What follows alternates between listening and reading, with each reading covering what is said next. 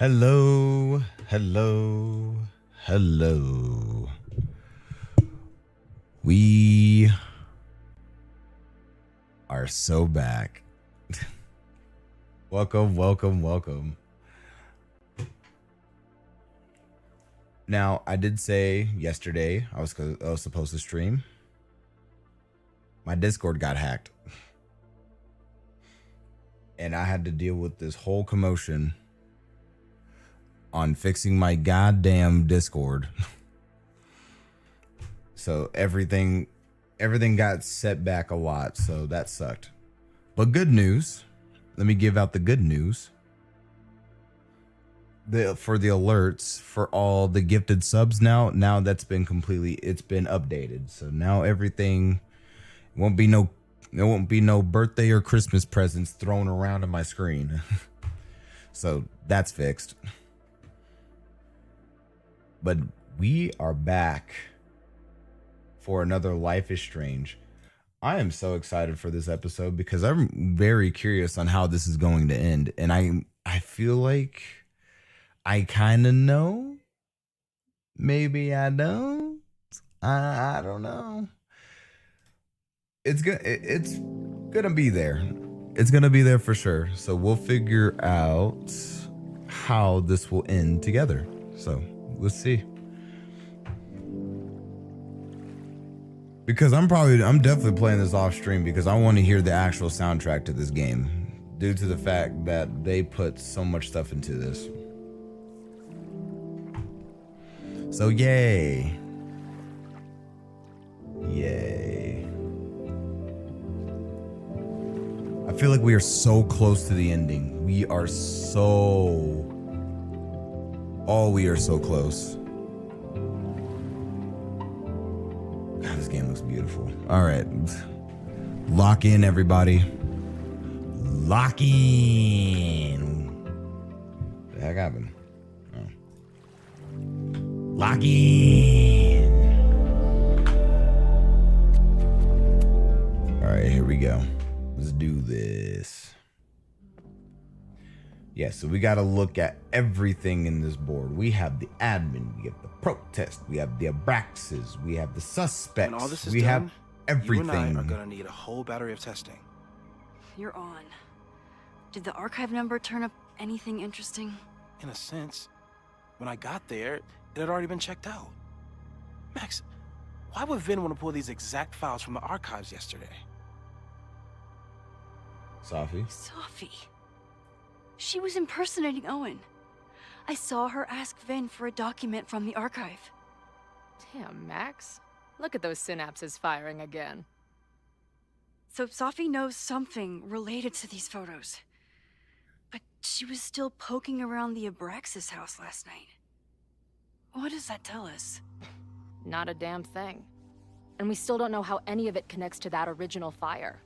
Or my bro-tester friends. And here's some more disturbing news. I walked by the chem lab this morning. Someone had broken in there. I alerted security and I locked away the most flammable solutions I could find, but whoever it was now has a powerful fire starter. What do we do? I suggest we all review the evidence, then reconvene to share our thoughts. Okay, if this is going to depend on my decisions, right? Okay. Let's see what Professor Murphy has been up to. Okay. So where do we begin with this? Oh, wait. Hold on. Let's go upstairs. Go upstairs. Go upstairs. Because maybe we could see...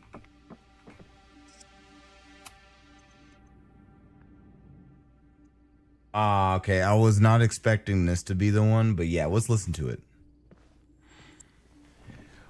What you got to spit, Moses? What you got? What do you got? What do you got? Spit it to me.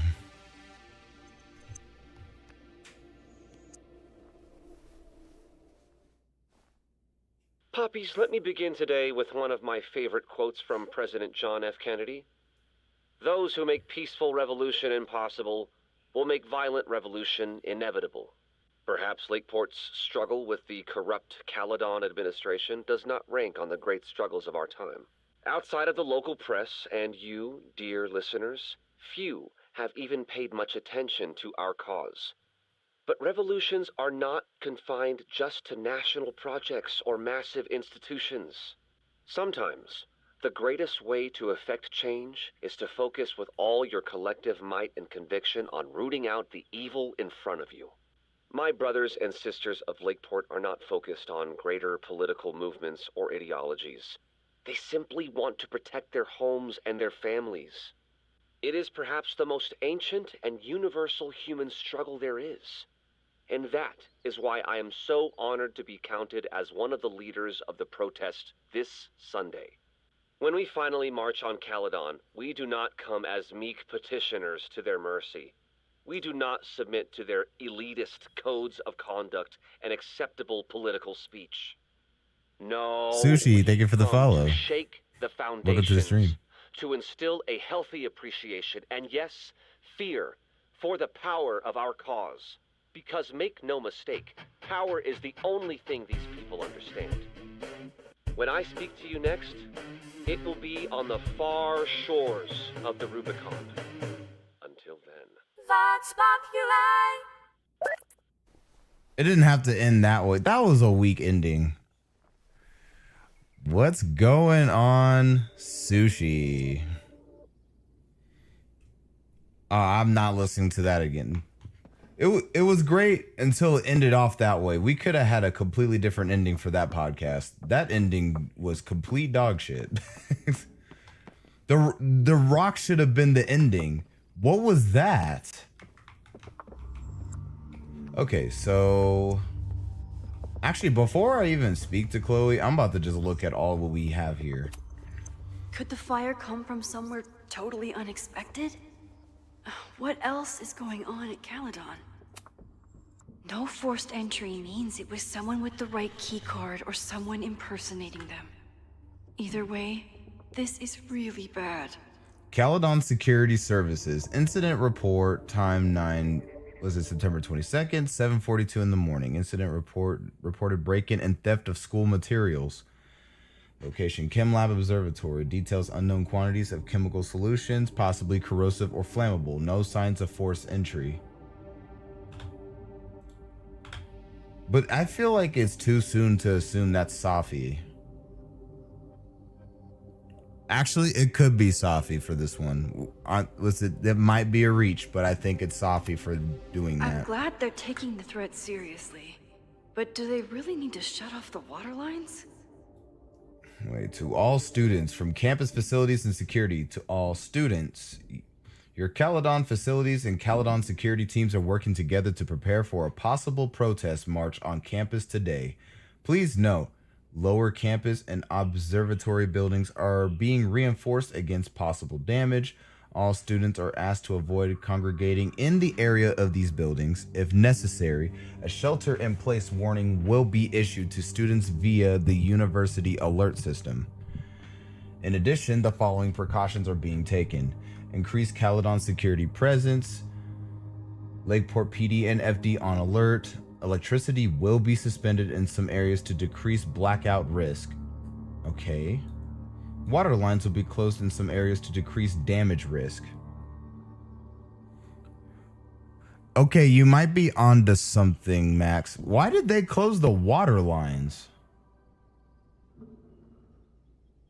Please remain attentive to further updates. Thank you for helping to keep Caledon safe. I think it will be more safer if you turn back on the water lines. The hell are we doing? Okay, what else do we got? It's bad enough fighting Abraxas, the protesters, and the administration without also battling the unseasonably dry weather. You gotta be kidding me. Warning, extreme fire alert issued for Lakeport County until warning is lifted. Avoid open flames, fireworks, tossing cigarettes, or any flames in high vegetation areas. Well, shoot, someone got something highly flammable, so that ain't gonna stop it. Moses really loves that flame-throwing kettle. It doesn't make him a suspect, but I imagine he's feeling some guilt about it now. The Caledon security citation. Moses Murphy.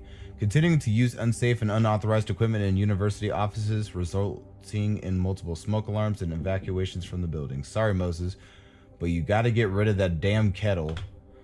Oh, wait. No.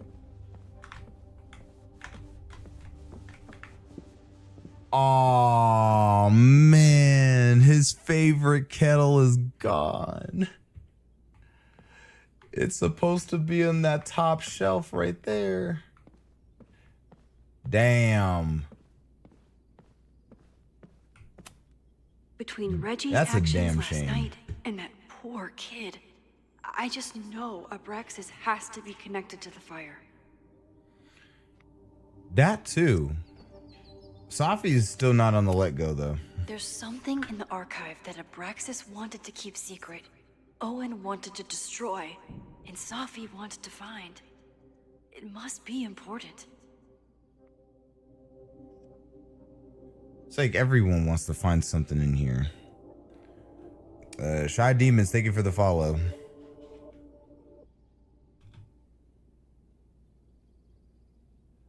Wait, because we kind of already read these.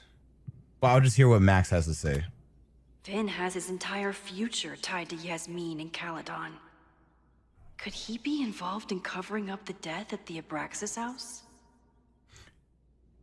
Could be. I don't see that as a reach.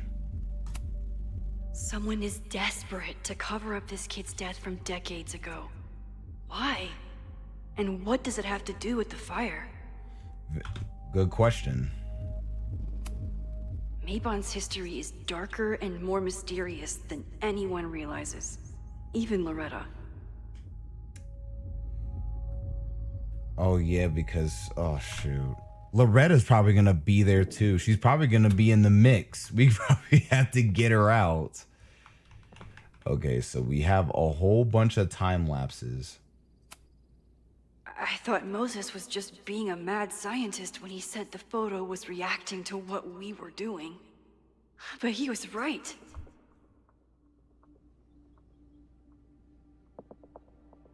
I do see the change and shift here. Like a clear shift reacting to stopping the demolition. Keep this in mind. We're still in the photo.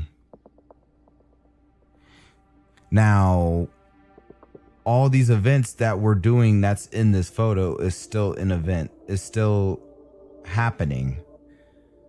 Now, what's still probably going to happen is the fire, because if we're looking at these photos, right? Everything keeps shifting around in this photo.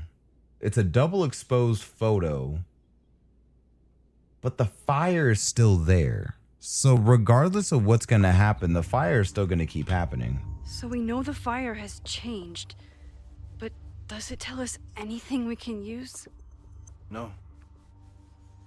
Only that right now, it's It's definitely still happening. As I said.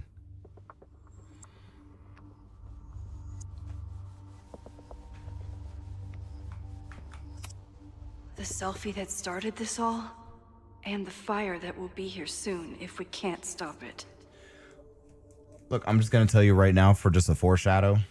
I feel like this is just a giant foreshadow. Something tells me the fire is still going to happen. But in other ways, who knows what's going to happen to it. Okay. Owen is corrupt, and I know he is up to something. But does any of it have to do with the fire? Maybe. Abraxas wanted an inspection to prove their house didn't need to be demolished. But maybe someone was more concerned about the dead body being discovered?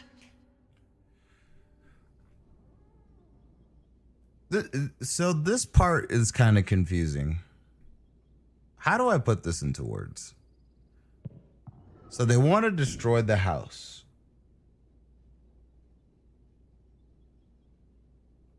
But there's something valuable in the house. This house has too much history, so I don't know why we're destroying this. All because we want to expand. Yeah, you could expand somewhere else. There's so much land, so why choose that specific landmark? It's not gonna tarnish anything. It's just a piece of history in Caledon. I didn't realize how involved Yasmin has been since leaving the presidency. I wonder how much she knows about the Abraxas house. Probably a lot, knowing Safi, but Vin probably told her a lot too.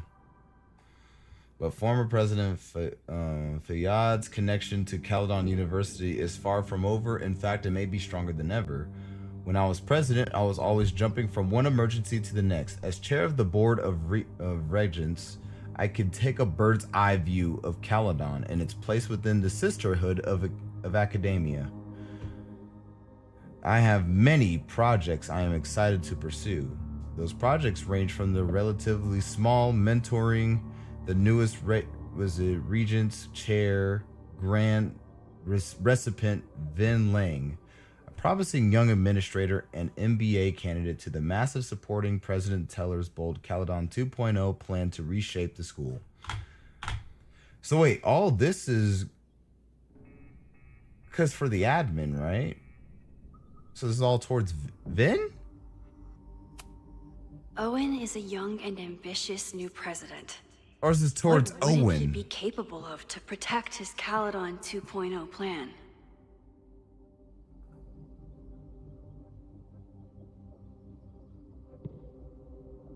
The heck is going on? Oh my days, man. Hold on a second.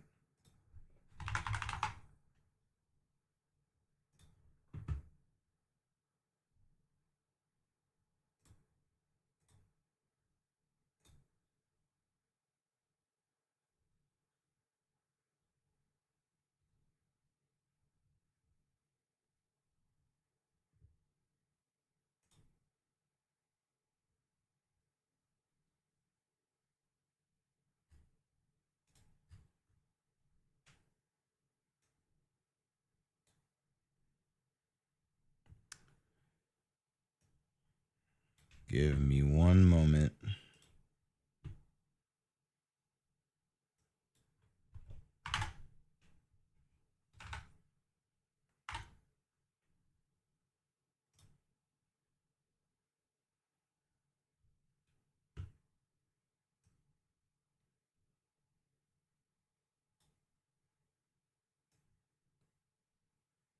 All right, we should be golden. All right.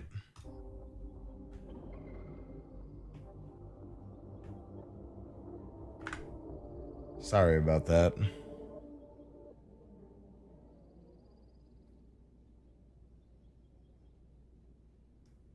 I mean, hold on a second. That's gonna happen. Oh, what the heck just happened? I'm mad about that.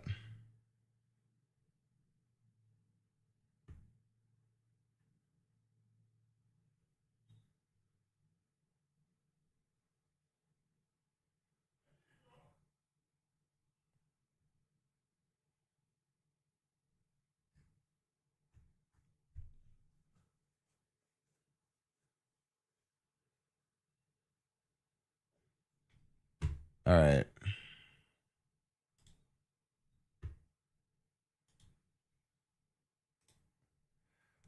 Oh, I'm like managing this. I don't have a moderator, so I'm just trying to manage something here.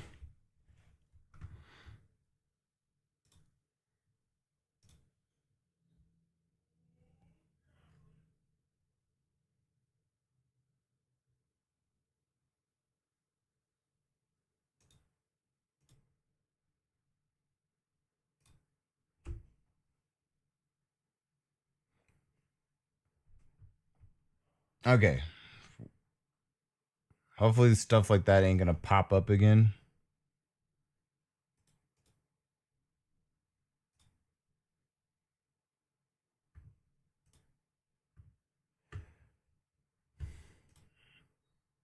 All right. Okay, we're good. Had to give it a test. All right, perfect. All right. We're good.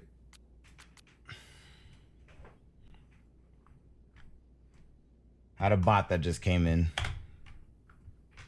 All right, so where were we at? Where's Reed? Owen is a young and ambitious new president. What wouldn't he be capable of to protect his Caledon 2.0 plan? The world may never know. Next one. Owen risked his whole presidency to demolish the Abraxas house illegally. Is he about to start a fire to finish the job? Now, will Owen start the fire?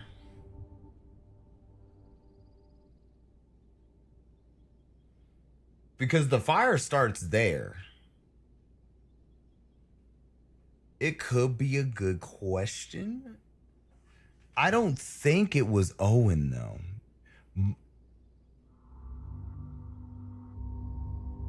I have a strong feeling I do not think it's Owen. I don't think he would reach to that level yet. I know he's having like a lot of issues with the Abraxas house. But as far as I know, I don't think this is like as far as a reach. We might be, I think we might be reaching just a little bit. It's not too far. There's not much we know about Owen yet. The dude barely had any screen time, and we barely even talked to him. And every time we do talk to him, he just basically hates Max. He genuinely hates Max. There's no doubt about it. The dude just hates her. What reason? I have no clue. Just because there's just like a whole lot of animosity between them two. Whenever Max wants to try something to like peace talk it out, it goes to a whole different section with Owen. Owen just says, forget all this and that.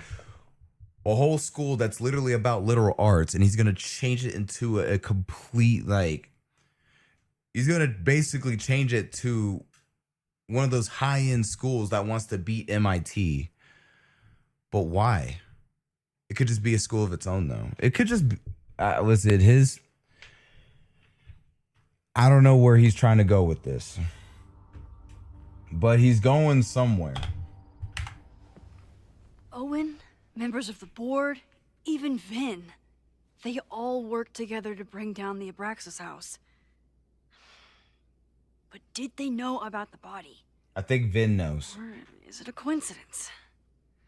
As Sherlock says, the universe is rarely that lazy.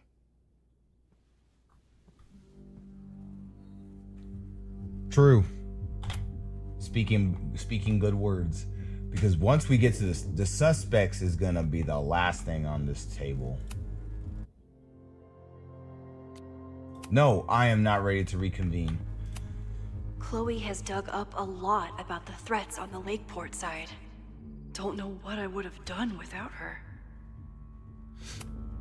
Moses was able to recreate the flyer I saw during the fire, but I still don't know what Loretta's march means. Okay, there's one thing I can say. There is one thing I can say. Loretta is 100% gonna be there. She ain't gonna start the fire though. She isn't gonna start nothing. But I could guarantee you she's gonna be there. It must have been Loretta's death from the illegal demolition that led to the original fire. Loretta's march. Right, that makes sense. But does any of it lead to a fire in this timeline?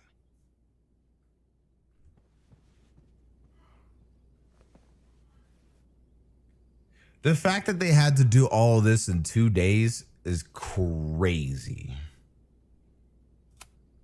Lucas reshaped his whole personality around fighting academic corruption. Is it just talk, or would he actually attack Caledon? Now, with Lucas, right?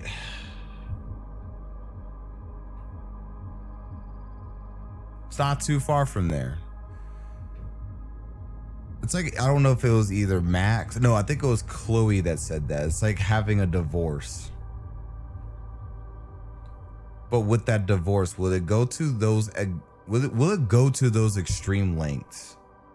Probably. I don't know. He might start something. I don't see that as a problem either. He's already on my suspect list for sure. He's definitely on the suspect list. After what happened in the last game, he's definitely a suspect. Hold on. Woo, had a sneeze. Whew. The anger behind this Lakeport protest is truly scary. I'm so glad Chloe is here to get to the bottom of it. You hear Lurking Grim? Don't worry, I'm about to spit all the facts in this. I'm about to spit everything in here because this is getting juicy. But as far as everything goes, Lucas is on that high tier. So I'm putting Safi and Lucas up there for sure. They're both up there. Owen, I'm about to put in the middle. He is like, because of course, he's like one of those characters that's very unexpected. Very unexpected. Anything can happen in that scenario. Something is going to happen. So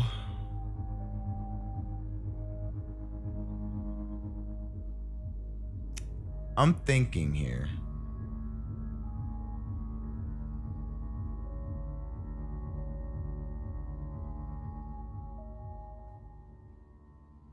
I'm thinking. Like, he's gonna be one of them characters. He won't be like under the radar. Like, he's gonna be one of those characters. He's not gonna be the character that we least expect.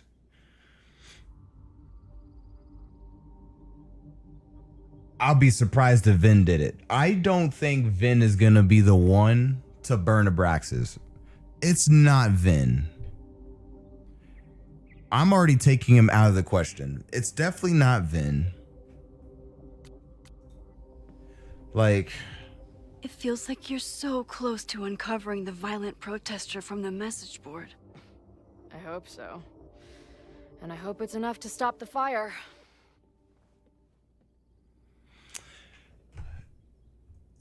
For that, I don't know. So this fire is still gonna keep going. Joey lost everything in the storm and stands to lose even more if the Caledon expansion goes through. He has every reason to be angry. So you're saying that the guy that owns a different bar, right? The guy that owns a completely different bar lost his roof, started working at a completely different bar, is absolutely angry.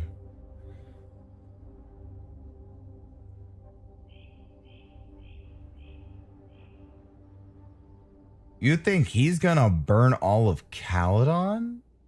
I don't know. He could be like the least knowing character that could probably start something. I could probably say that for sure. We could put him on we could definitely put him on a number 3. Now Amanda, take her off the list. We're not even she's not even part of this entire dilemma. Take her out. Chloe, have you seen this about Ren? Yeah. He's been a tough one to connect with, but maybe this article will help. I don't think Thanks. I don't think I read this article. Okay, we got something to read. Big Brothers of Vermont provide mentorship support. Like many little brother participants, Rennie Landry, age 11, has grown up without a father figure in his life after being abandoned at a young age. This led to a distrust that made it difficult for his big brother volunteer, Troy, to overcome. Ren is a sweet kid, but it can take time to really build a bond with someone who has learned to have their guard up. This is all I could find for Ren on the internet. Sure, okay. It's something. This group has been growing and organizing for some time. And it's all been leading to today's protest. And Committee for Lakeport Justice, all concerned citizens of Lakeport and anyone aligned against the corrupt expansion of Caledon University, join us. Our purpose and community will grow stronger with your support. Join, fight. Information on how to get involved is available at Striffinet Forum. Lakeport Resistance, password the resist. Okay. Okay. So we got something here. So we read all of these. Now, the last but not least is the suspect board. Moses took a very comprehensive approach to this suspect list. Why is there a lizard in here? We'll get to us last. We need to start. Where could we start? Reggie and Vin? Would Reggie actually burn down the Abraxas house? No. And Vin. He's the ultimate Wait, puppet yes he master. can. But why would he start the fire? Okay, hear me out. You know what Reggie kind of gives me? He gives me Nathan vibes from Life is Strange 1. Now, for others that don't know Nathan was basically, well, other than the fact that Reggie is not rich, Nathan is, because he was just a rich kid in Arcadia Bay. So his family basically gave him everything, but no one really liked him. But people like Reggie, so that's a completely different story. But there's one similarity that both Nathan and Reggie have in common, is that they basically have to, they're not a leader to themselves, they're more of a follower. And if you understand what I'm saying, it's like Owen will tell Reggie to do something and Reggie will do it, not by Reggie's own actions, like his own will. He's doing it for somebody else. Now that could put him at 4. That could easily put him at 4.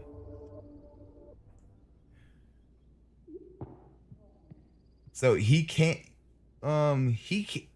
could he lash out? I wouldn't say he would lash out, but the pressured by Owen to destroy evidence seems erratic. Kinda. It could work. Now you have Vin at Nexus of Abraxas in administration, close to Owen and Yasmin, plus invested in Caledon, known secret keeper. Now Vin, on the other hand, I don't think Vin has every intentions to destroy Abraxas. Again, he's also like the co-administrator for everything, like the co-admin. So I don't think he would. Now, would he go to the extent of burning down the Abraxas house? I don't think so. I don't think he has the guts to do it. That's like his child right there. There's no way he's gonna do it. All right, next we have Joey, Ren, and Lucas. The timing of this protest with the fire has to mean something. But which of the protesters is the most dangerous? Ren. Now we have Ren. Lakeport resident, snapping turtle regulars susceptible to peer pressure. Maybe? There's a good chance I could put him at 5. I don't really know much of Ren, but we do know a little bit of Joey. Joey the bartender, old bar destroyed in storm, leader of the protest. Wait, if he's the leader, wait, I thought it was someone else that's leading the protest. Wait, what? So, okay, now we're gonna clear this up. So Joey is leading the protest. I don't think he's gonna do anything. If he's leading, there's a lot of eyes on him. I mean, a lot of eyes. I don't think he's going to be the one that's gonna burn if he's the leader. It's gotta be somebody in the background. It can't be just someone just straight in the limelight. That makes it too obvious. That makes it way too obvious. There's gotta be someone in the background, like probably Ren. I think Ren will probably be in the background of this protest for damn sure.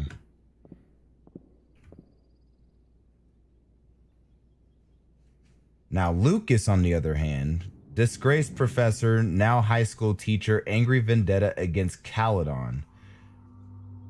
Lucas has every right to be, but the problem is that he's gonna be at the protest, and he already announced it in the podcast we just listened to. The podcast we just listened to seems like this dude isn't gonna do any burning intentions. It could be at a medium. I'm not saying it's at a very low that he's gonna do it. It could be at a medium, but he's definitely up there on the suspect list too. He's already on the finger counting right here. It's gonna happen. So it's a little lookout for him. I don't think it's Joey. Joey's not gonna do it. I'm gonna leave you last. I got so much to talk to you about, Safi. It's not even funny. I was thinking about putting this last, but you have been stirring up so much trouble, lady. You. Okay, Owen and Yasmin. Caledon's 2 power players. Could one of them be behind all of this? Could both?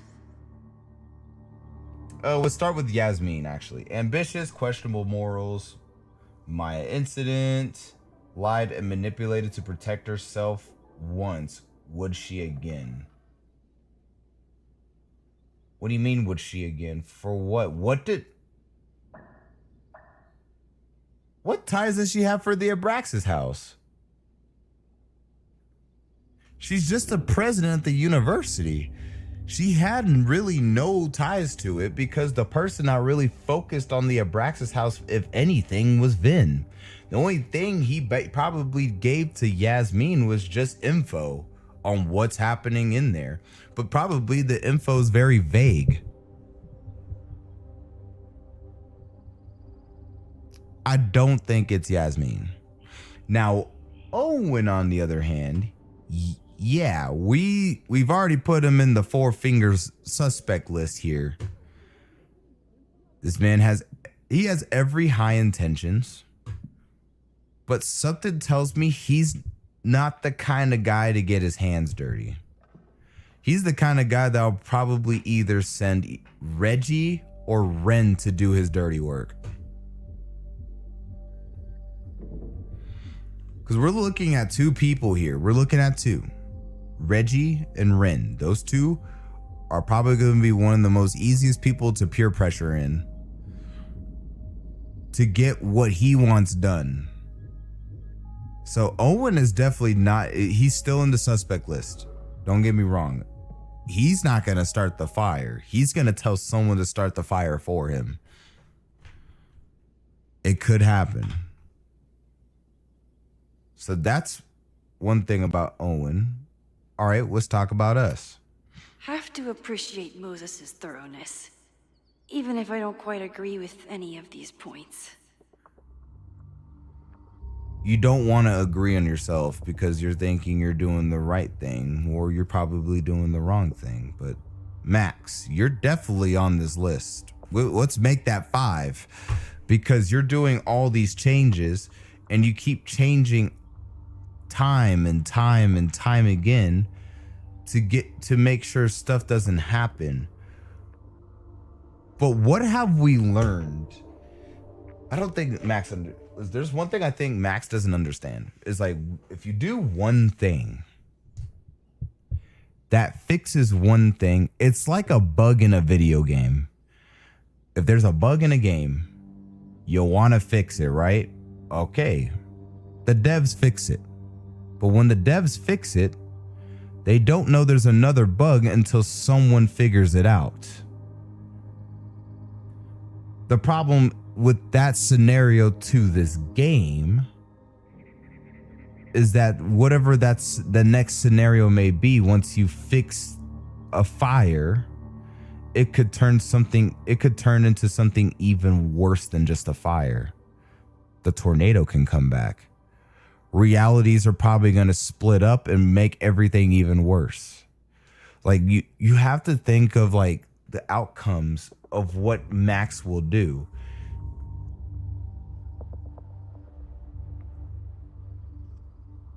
It's like around the beginning. She's like, she thinks she knows what she's doing, but she doesn't at the same time.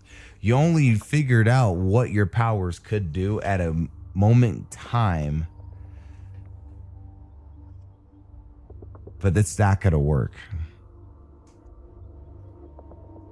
The heat lamp? You're thinking a heat lamp is going to start?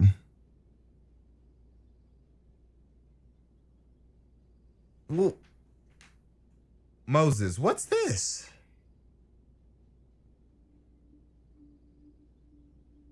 Oh no, Moses, I need some answers. Now, the heat lamp, that's so interesting. Okay, Moses. Kettle equals known fire threat, mad scientist archetype, subconscious pyromaniac. That's what you call yourself, Moses? Okay. All right, sure.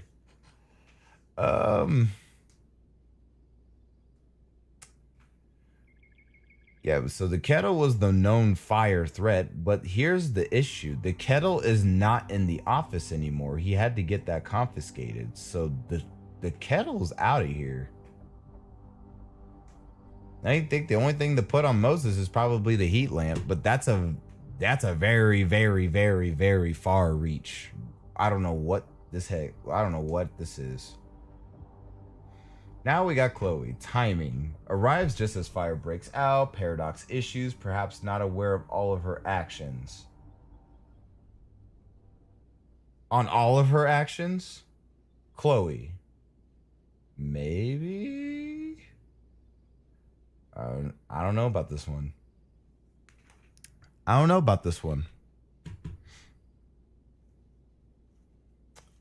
Is Chloe a suspect for that?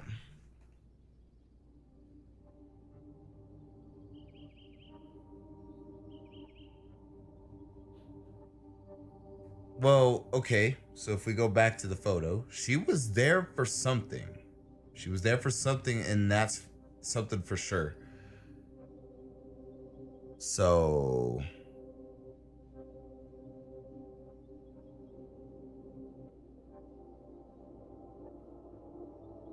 we'll see. I don't know. Chloe's kind of a reach right now until I get more info on it.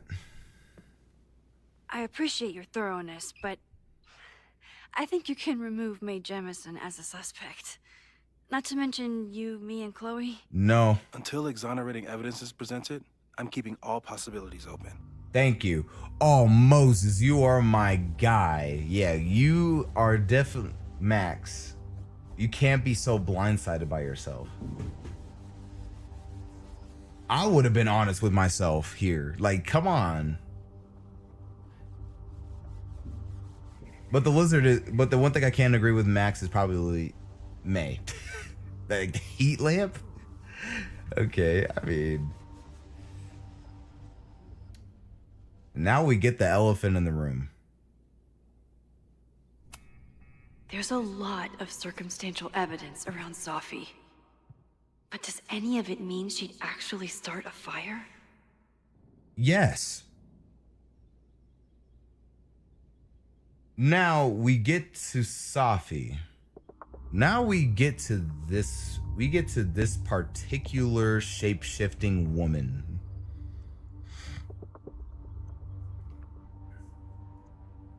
So she arrives just as the fire breaks out. Paradox issues, perhaps not aware of all of her actions. Vendetta against her mom, also Caledon, also us.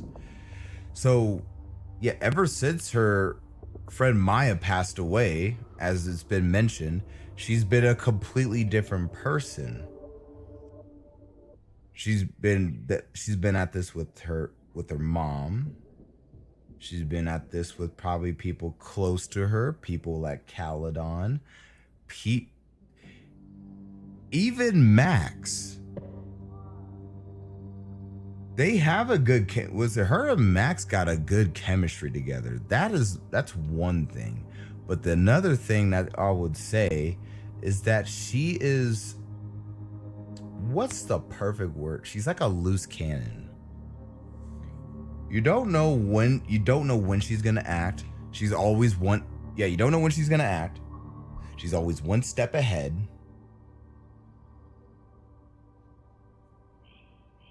It's just like, she's unreadable. That's a third one. She's very unreadable.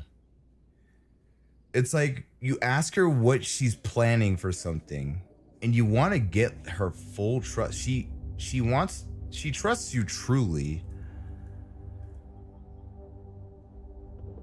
But then again, she doesn't really tell you the full plan. She doesn't want anyone to know.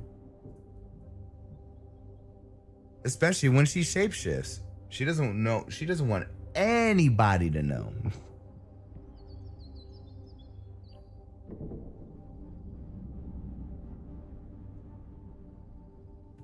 But for her not knowing, she could shapeshift to just any person in that protest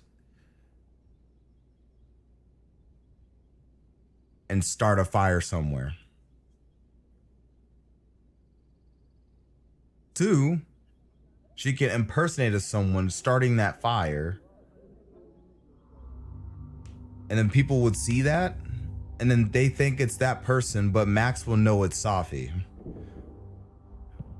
Max will know it's Safi. Chloe would probably know it's Safi. She doesn't really know Safi too well, but she's only been seeing her in pictures and she knows she shapeshifts. So the fact that she'll probably burn something and run and Chloe sees that, she's gonna know that's Safi. Max only knows it's Safi just based off of the way she acts. But this is not far of a reach. Safi is definitely a prime suspect of like who to look out for.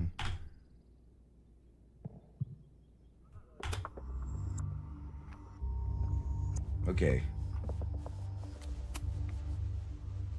I don't think I've said thank you. For what? You came here looking for help. I don't know how much of it you found, but you definitely helped me. If we stop this fire, you'll be a hero to the whole campus. Well, I haven't really been thinking about the whole campus. I've been thinking about you. But if we're throwing the H word around, I will take a plaque when all this is over. Or a statue.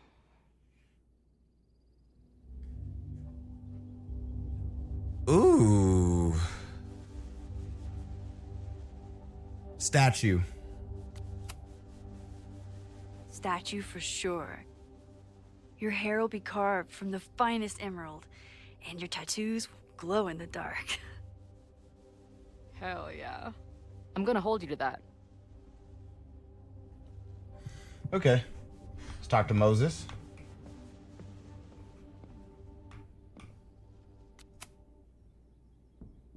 Thank you for helping Chloe yesterday. I'm not sure how much I helped her.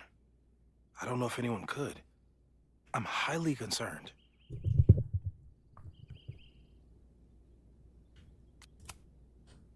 I know my powers are imperfect, but I don't think they would undo the choice I made to save Chloe all those years ago. I've used up any scientific understanding I have on her situation. All I have left to offer is hope. As your friend, I sincerely hope reality isn't as unforgiving as it so often appears. Okay. Actually, let's kind of look around.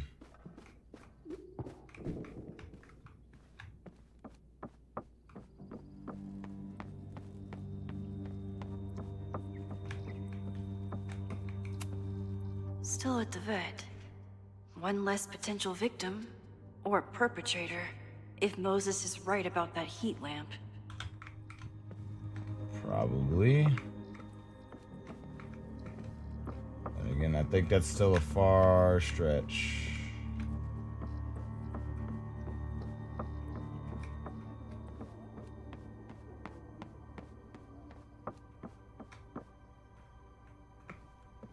All right. Okay, what do we know about the fire?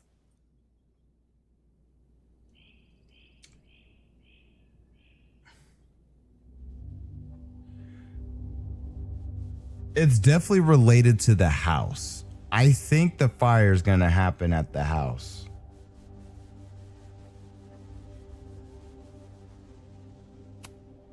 We know it centers around the Abraxas house, either because of the body, or Owen's plans, or both. I agree, that's a plausible outcome, but we don't know it's true. Just because the fire happened one way before, doesn't mean it'll play out the same way now. Facts. I think at this point we have to consider the fire might be a constant. You've made many changes to reality, yet it remains. Last time it was Loretta's death at the demolition that led to it, but now there was no demolition. My bad. So we don't know. It could be Abraxas, it could be the Let me protest, turn the fan on. it could be any of those other suspects on the board. There's no way to know. Furthermore, every step we take to stop the fire, even something as small as this conversation, is likely to shake the snow globe again and change what causes it. So the more we do, the less we know? That's fucking stupid. No, that's reality.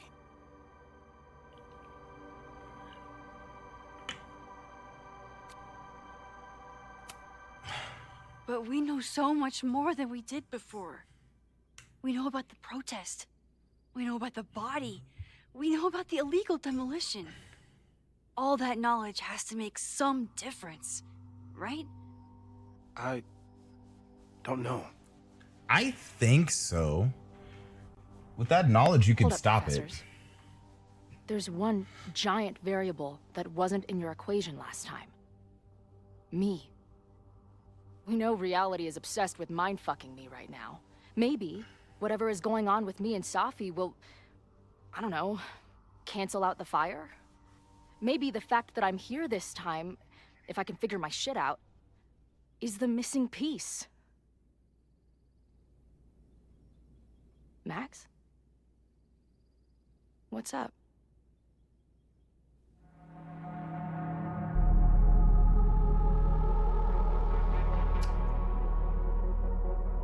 We have to tell her, right? I'm not holding that back. I think that's kind of stupid if we hold that back. Last time, last reality, you were here. You came to find me and I was gone. But I guess you met Moses. How do you know? Because I saw you. You were passed out from the smoke. Moses was carrying you before you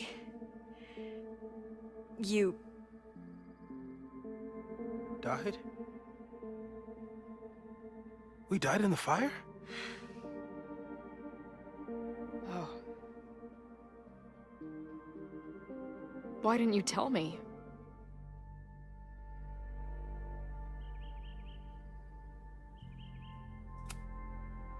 At first, I didn't realize what I'd seen. And by the time I pieced it together, I was too shocked to tell you. But that was last time. Like Moses said, everything is different. Now we know it's coming. Yeah. And we still can't stop it. What if the fire isn't the only constant? What if our deaths are, too? It's possible. No! It doesn't work that way. It can't. Whew. There is only one thing to do when reality fucks you this hard. I'm gonna go smoke. The-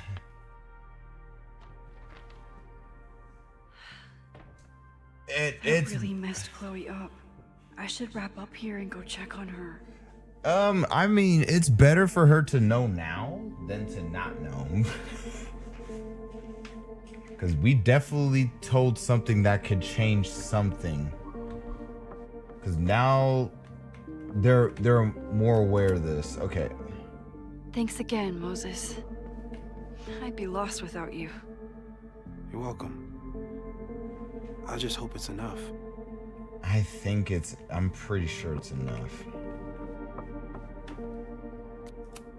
Stay safe, Moses. You too.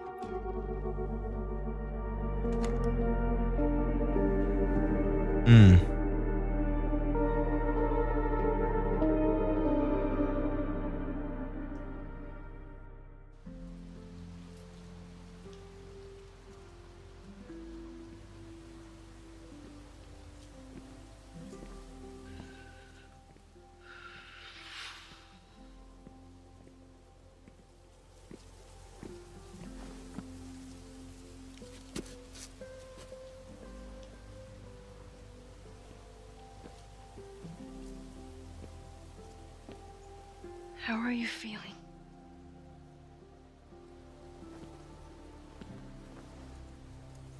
I think you mean, any last words? Please don't joke about that. You could have given me a heads up, you know? I'm sorry. I couldn't let myself imagine a world where it happened again.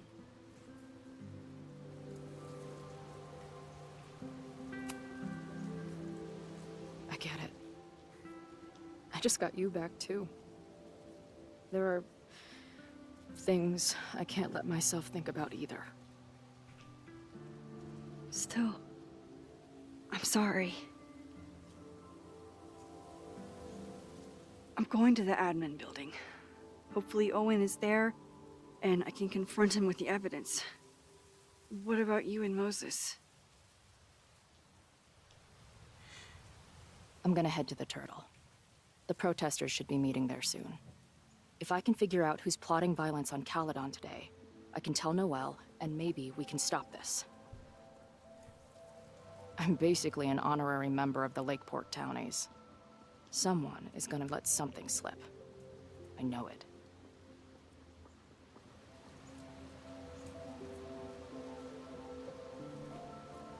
I just... I would, have...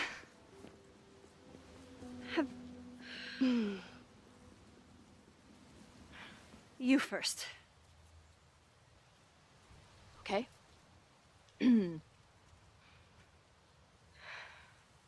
This weekend has been... I've never had so many emotions at once. Excited, scared, utterly mind-fucked. But underneath it all, I've only really felt one thing. I am so incredibly happy to be here with you, Max. Whatever comes next.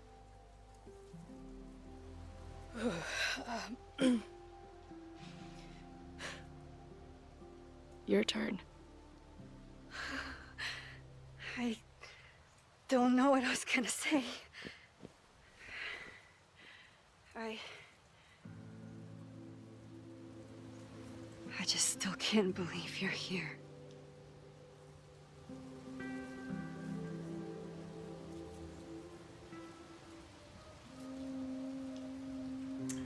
This is the moment, man. Don't trip.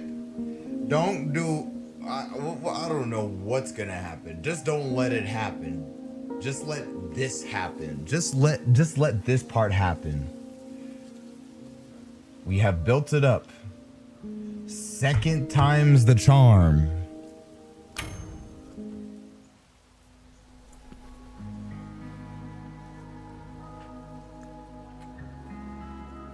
I'll take it.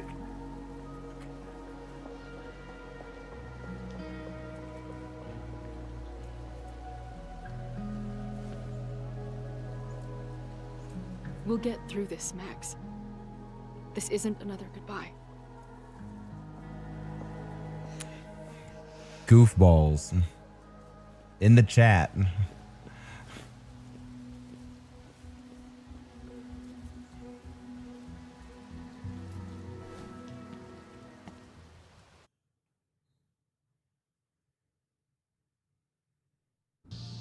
This is it.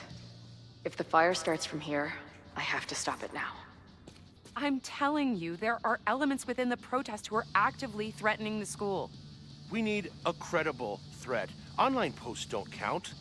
If something happens, we'll respond to it then. When it's too late, I know your response times. You're basically telling us to fend for ourselves.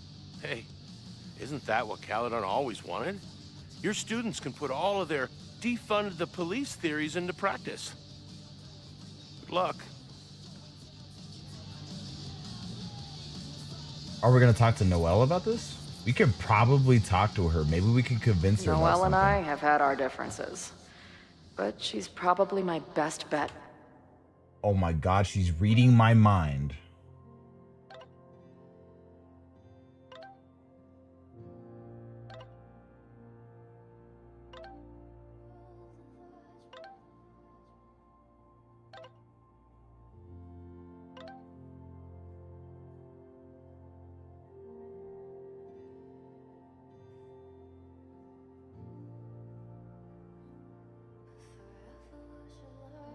Okay, so there's going to be some stuff happening.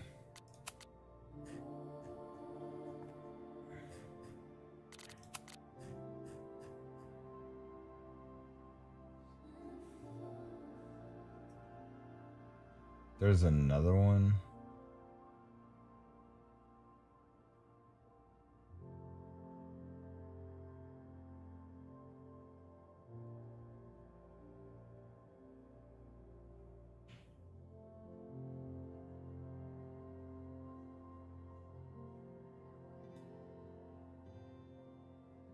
Okay. For stopping this fire. What did they put in the journal this time?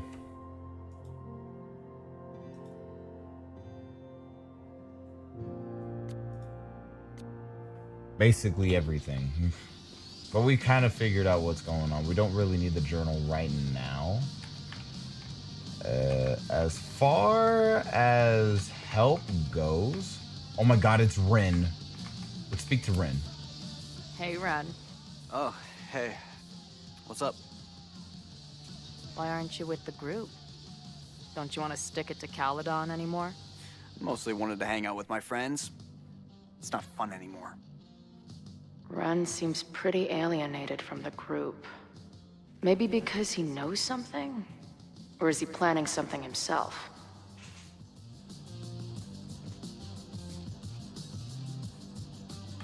Okay. We can. He's easy to pressure. We got this. We can do it.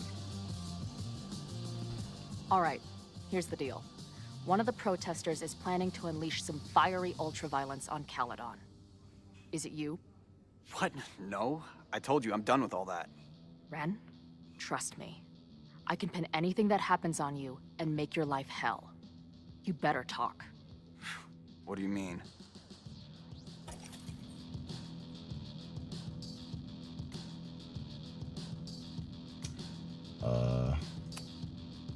I'll let the cops know you are behind whatever happens. Oh I'll my. have a pretty good I defense, seeing as I'll be sitting here the whole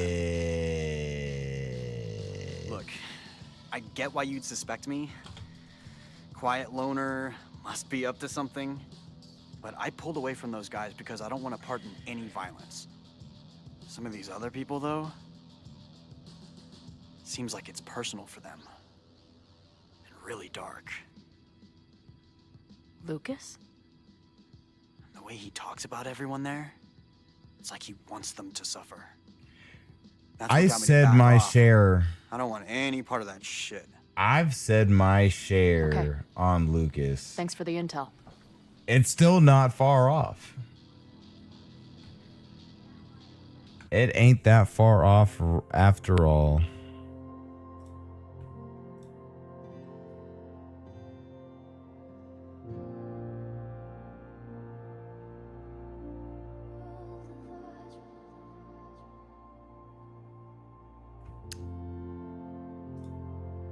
Okay.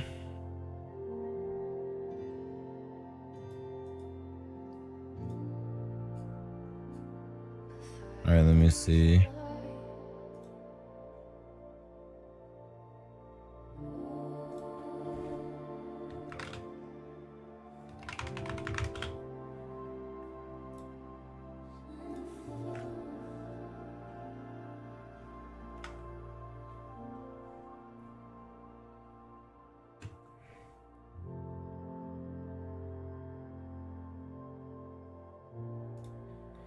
All right.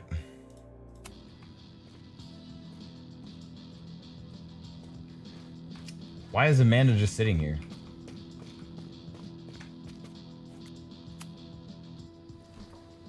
What kind of bar are you running here anyway? It's hardly my bar anymore. Belongs to the angry throng. Bring together Lakeport and Caledon, she said.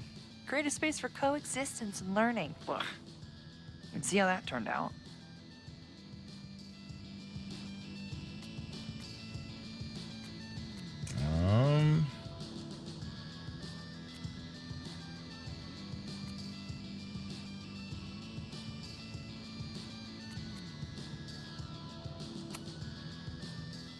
Yeah. That's pretty much how it always works for me. Try to fix a problem, end up making it 1,000 times worse. Sure, but what's the alternative? Not giving a fuck? Okay. When you say it like that, it sounds pretty nice, actually. Anything I can help with?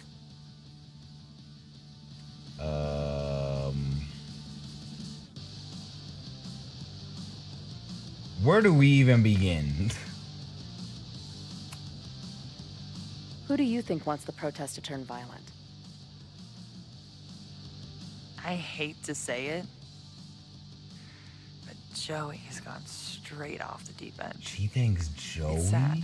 I don't want to say he's capable of violence, but I don't know anymore. What about Lucas? Or Ren? I don't know. Lucas seems like all talk and no action, and Ren's my guy. He helps me mop up around here, and we talk music. He's a sweet kid. He just needs to keep better company.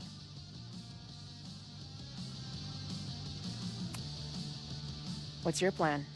Are you going to campus? As much as I love watching dudes walk and chant slogans, I will remain here, serving up cold glasses of everyone calm the fuck down. What if some violence breaks out? Hopefully the police will be on top of it. Although, I very much doubt That's they like where to leave Noel Caledon to comes its own in. fate. See? So, I guess if the shit really goes sideways, I'll lock the doors and try to stop the idiots from burning my bar down. We can definitely convince this. So, Max has this, I don't know, feeling about what will happen today. Oh? She says there will be this fire on campus. I know it sounds kind of hard to believe. I but believe it. You do? I'm not super into the new wavy stuff, but whether it's a third eye or a sixth sense or whatever else you want to say, Max has it. I take anything that girl has to say seriously. That is when I'm lucky enough to see her ass these days. Thanks for the tip. You got it. Stay safe today. You too, Chloe. I can talk to more people, or check back with Noel when I'm ready. We talk to more people. Is there someone sitting at the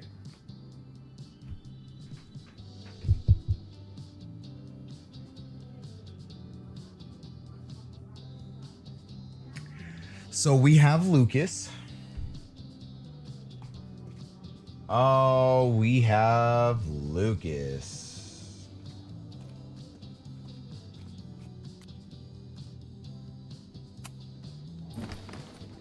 Hey, Professor. Chloe, glad you made it. The group is gathering out back. And what are you doing? Committing this moment to my memoir now, so it doesn't get lost and the torrent of what's to come.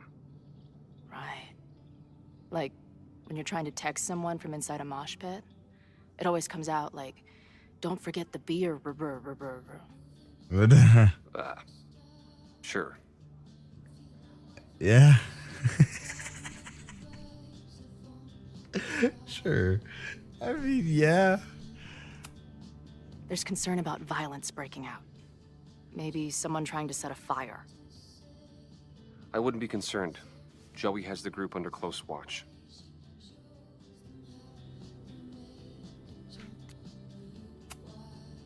What if someone goes rogue? Someone he doesn't expect?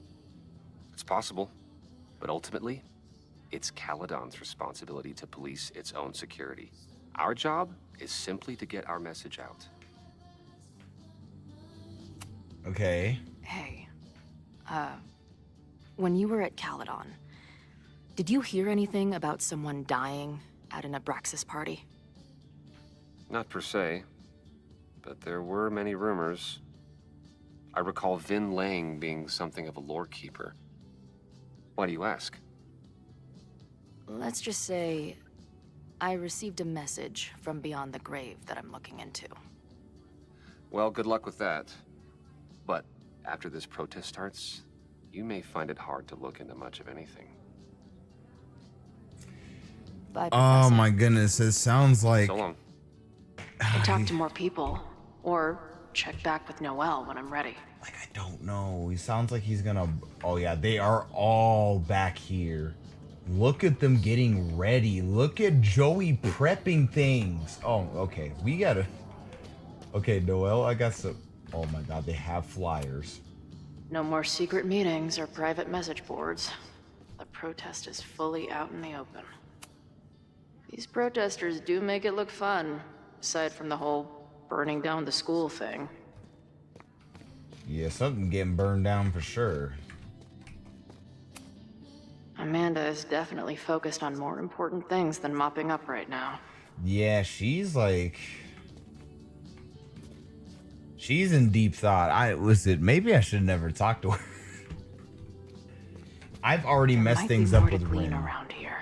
What do you mean more to glean?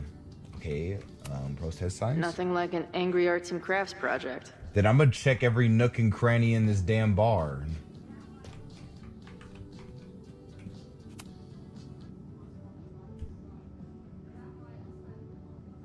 Okay. Let me hear it. Welcome back to Nevermind the Podcast, your go-to source for punk music. I'm joined now by Izzy, Bash, and Marisol, collectively known as Drugstore Makeup, a band from the Pacific Northwest. Pleasure to be here. What's up? And it's just the three of you, right? Yeah, sometimes our manager comes out and plays some percussion for us during shows. Until she left us. Bash. Sorry, what was that? Did you part ways with your manager? No, she was with us on the first leg of our tour, but we're traveling separately for a bit. Yeah, I play my own cowbells now, bitch. Okay. So you're on the road promoting your new album. Yes. Welcome to the Gynocracy. I think it's our best yet. Fuck yes. Can I say fuck? No. Well, I agree. It's a deep throat into queer rage and... Why are you glaring at me? A deep dive into queer rage and righteous anger. Fucking hell, Bash. It's fine. Listen, the punk scene has gotten hopelessly corporate. It feels like everybody is sponsored by Ball Out energy drinks or brought to you by Jump Kick amps. Yep, and this album is ours. It says exactly what we want to say without anybody breathing down our necks. Great. We'll be right back after a word from this episode's sponsor, Jump Kick Amps. Oh, seriously, dude? Oh my goodness. Hey, I've got bills to pay. Back in a moment, everyone. He ain't wrong. Like, oh, they really.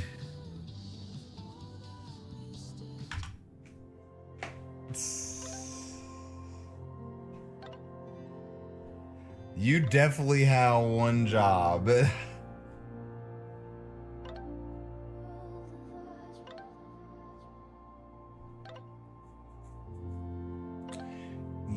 Yeah.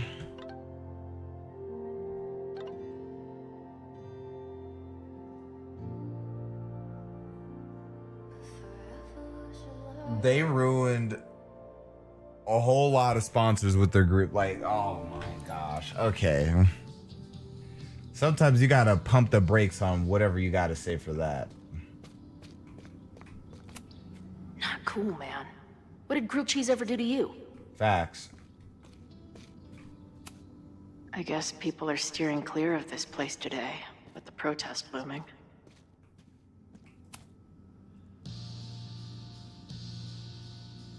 Looks like Ren's been dabbling in the uncommissioned public arts. Interesting. Still something flammable. Ren is a fellow doodler, huh?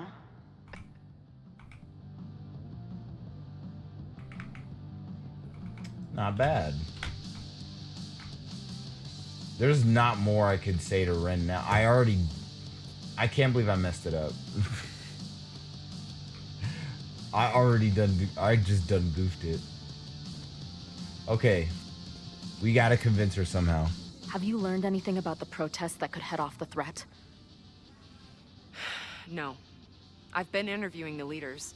Joey, the bartender, was highly belligerent. Lucas referred me to his podcast. The rest just shouted slogans at me. I can talk to more people, or check back with Noelle when I'm ready. Yeah, I did say I was gonna check every nook and cranny. Amanda's benefit for Lakeport was just 2 nights ago. She must be wrecked by all of this.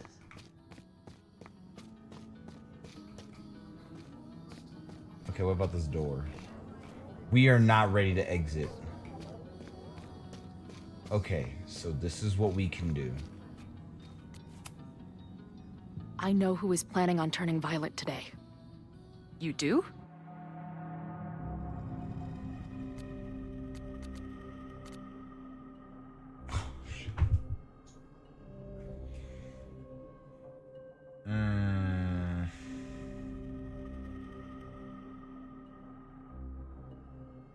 Joey's too obvious, though.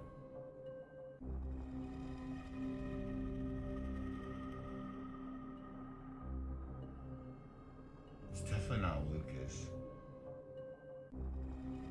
Oh my goodness, because if we say the wrong person, we could be apprehending the wrong person. I did lose. He could have probably said something that would have completely spit it out. My gut is going Ren.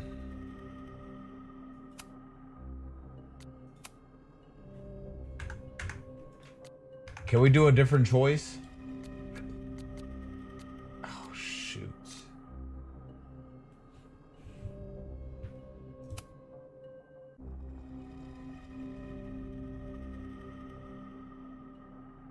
Ah, jeez.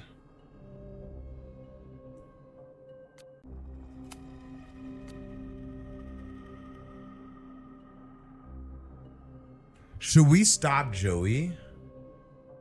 Something tells me we could stop Joey. Like I'm leaning towards Ren and Joey.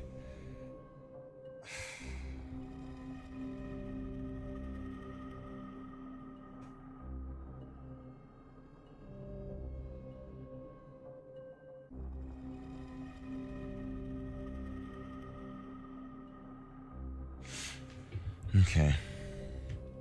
I have to really think about this.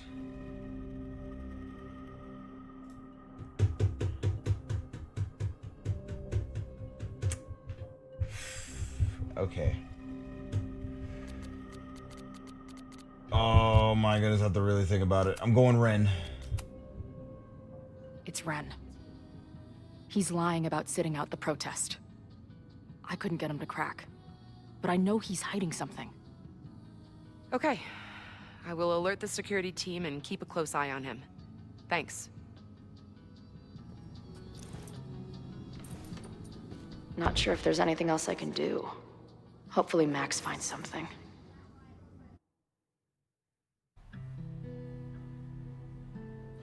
Wait, I messed up. So I could have went out that door. I could have went out the door, probably talked to Joey to see if he gave me any few pointers before I accused. I completely goofed it up. That's okay though. That's okay. Quiet Sunday morning. I'm still not far off with the Ren topic, so hopefully Ren's like the right person. But something tells me it's Joey. Ren. Shh. They're really going at it in there. Who They is? told me you were a snake in the grass. I should have listened. Stop being so dramatic. You knew what kind of risk you were taking. You go and muck up the whole thing, and suddenly it's my fault? Vincit omnia veritas. Truth conquers all. You'll see. Now you're boring me in 2 languages. I'm leaving. Don't bother. This office will be yours soon enough. What?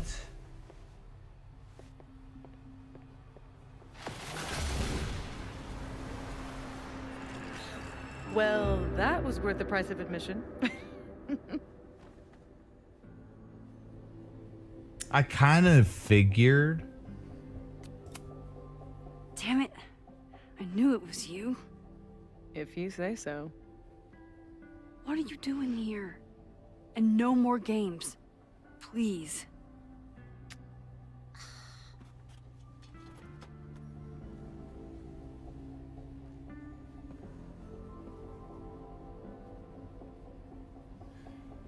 What am I looking at?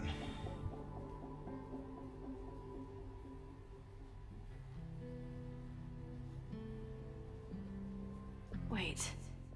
Yasmin? Oh my god. Yasmin was in Abraxas. She was there on the night when that kid died. What do you know about him? He was a Lakeport local who snuck into the party, then got way too high and killed himself. There was a cover-up. I had no idea your mom was involved. I'm impressed.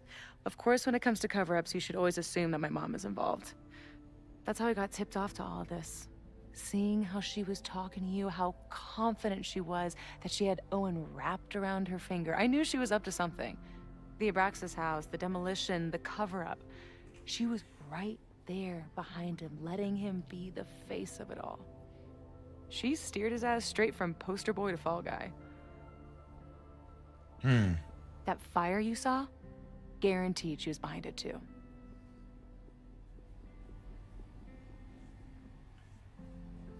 Okay. But you guaranteed. How do you guarantee it? Are you sure?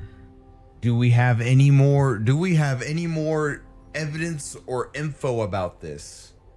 We're just knowing about this now. I'm not saying your mom is fully innocent, but how can you be sure she was behind Owen's plans? Or the fire? Does Owen seem like the criminal mastermind type to you? No. This is my mom all over. Let's confront her with the evidence. We can hold her accountable for the cover-up and whatever else she's planning. Not interested. I have a better offer. Okay. Let's leave. Right now, let's pack up the car and get the fuck out of here. We can be in New York by sundown. From there, who knows? What? Yes, you can bring the girl too. We can link back up with her band. Reconnect with Diamond, hit the mountains, head west. We can find your town. The one that magically reappeared from the dust of the earth. Safi. We could head straight there and get you some of that sweet, sweet closure you've always wanted. Safi, I don't know where you're coming from. You ignore me for months. Then you're on campus hiding from me. And now you want us to run off together?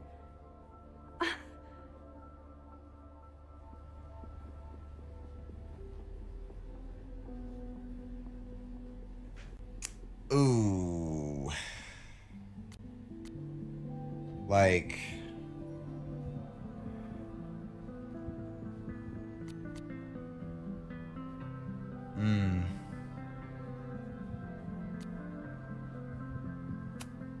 Look, Caledon is my home now. I don't want to abandon it. You promised me, Max. You said when I came back that you would be there for me. Well, I'm calling it in.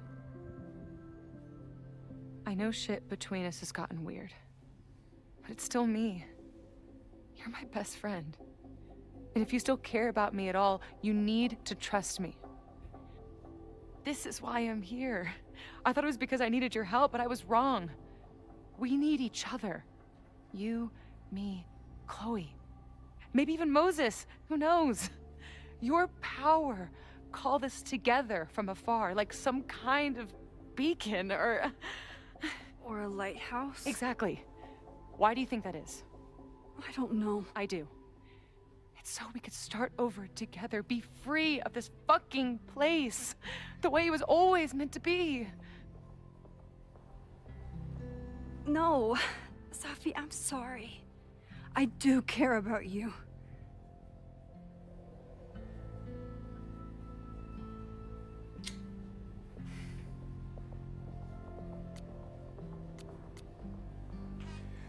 Oh my goodness. Like, I feel like some of my choices here are kind of like off. I don't know. But she is kind of being selfish about this. But right now, caring about you means being honest. Even if it hurts. What you're asking for is selfish and wrong. There are people who could die today if I don't help them. Don't you understand? That should be enough for you. I should be enough for you. Please, I'll be good. I won't shapeshift. I won't lie. Just, please. I don't want to be alone. Safi. Fine. Enjoy playing the hero. Just don't act surprised when you make everything worse again.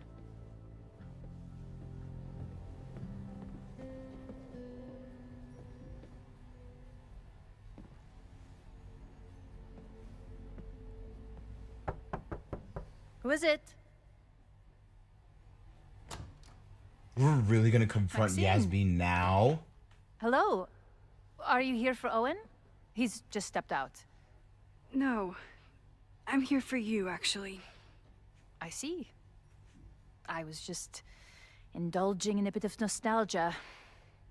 Intoxicating, but deadly in high doses. Please.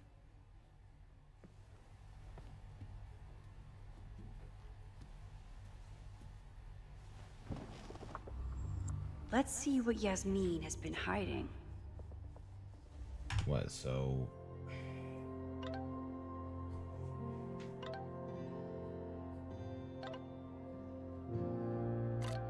Wait, what?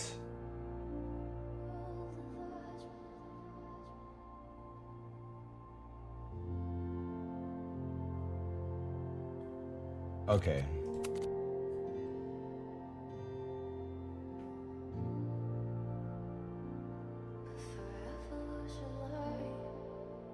I just wanted to be right. Okay.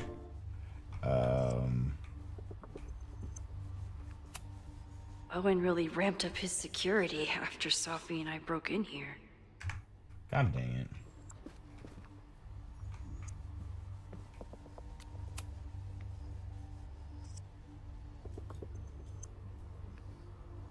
Okay, there's nothing that could be of use to that. Am I the ball that sets the others into motion? Or am I one of the ones being crashed into?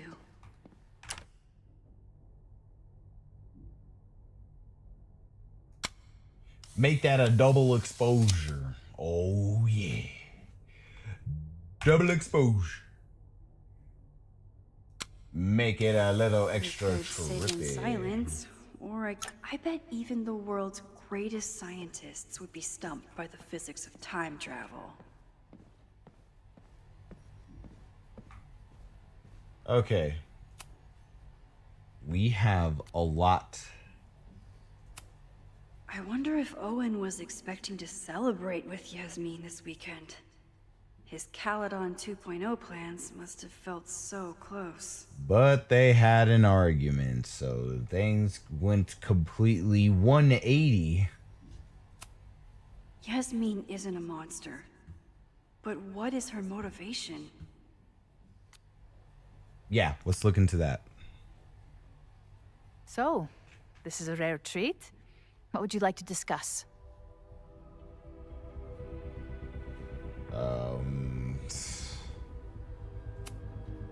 I know about the body in the Abraxas house. And I know you've been trying to cover it up. I do not understand a thing you're saying. You seem agitated and unwell. I suggest you go get help, Maxine.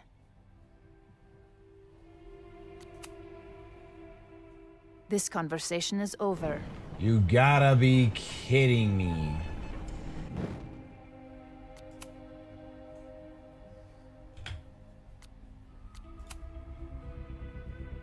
I saw Owen running out of here.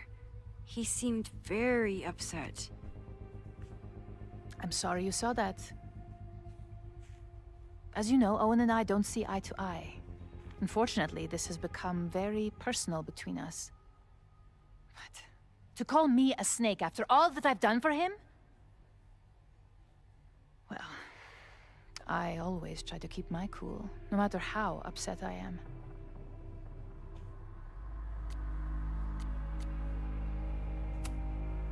Haven't you been a snake? Lying and backstabbing everyone? I see your sense of reality is just as twisted as his. How sad. Okay.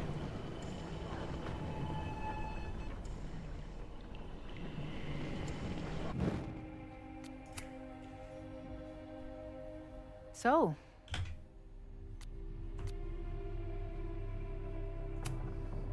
I know about the body in the Abraxas house. And I know you've been trying to cover it up. But I also know that you're not a snake. I might not agree with all of your decisions, but I would like to understand.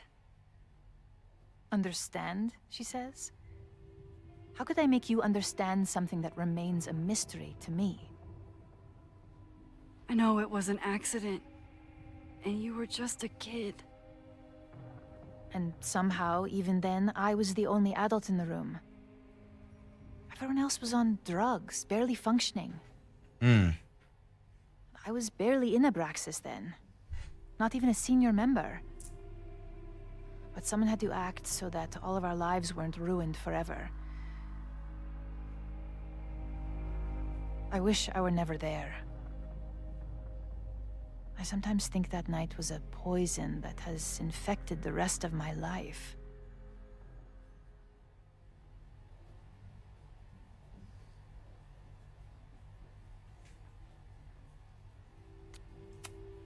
Why did you hide the body in the basement? And why keep all the evidence? The evidence was supposed to protect us from each other. I remember the term mutually assured destruction used. Over the years, the evidence took on a kind of mythology within Abraxas, even as its meaning became lost. A succession of students came and went, nobody guessing at the secret. Foolishly, I too began to feel as though the demon in the basement had lost its power. Over me, over Caledon. How wrong I was.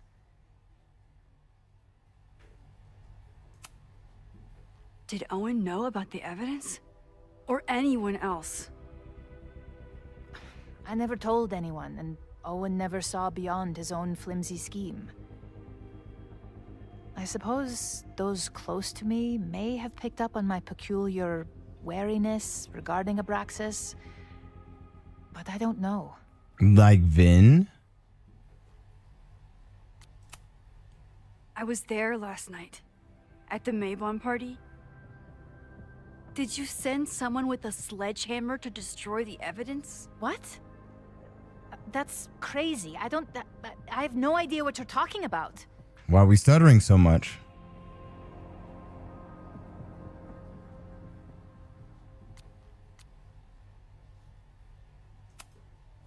Maybe you didn't know about the sledgehammer, but I still think you were connected somehow. Don't you see that my guilt is suffocating enough without your spurious connections, Maxine? Yasmin, feel... Don't tell me I gotta do all that over. I should have done the other one.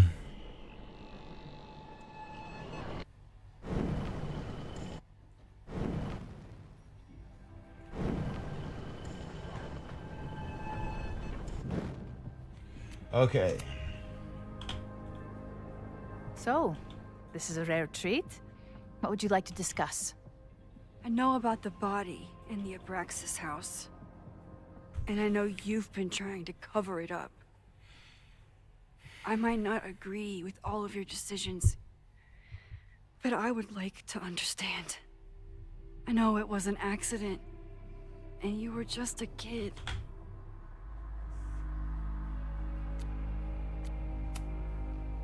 And that's why you were willing to risk Loretta's life to cover it up? Loretta came within seconds of dying in that basement. I know because I was there too. I know you have been drowning in guilt since then. That you feel suffocated. But I'm worried that the threat isn't over. I need you to tell me everything you know. That poor child's death decades ago? It was the crisis that taught me who I am. I am the one everyone turns to when there's a problem that must be solved. There have been more crises since. Some have propelled my career to new heights, and others have destroyed me. Owen Teller was another kind of crisis. A dull, ambitious man with all purpose and no sense. When he let me in on his plan to destroy the Abraxas house, I knew I must act. With one move, I could ruin Owen, rebuild my reputation from the Maya disaster, and finally put the threat in the basement away for good.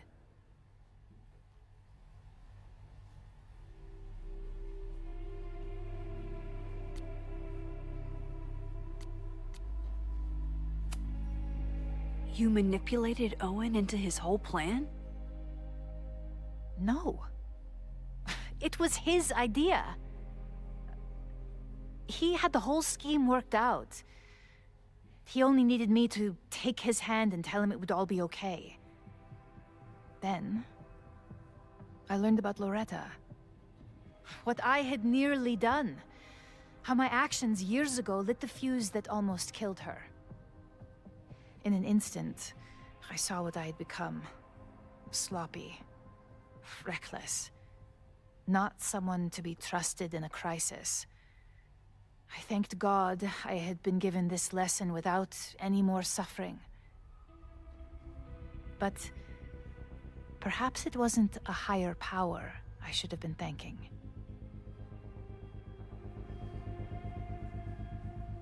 I called Owen and told him I was out, and I am. I await the upcoming inspection to turn up the horrible evidence of my crime, and I will face up to it.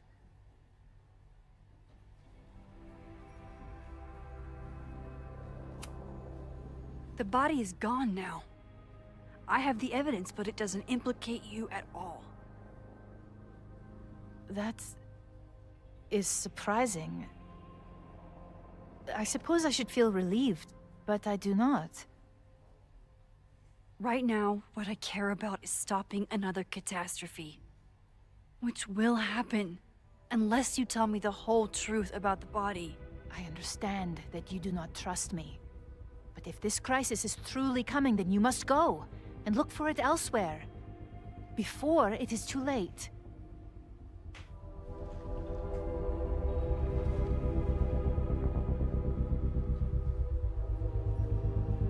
After my reputation is destroyed, at least one of my decisions will be viewed positively.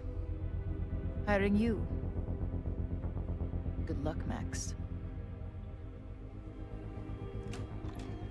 Dang. Okay. I won't find more here. Time to leave. Are you sure about that? Are you positive about that? Check the desk. Check everything. Check something. Yasmin, Owen, Abraxas. All these crazy, convoluted plans. How important is it all in the end? Oh, man. Oh, dude, there's like so much Whether is Yasmin told me happening. the full truth or not, she definitely wasn't the one in the basement with the sledgehammer last night. Time is running out. Well, I yeah. need to decide now. Who took the remains from the basement last night? Who will start a fire by trying to destroy them?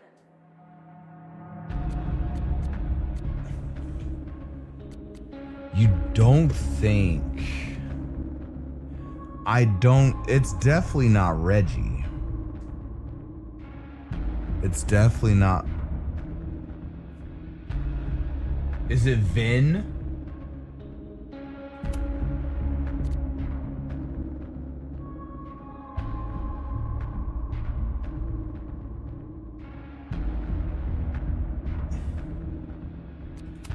It's either Vin or Safi. Wait, because Safi is knowing more than she should. This is a hard one. Where could Vin be right now?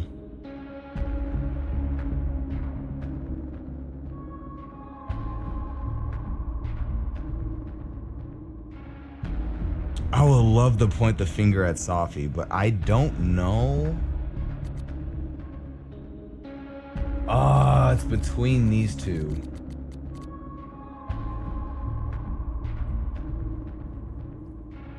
Because Vin's been there for a long time. It's gotta be Vin. It's either Vin or Safi, but I'm leaning towards Vin. Between Owen, Yasmin, and Abraxas, all roads lead back to Vin. I don't know his motivation, but he must be behind this.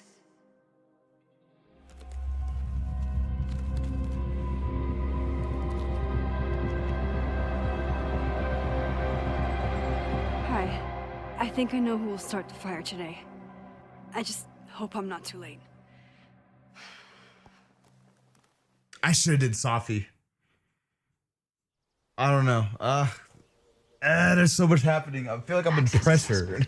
I have a suspect. It'll be enough to stop the fire. Hopefully. You know what? It could be Safi because she doesn't even care about this town. Oh, you know what?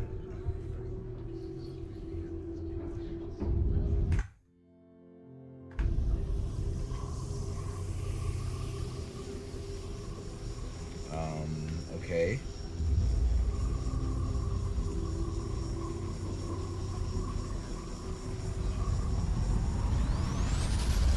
Chloe?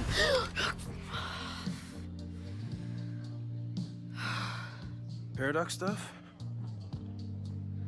Paradox stuff.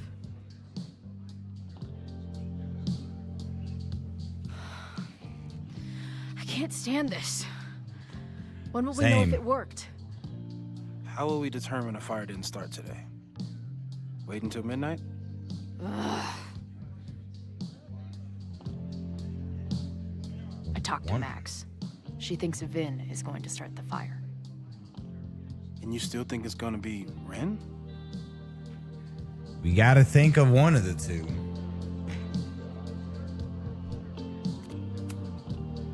It could be either. Hell, maybe it's both. You know... Why did I choose Vin? What was my reasoning on choosing Vin?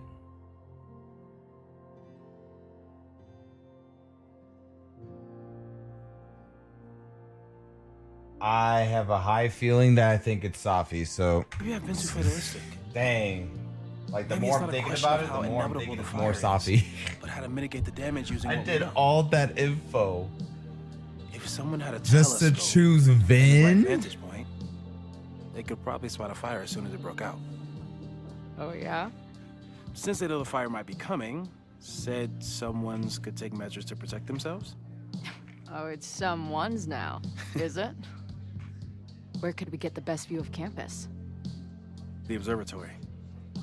I'm not saying it's the safest plan, but we know the risks and can take precautions. Hypothetically, we'd be in no more danger than if we stayed here.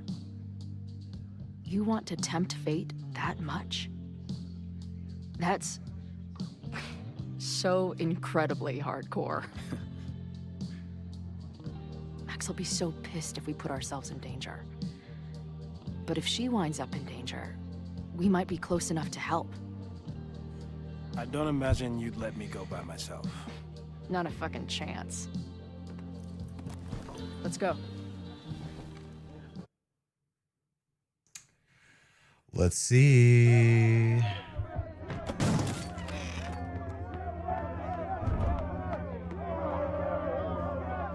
We are Lakeport. We will not be silenced. Shake the ivory tower. Let your voices be heard. We will not be silenced.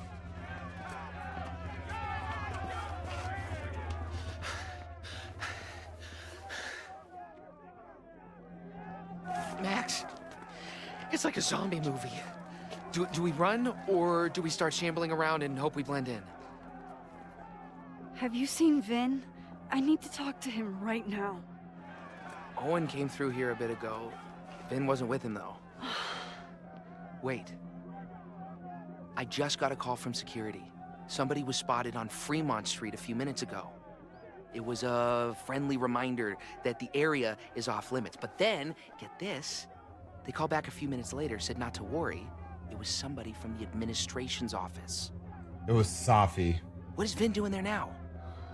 Fuck. Okay. Thanks, Reggie. Now get the hell out of here. It's not safe.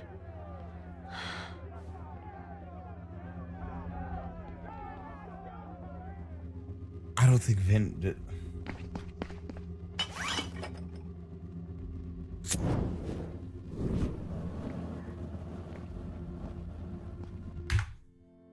I was right on Ren. We got one.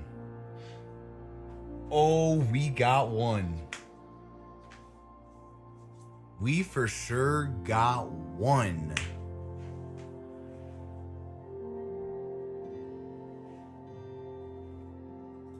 No! Stop!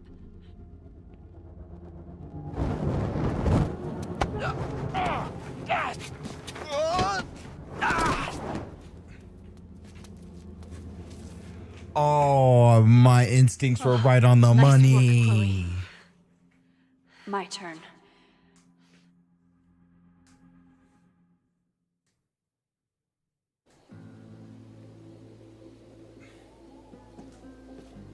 She'll be fine.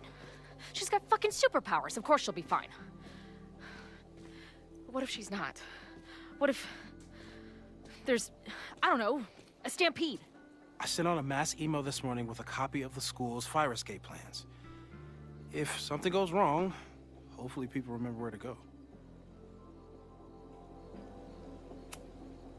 Moses, that's amazing. You thought of everything. I'm sure I didn't, but every little bit helps.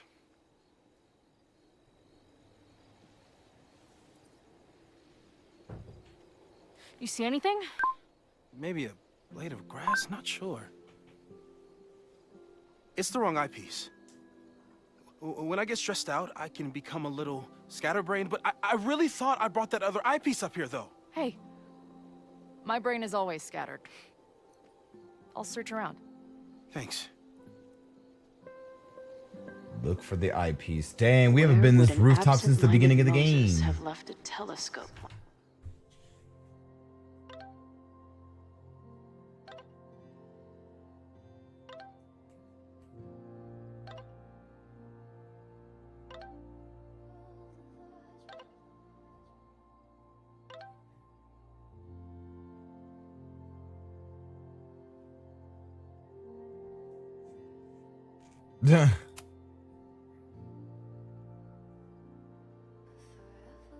Okay.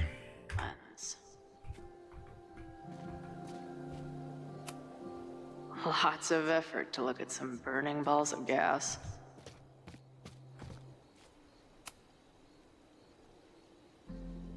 As a kid, I was so desperate to leave Arcadia Bay. But then I left it in ruins. Or maybe it left me in ruins. In that city, the beast rose and stared into me. It became me. I had always been the beast. But that was later. Now I was trembling, freezing cold on a January morning. I took a step toward the moving truck, glanced back at the people who gathered on the curb, and instantly understood what it felt like to drown. My parents were looking at each other, and Boston was looking at the ground. An outsider might see this as obstinance, disapproval at my departure, but I knew they'd been crying and they didn't want me to see. Sketch. Feels like no matter what I do, Sketch every that bad choice boy. turns into a tragedy. Now let me see. As a kid, I was so desperate to leave Arcadia Oh, Bay. It was in here.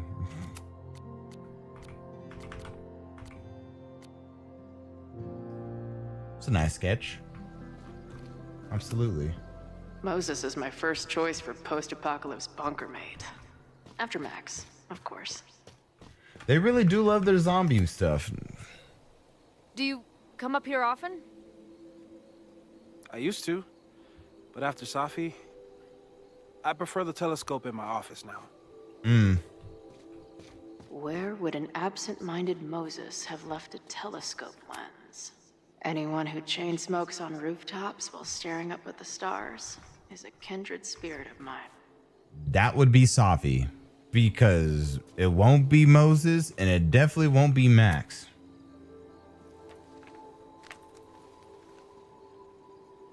I thought Max and Moses got along because they were both nerds.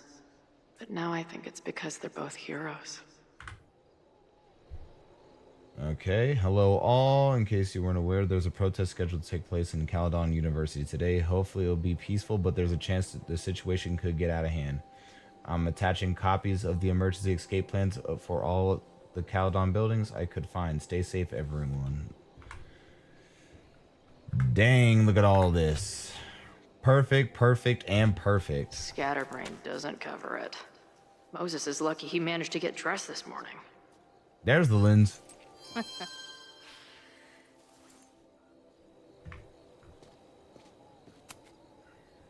That thing was a bitch to set up. But if things go bad, we've got another escape route. No eyepiece. Some sweet Yeah, wrenches, you though. do, but if this falls, it's GG's. What's here? Bing, no. Moses thinks we took enough precautions. I hope he's right. Okay, if this were me, right, I would have took a second one. Plain and simple. Taking a second one.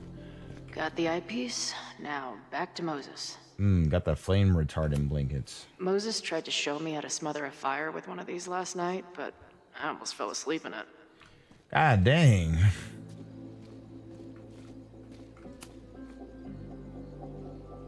Security is on high alert. What will we say if anybody asks why we're up here? All right, let's just give him the eyepiece. This little let's move adventure on. is making me want to get my own telescope. I'll look into it. Thanks.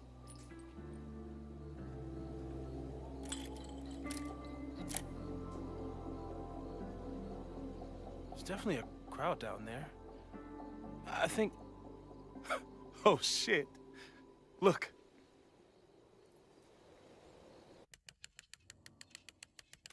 They caught Ren in time. Noel did it.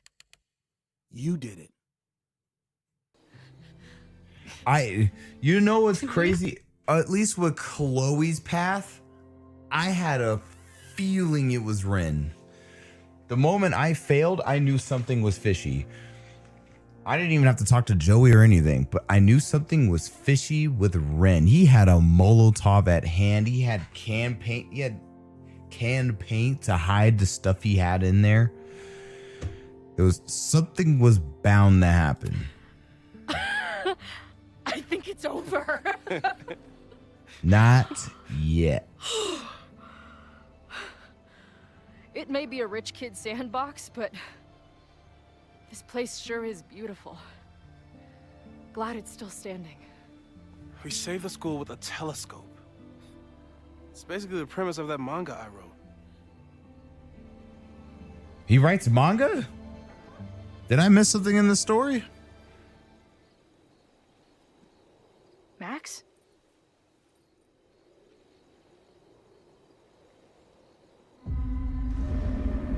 I'm gonna check something out. I'll be right here.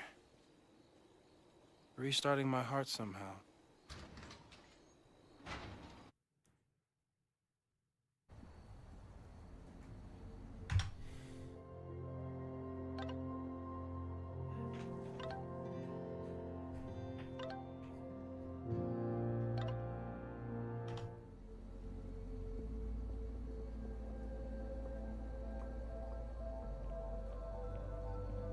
Vin?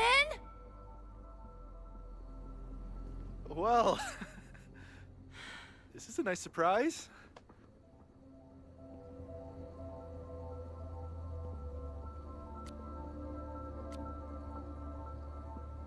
Why is it giving me Safi vibes right here?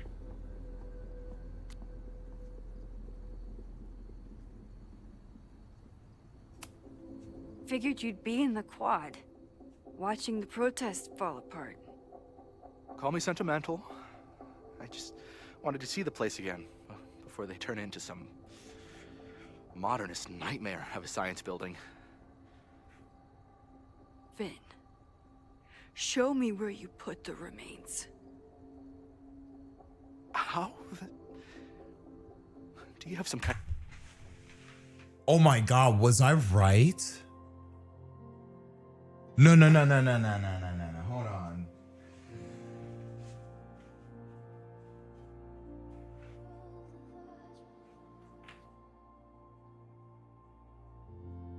Oh, there's no way.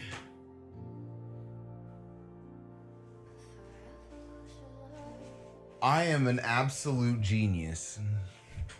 I don't... Dang, what happens if I did the Safi? Oh, I didn't even finish the whole dialogue yet, so I don't even know what's happening. But the fact I somehow figured out the person with the sledgehammer was Vin. Enough psychic power to fuck with me. No wonder I was attracted to you. Something like that. Show me. You just threw him in there? Hey, he's been shoved behind the wall for decades. I don't think he minds. I didn't have a lot of options. What do you mean you didn't have a lot of options? A little chaotic. Thankfully, he's still here.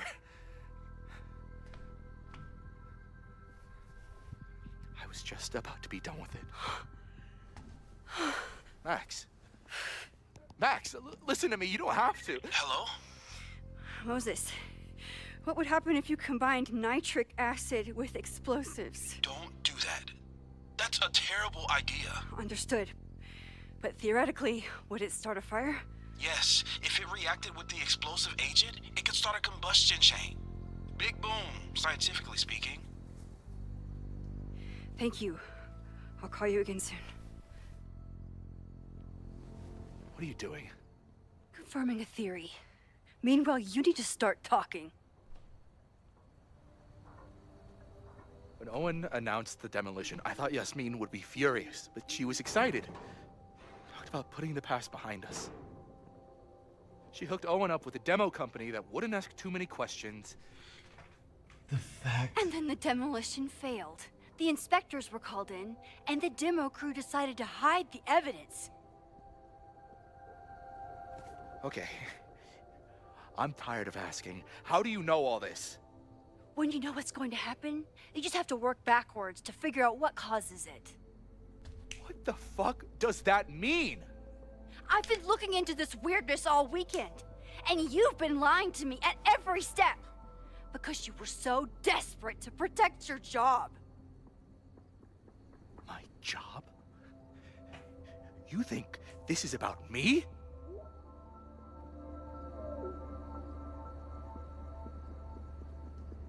Yasmin.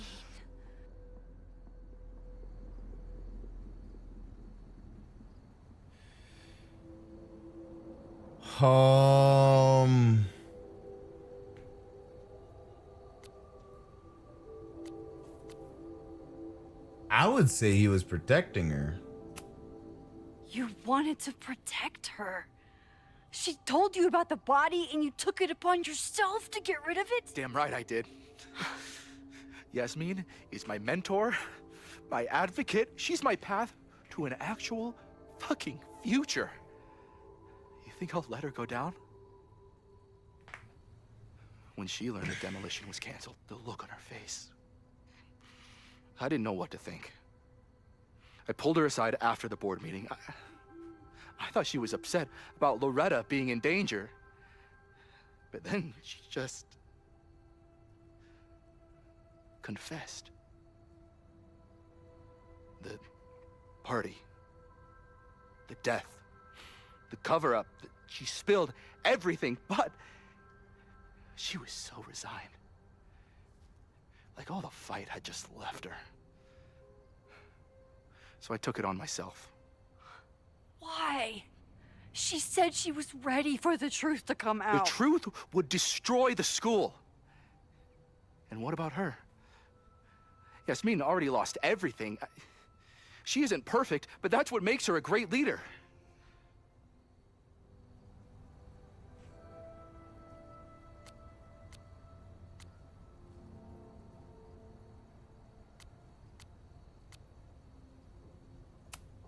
And the man whose body you threw in the dumpster? What does he deserve? What does his family deserve? I don't know! But he's not my responsibility. The school, students, my job, those I can do something about. I'm calling the police. Feel free to be somewhere else when they arrive. Can't you trust me on this? After everything we've been through? I know you think you're above it all, but life is about making tough choices. You don't get to tell me about tough choices. I have made tough choices. This isn't one.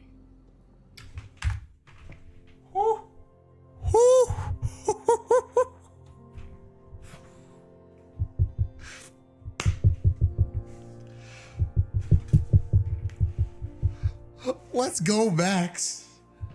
Oh my God. Who wrote that? Nah, who wrote that? I love this game. We know what happens when someone goes down this path. Just look at Yasmin. I'm giving you a do-over, Vin. Don't waste it.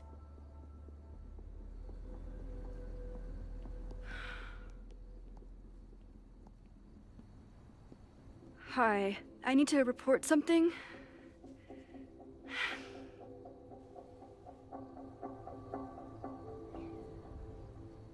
Why would you look away?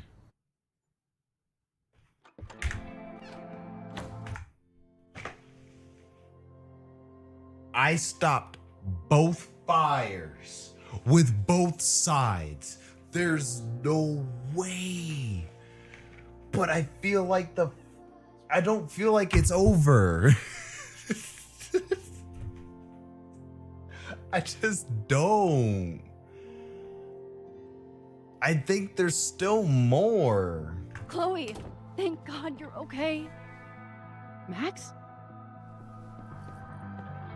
The school is safe. The protest is under control. Let's leave right now. Ooh, slow down. Come on, Chloe. It's you and me. Fuck Caledon. Fuck Sophie and no. Oh. This is Sophie. Oh my god. I'm trying to figure out. I'm like, this is not Max right here. Was this all that matters is us, right? We can get through anything. Sophie, I've known Max my whole life. If you're gonna trick me, you'll need more than just her face.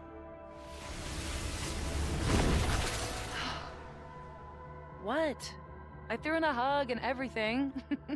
That girl is such a hugger.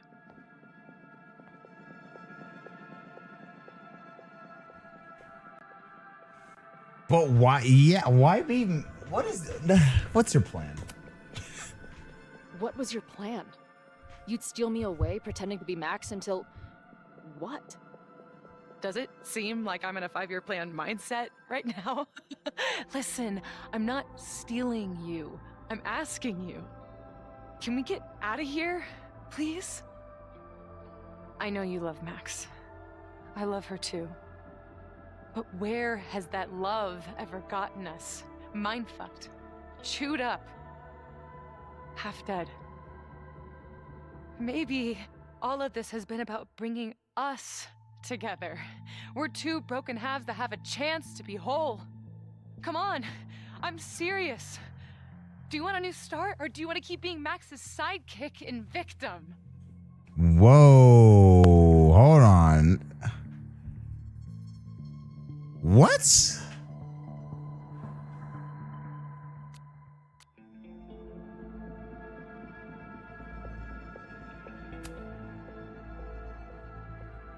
I know you've been through a lot, but I'm sorry. I can't give you what you need. Guess that's it then. What do you mean? Cut the shit. You know we're hanging on by a thread. Maybe the thread's already snapped. You're not making any sense. You don't see it? Look. Open your eyes.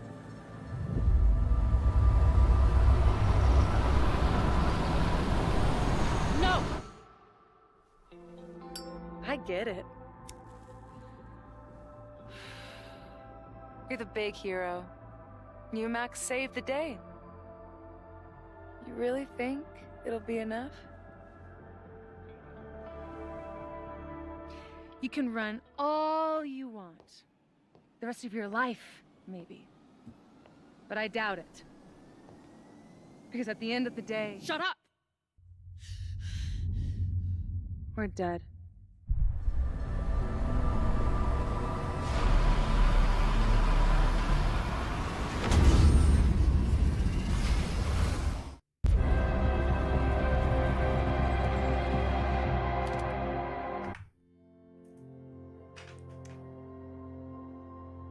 I just figured, man. I just figured.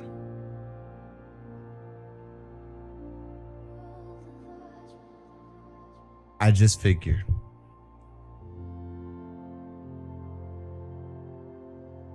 I knew this was not the end.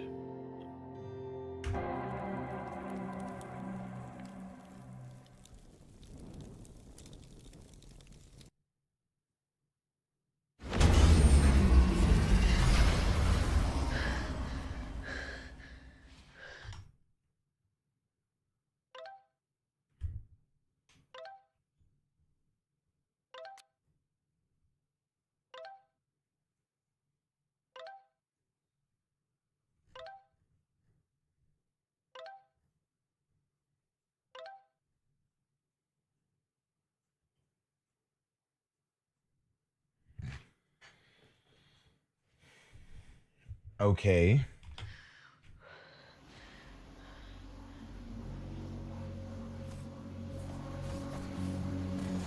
Oh my God, the lighthouse is tweaking.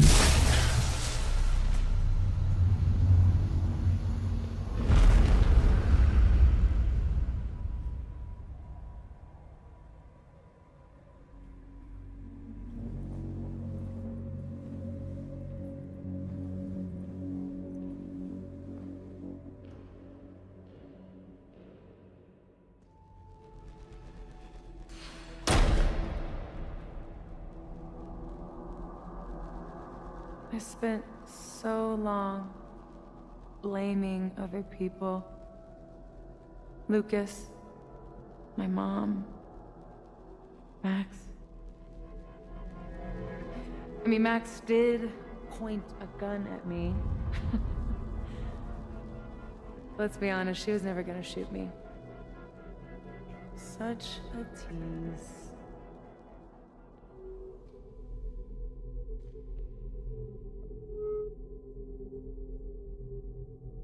It's not her fault. I'll bet that night at the Overlook, it wasn't even her finger on the trigger. Stop! What are you doing? I'm sorry, Chloe. I really am. It was shit luck for your half-life to be knotted up with mine, but I know what I need to do. Wait, just hear me out.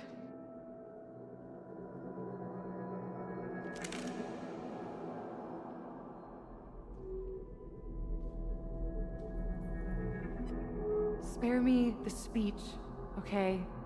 I already know what will happen if I do this. My mom will mourn me for a minute and move on. My friends already have. My life doesn't make sense anymore. My death is crystal clear.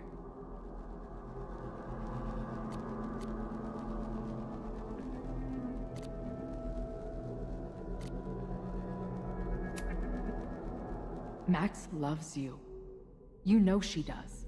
Of course I know. Why do you think it hurts so much? Max is my best friend. But I fucked it all up. She'll never trust me again.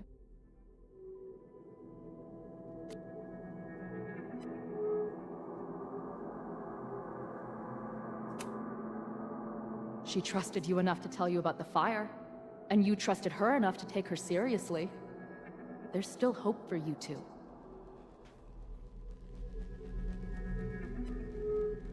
Please, I'm begging you. You don't want to do this. Just... nothing makes sense anymore. This is the only thing that does. I'm not crazy. Of course you're not crazy.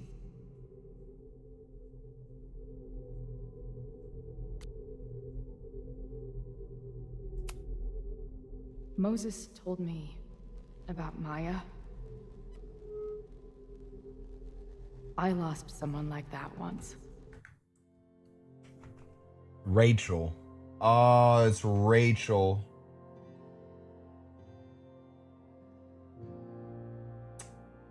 It's a damn shame what they did to Rachel, man. She's still right here. It felt like every light went out in every room. Everywhere. Of course you're not crazy. And Maya wasn't crazy when she killed herself either. But that doesn't mean it was the right thing to do. You've got a lot of fucking... Tell me I'm wrong. Please. Let's just talk outside of this place. We can go find Max. Maybe your mom. I know there's some bad blood there, but... sure your mom still loves you. She doesn't love me. She's just desperate to control me again. I haven't even really seen her since the night that I shot her. She's been badgering Max for information on me, you know. Max lied to her face.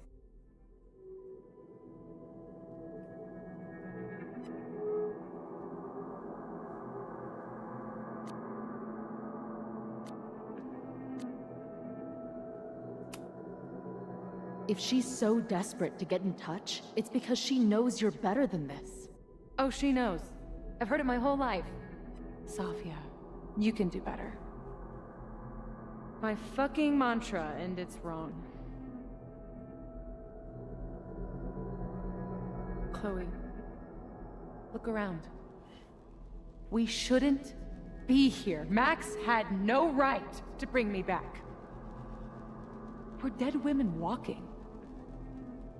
A bastardization of reality.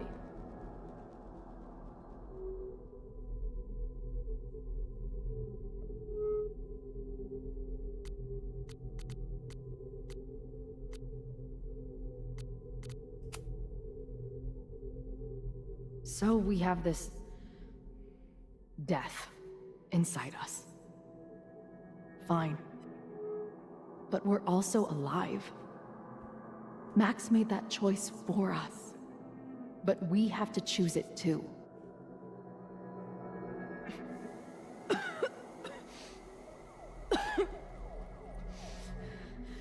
Safi, listen to me.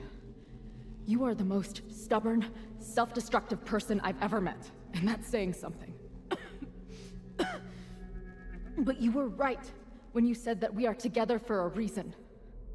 We can save each other. You have to trust me.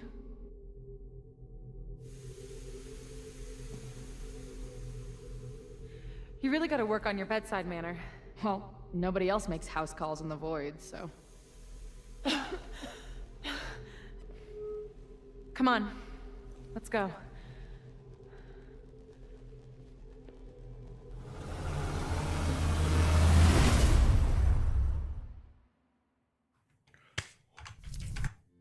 Wait, I saved her?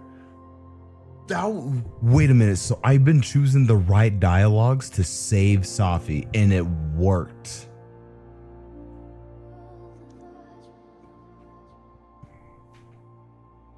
I am the greatest gamer there has ever been on this planet.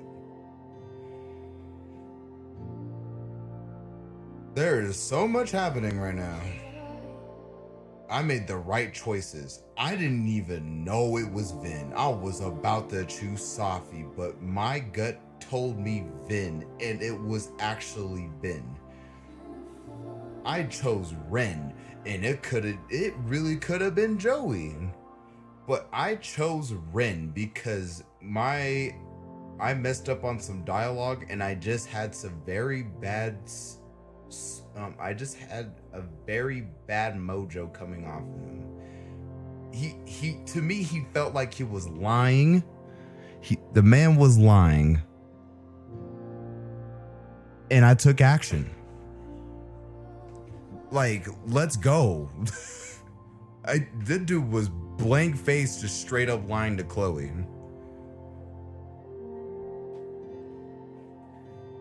Two. Now the Vin one, how did I even know it was Vin? Like, I could have assumed it was Safi, but Safi has like other plans. But the fact I chose Vin, and it was the correct answer.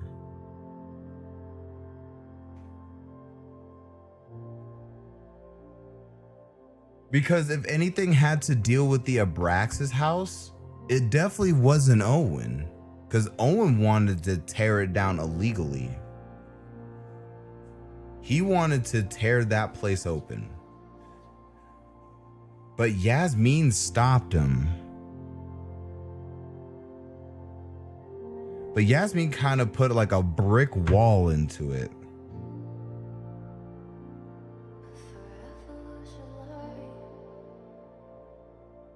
But the only one that's also tied to the Abraxas house other than Yasmin was Vin. If anyone knew anything about what was going on in the Abraxas house other than Yasmin, it would have been Vin. Yasmin would have probably did all this info dump on Vin And then Vin had like a mission to do. But the fact I chose Vin, oh my God. And I saved Safi. Oh man, we are just so good. I'm changing the story bits by bit. Shit. Moses!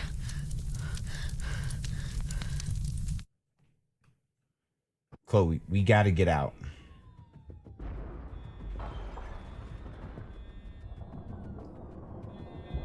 I thought we stopped it, but it's happening again. Moses was right. Oh my God, Moses and Chloe, where are they? Well, Moses is still in the building.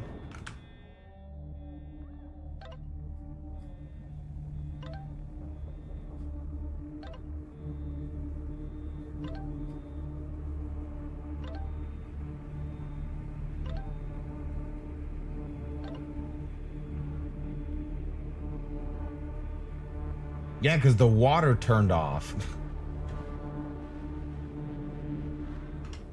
We gotta run. We gotta move. We gotta move. We gotta move. We gotta move. We gotta move. We gotta move. We gotta move.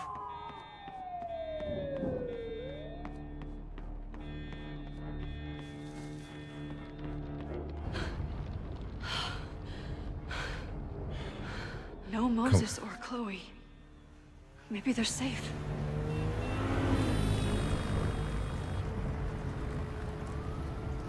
Okay.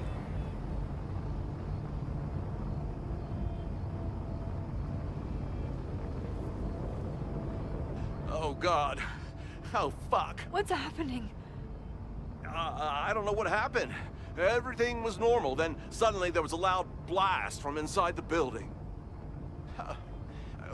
What the fuck? I'm just a custodian. Why the hell is this on me? I don't know what to do. Facts. It doesn't matter. We're here. We can do something. I see a hose. Is there somewhere we can hook it up? Yeah, there's a connection in the atrium, but we need to open the shutoff valves. There's 3 around the back of the building. I'll do that part. Shit, okay. I don't know how long I'll last once I'm inside.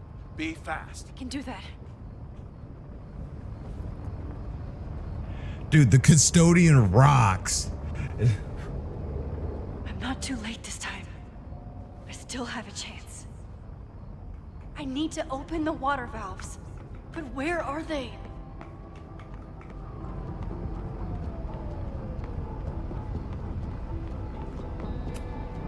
As if I couldn't hate Owen's expansion plans anymore. Yeah, Owen, you gotta... Looks like the sprinkler system tripped. Hopefully this makes a difference.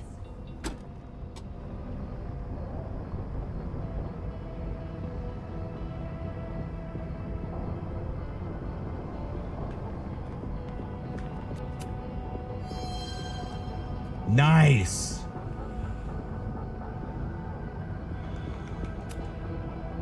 Reality is cruel, but it's still reality. It doesn't bend to your will.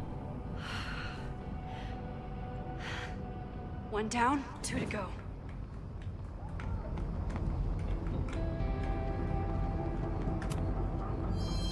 Yep, take that too.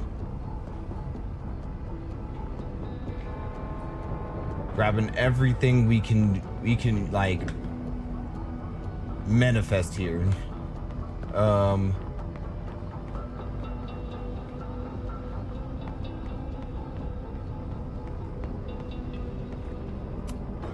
Nothing I can use in here. But if we can open the water valve.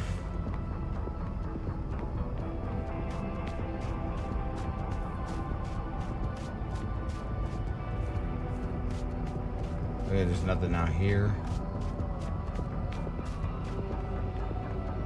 I need to find those valves. I don't know how many students. There's too much smoke to see. No, that's too long.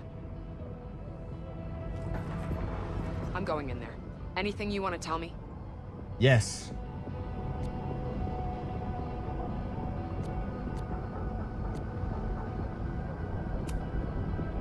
friends, Chloe and Moses. They shouldn't be there, but something tells me... Oh, God. Yeah, I got it back yesterday. If I see them, I'll save them.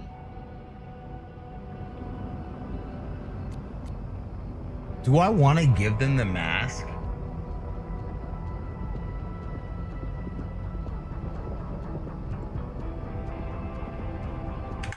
Oh, do I want to give her the mask?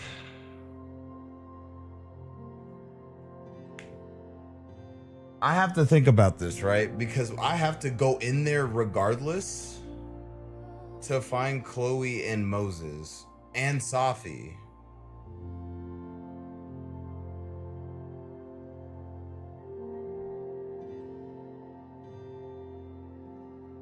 Okay. I feel like she can save more people than she could. So here, take this mask. Take this. Thank you. Nessie, thank you for the follow. Good luck in there. Okay, I'm going in.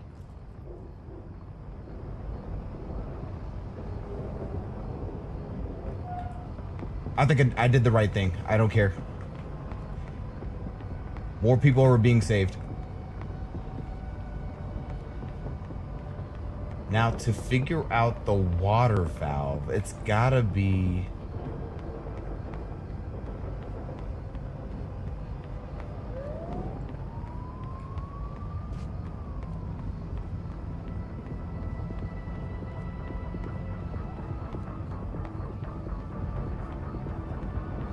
So now this part of the school's on fire.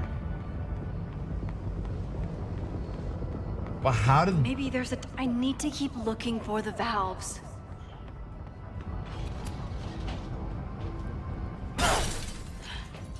Any students in there? There's an opening through the front door! Hear that? Let's go! That should do it. Now I need to get back to saving Moses and Chloe.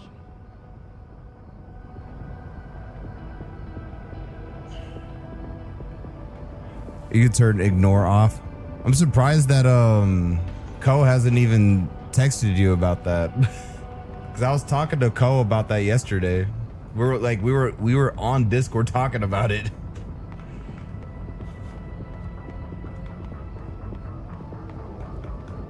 Okay, let's see. Yeah. Oh my God, I ran right past it. What's this?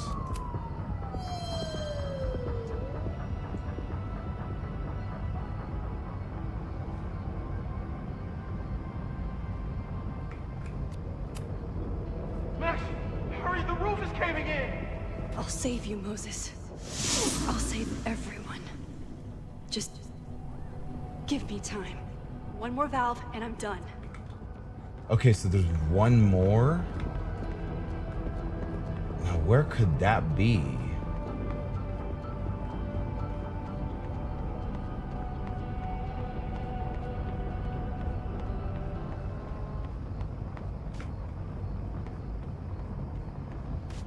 No, I can't run out there.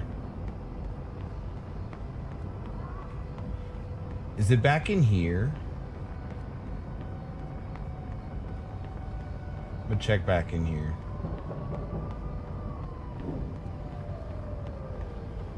I need to find those valves. Oh, we're looking for it. Just give me some time.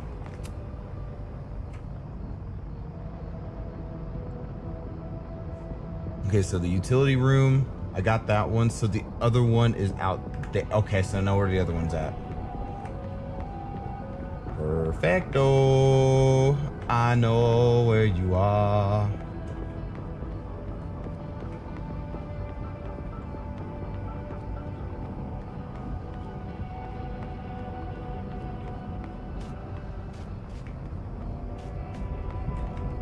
There it is.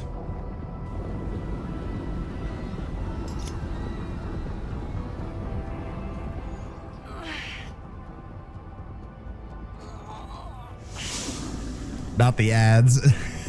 And that's 3. The water should be running. I should check the other side of the building and see if anyone else needs my help.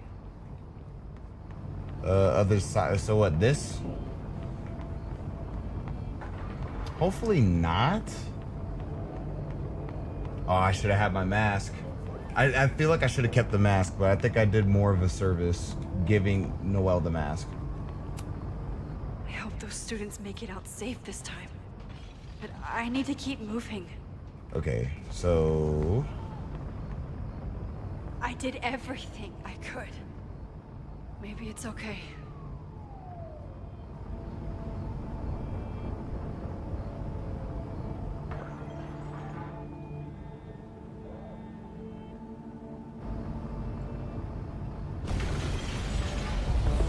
No! So we're going in there with no mask.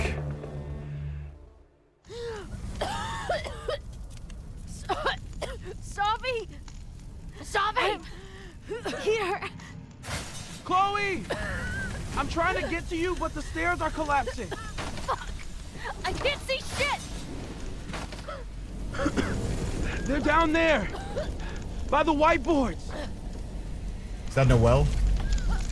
Oh, it's Max. Okay. Is someone... Someone...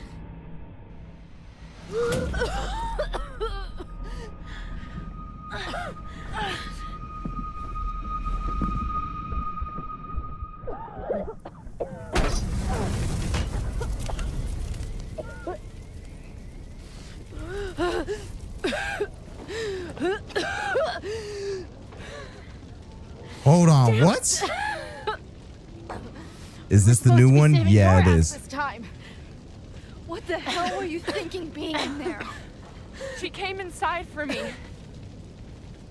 And I'm grateful she did. I'm grateful for all of you, actually. I'm just glad you're here. The real you. Co-signed. Now how do we get off this roof?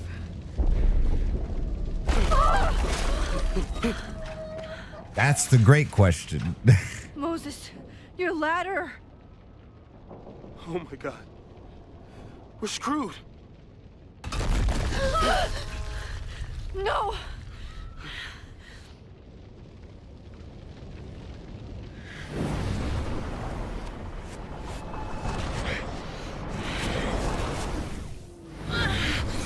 We're gonna start nosebleeding here in a second. Yeah, there it is.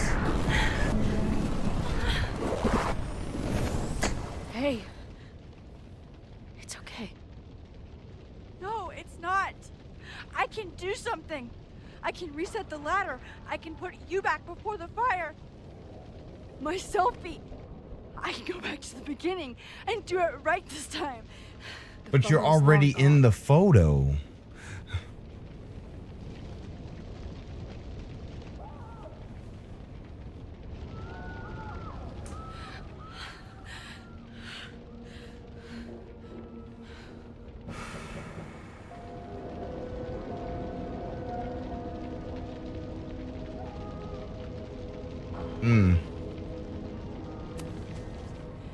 I tried everything to stop this. But I failed you. Again. What good am I, or my powers, if I can't save you?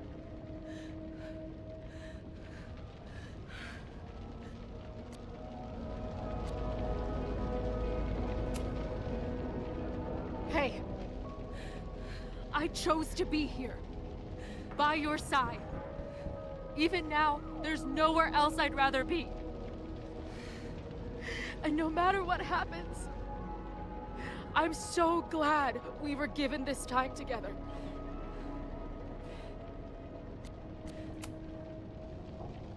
I'm so sorry, Chloe. It's not supposed to end like this.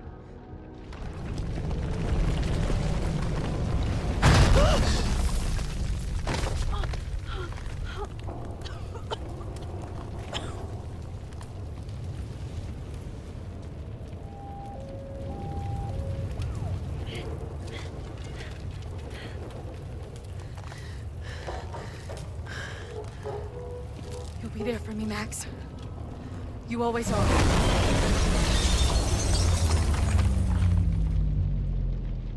No! No. Oh my god.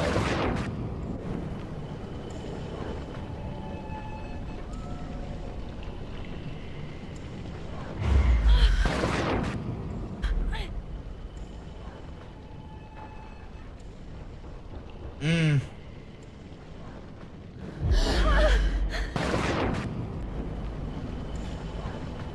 Mm.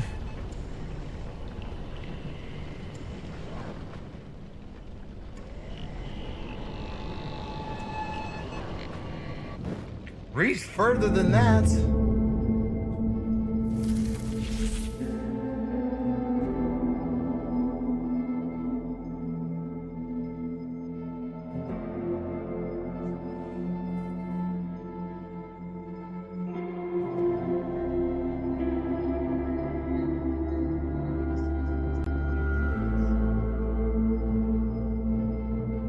Elena, thank you for the 100 bits.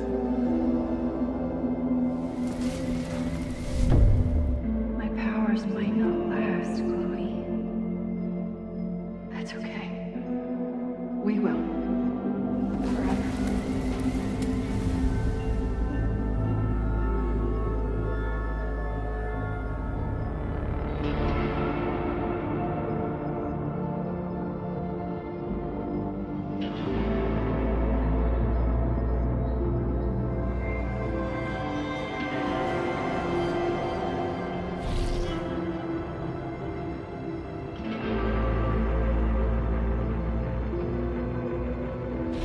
She can time warp.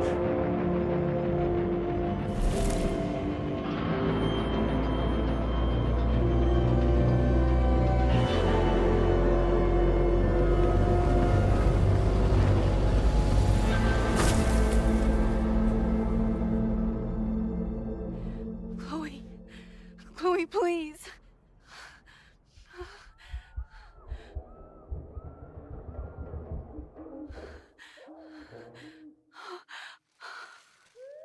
You're okay. What'd I tell you? I knew you'd be there. You always are. But what about Safi and Moses? The ladder.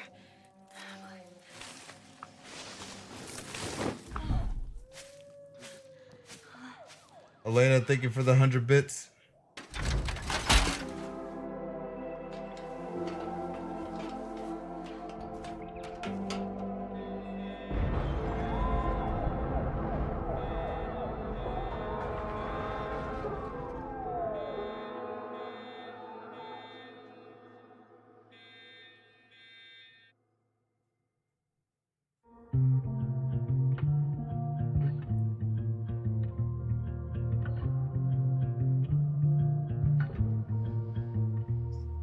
Show me where the bullet hit you.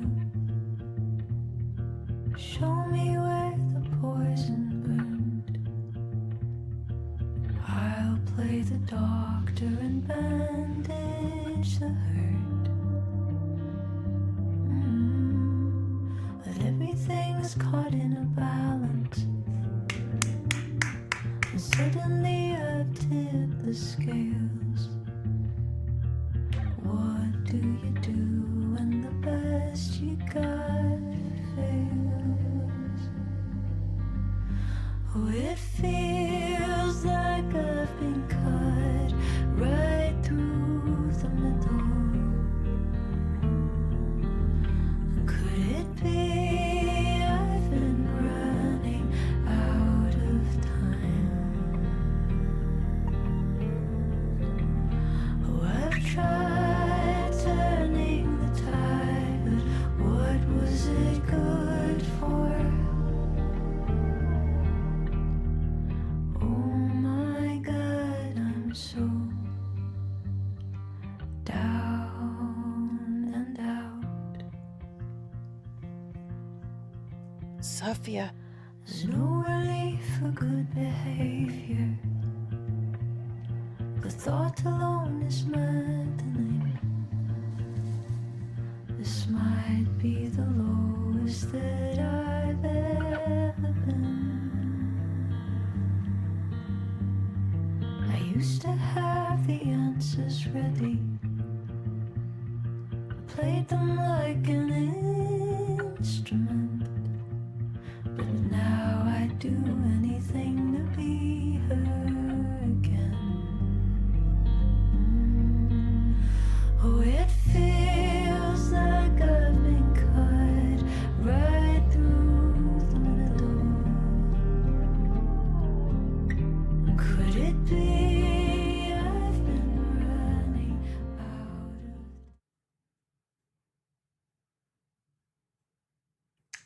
Wow, I am not disappointed in this. But Elena, thank you for the 100 bits. A home, a classroom, a space for dreams. It is a grand collaboration between scholars of the past, present, and future.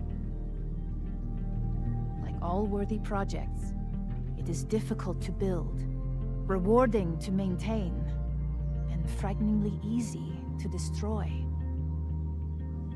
Never has this been more apparent. Caledon is a name we put to an ideal. One which demands the best of us. Many years ago, I made a decision that fell terribly short. I have been running from it ever since.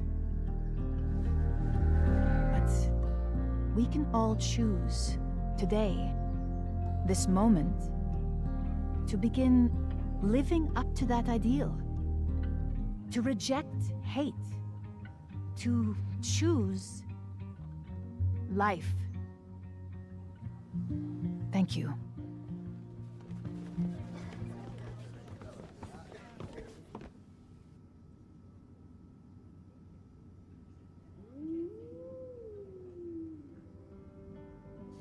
I should make the rounds. I'll be up back. Take your time.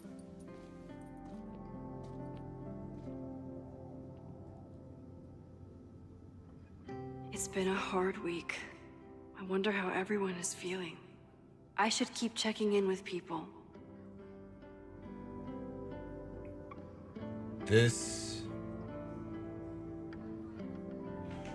Let's finish this up before I even say anything else. Amanda has answered the call for help, like she always does.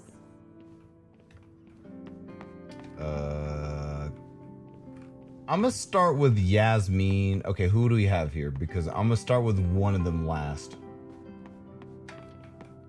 Who's this? I should see how everyone's doing. You know what? Let's take a listen. Through smoke and screams, you flood my mind. My heart pounds, fear and lust combined. No, need a better rhyme. Wait, hold on. He kind of cooked with that one, even though it wasn't even part of the book.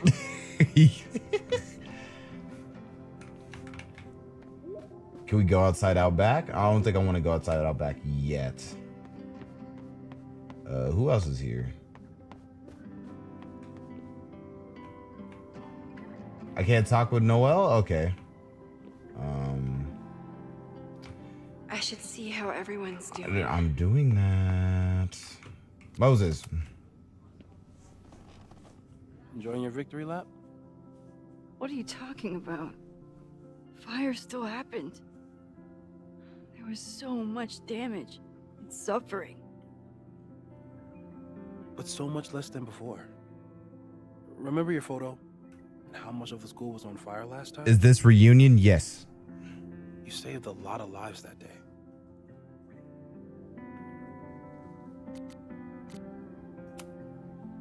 I couldn't have done it without you.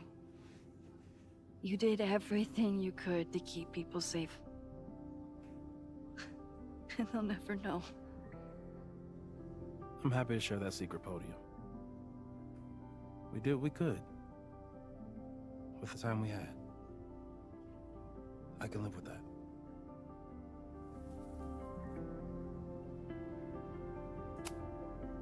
So, fire still happened, no matter what we did. Was it inevitable? It appears so. I guess time But really does have a sense of irony. So I'm trapped. If something terrible happens, I can't undo it. Not trapped. Free. If something terrible happens, you do the best you can. Like the rest of us.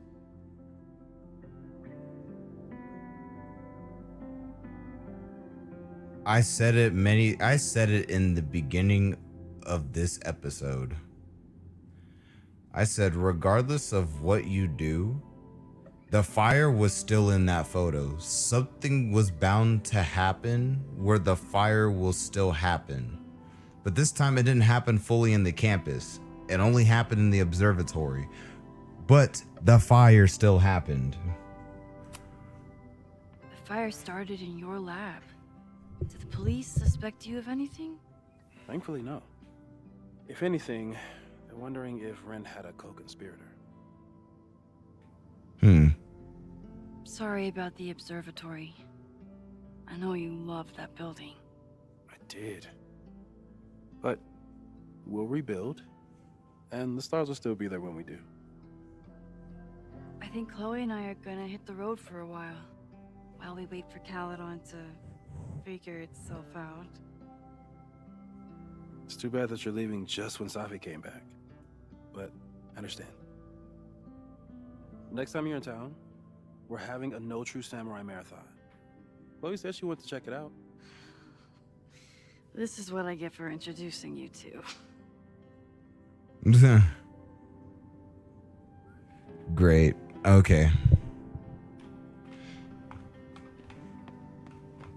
Oh, Amanda. Hey, I'm so glad the turtle wasn't damaged in the fire. Yep. Bar's still standing, I'm still standing. Trying to focus on that for now.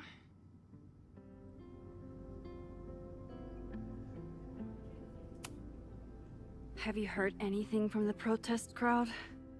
After I fired Joey and banned the others? Only rumors. Ren's gonna get his day in court. His friends are already disavowing him. But Caledon has a lot to answer for. And the administration seems to recognize that. Maybe Lakeport will listen.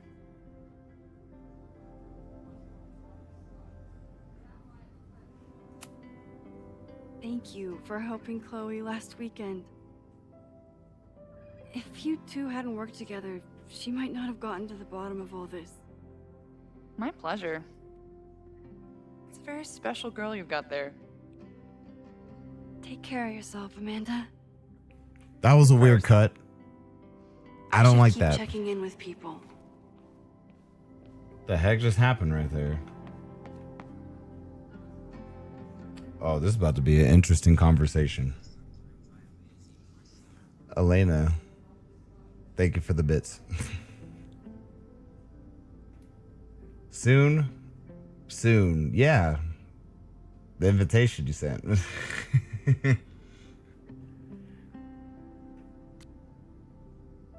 Oh, man. I don't even want to talk to Vin. I really don't. I should see how everyone's doing. Yeah. I want to see how everyone's doing too. But this one's about to be an interesting conversation. Crazy week, huh? One word for it. A fire breaks out. A body's discovered. Caledon's making headlines again. Yasmin must be busier than ever. I wouldn't know. Handed in my resignation on Monday. What? I'm actually on my way out of town. He's leaving?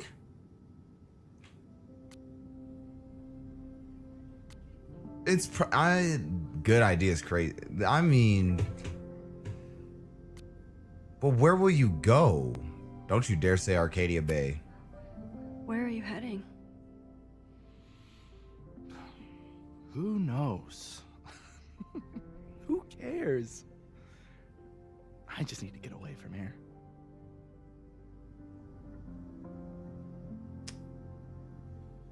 No tended.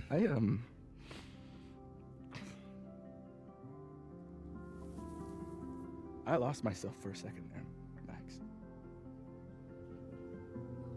I mean, I care about Yasmin, but I never wanted to turn it into her. I mean,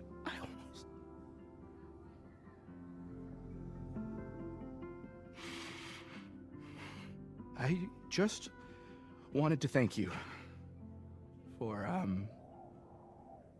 pulling me back from the edge. You knew who I was, even when I forgot. And who knows?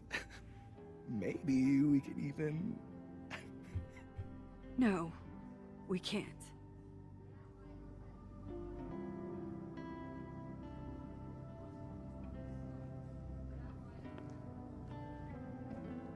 Take care of yourself.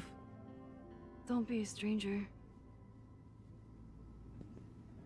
Thank you. Thanks.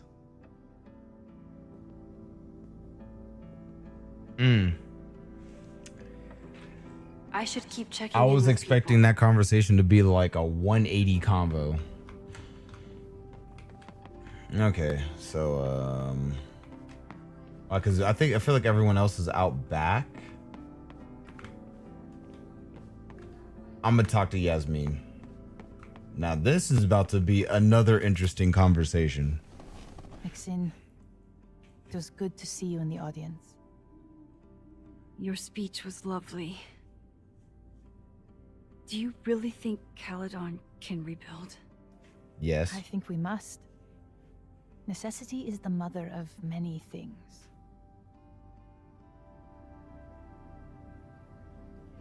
Wait, how much money does the school have? Because this is gonna cost more just to rebuild and then expand. How does the board feel about having you back in charge? Delighted.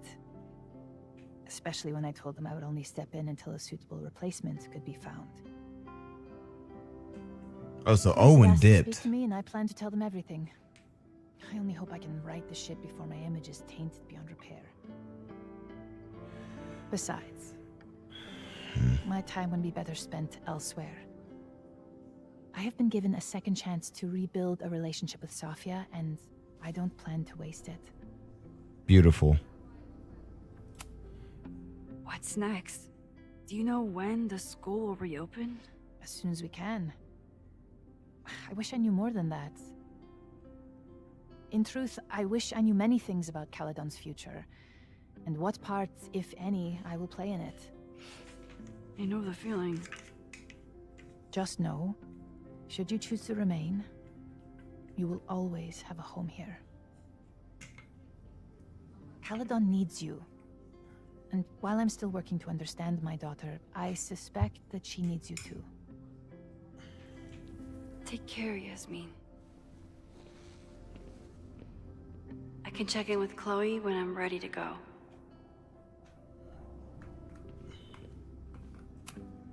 I almost feel bad for Owen. Almost? Okay, but we'll see. Let's read it. September 25th, Caledon University under new/old leadership. Caledon University faces a long road to recovery after last week's fire, and they will need to face it without President Owen Teller at the helm. Dr. Teller has announced his resignation as president of the prestigious university. Caledon is facing many challenges, he said in a press conference given earlier today. Unfortunately, I have discovered that I'm not the person to solve them. Dr. Yasmin Fayyad, Caledon's previous president, is stepping into the role again. This hateful act will not deter us, she said at the same press conference. Buildings can be destroyed, but our commitment to artistic and academic excellence remains untouched. Teller did not explain the reason for his absence, and both Teller and Fayyad declined to answer questions. It's unclear whether Teller's Caledon 2.0 expansion plans are still in effect. Dang. He really had like high hopes, but I feel like everything that was like built up to that moment just wasn't gonna end well. Amanda's love language is open mic nights. Heck yeah. It just wasn't gonna end well. All right, we're gonna head out back. So you agree that your podcast was essentially a form of stochastic terrorism? I never said that. And you have no evidence. The Caledon Truth, episode 21. Somebody needs to show the administration that we're a force to be reckoned with, whatever it takes. When I said that, All right. Still catching under fire, I see. Look who's here. I can talk to them when I'm ready to go. Facts. Because who else is out here? Reggie? Reggie, how are you holding up? Man, I don't even know anymore. Well, you should be fine now. Oh, shoot. Yeah, about Vin. Have you spoken to Vin at all? No. But somebody dug that body out from the Hall of Secrets, and who else knew how to... I don't even want to think about it. What about Abraxas? How is Abraxas handling everything? For now, with a lot of emails that say no comment. But long term, I have some thoughts. Those alums who knew about the body, they cared more about their reputations than the victim's family. It's disgusting. Abraxas was never supposed to be the Skull and Bones. It was a refuge for outcasts. And maybe it can be again. See you around, Reggie. See you, Max. I can check in with Chloe when I'm ready to go. Who's down here?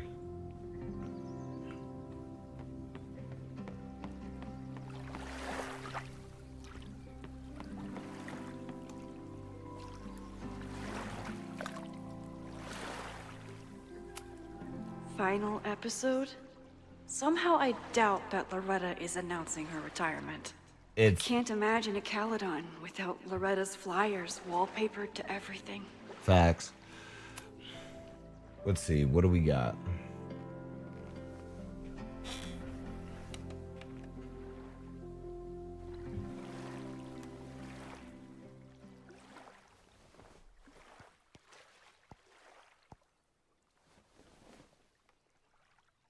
Welcome back to Abraxcast. If you haven't heard, last week was a grim one for Caledon University. Details are still sparse, but an explosion rocked the campus last week, with the flames consuming the observatory. The sudden spotlight on Caledon means that this podcast has received some attention lately. Critics have accused me of clout chasing, or worse. But I've always doggedly pursued one thing above all: the truth. My school was targeted for violence by a man who had been denied the truth. It did terrible things to him, and he nearly did terrible things to us. This man may not be worthy of your sympathy. I certainly can't give him mine, but everyone is entitled to the truth. And when the powers that be conspire to hide the truth, well, that is where I come in. This will be the final episode of Abraxcast. I will pivot to uncovering the corruption in both Caledon and Lakeport. How did a disgraced English professor reinvent himself as an activist figurehead? Why were the police so slow to respond to the threats against Caledon? I will pursue these questions and many more. To the various news outlets who have reached out to me, please know that I'm reviewing your messages as fast as I can. I may be a burgeoning media empire, but I'm only one person, and midterms are coming. Listeners, if there were ever a time to like, comment, and subscribe, it's now. There is always more to be revealed. I like that.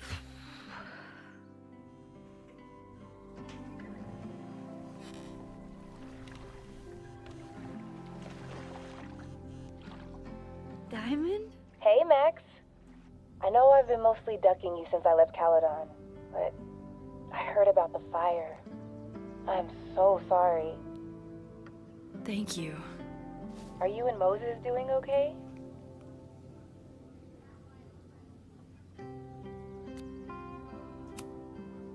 I've been through enough trauma to know that okayness only lasts until the initial shock wears off. But it could have been so much worse. So I'm grateful. I'm guessing you had more than a little to do with that. That's actually what I wanted to talk to you about. You and Safi are the only two people I know who are like me. But for Safi, I don't think her power makes her feel powerful. I think it makes her feel trapped. What about you, Max? Does your power feel like a gift? Or do you feel trapped too? No matter how hard the responsibility is, I have the power to help the people I care about. I will always be grateful for that. That makes sense. Thanks, Max. Come on, you have to give me more than that. What's going on with you? I'm almost ready to talk about it. And when I am, you'll be my first call. I promise. I'll be waiting for it.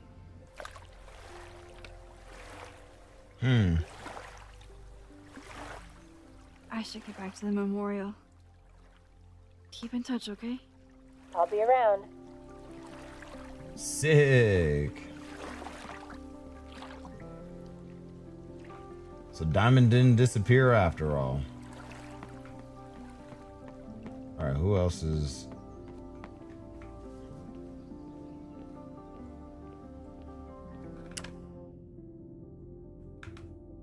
Wait, can I get it like a...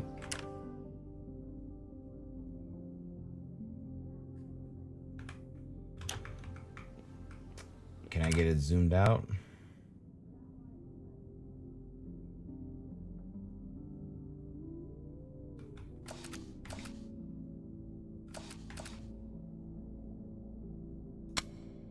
Chloe said she'd be on the patio. What a good snap. For those we've left behind.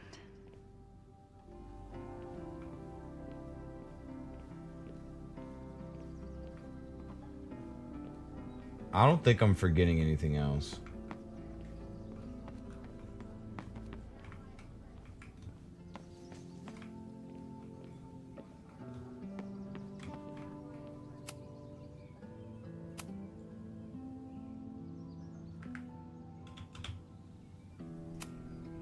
I didn't really break down after the fire. Until the day I learned that Jeanette was in the observatory.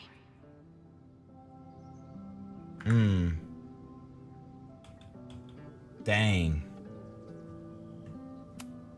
I know it's just a building, but this was basically Moses' home. I wish I could have saved it. Same. That sucks.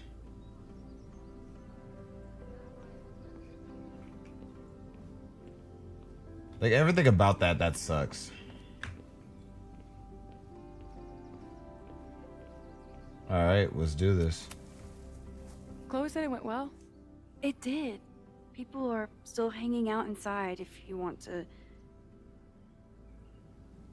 Nah. Still wrapping my head around the fact that this was all my fault.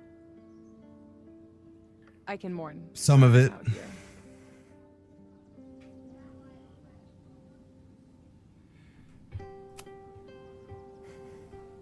Yasmin seems happy to be back in charge. My mother is good in a crisis. Especially the one she created. I wish she had told me what happened when she was in Abraxas. It doesn't excuse anything, but helps me begin to understand her. Have you been back to that weird lighthouse since last week? No.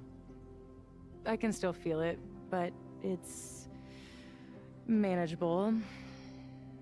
Like an itch that I'm learning not to scratch. I guess all of us have the seeds of our deaths planted inside of us. But I'm trying not to focus on mine while I still have a life to live. That was so metal. True. What's your next step? Gonna hit the road again? Since it worked out so well last time? No, I think I'll stick around, get used to wearing my own face again. It's a face I'm glad to see.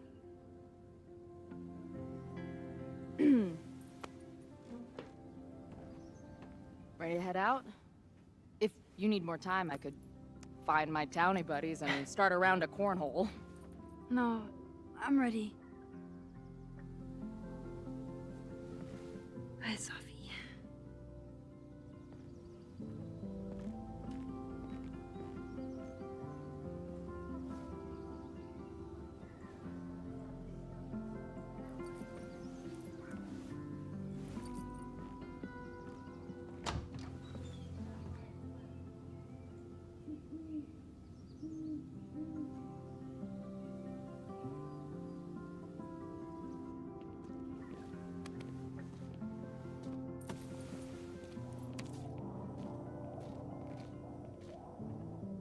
Custodian guy is so awesome. Who told you to eat Thai food served in a bowling alley? Cause it sure as shit wasn't me. Look, the only reason we were even allowed back here was because I promised that you would be well behaved and on time. No, I don't know what I was thinking either. 20 minutes? I can work with that.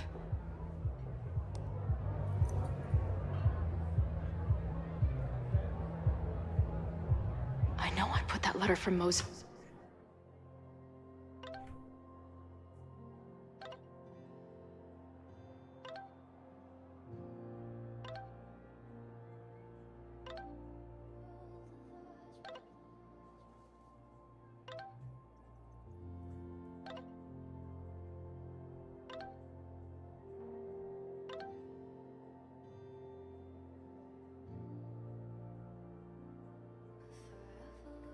Alaska? Dang.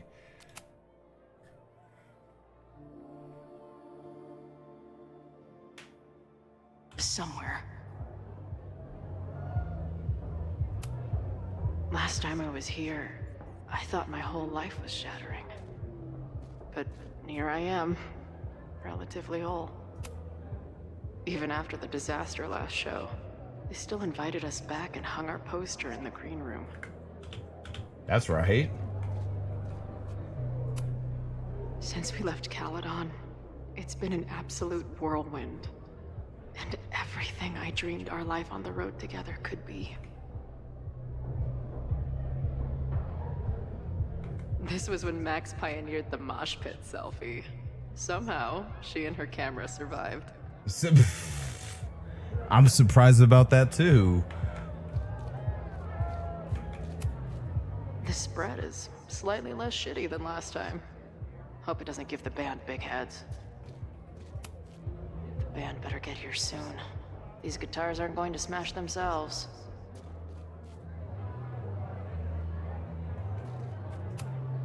Drugstore Makeup Destroy America, Part 2. Now with award-winning photography. Heck yeah.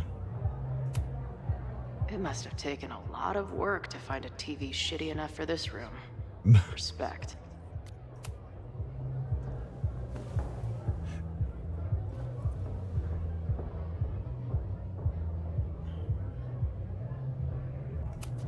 What's this?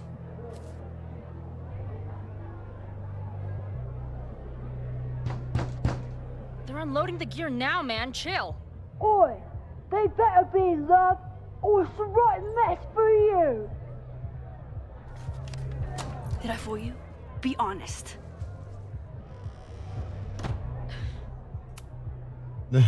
Honestly, I think you could have been a pretty intimidating bar manager in another life. How's your shoot going? This is my favorite spot yet. The people, the stories, the life. You can practically feel it radiating from the walls. Are you sure that's not just the spilled beer and puke stains? It's part of it. How did I not come up with a dive bar series before?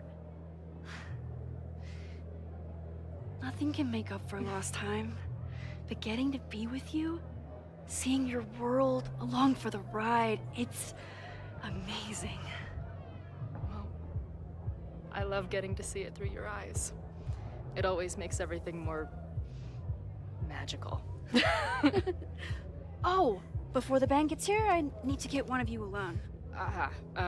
Wherever you want to stand. Nothing fancy.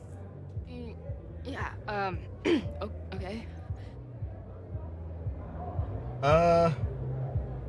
At the mirror. Let's do the mirror. You sure? Yeah.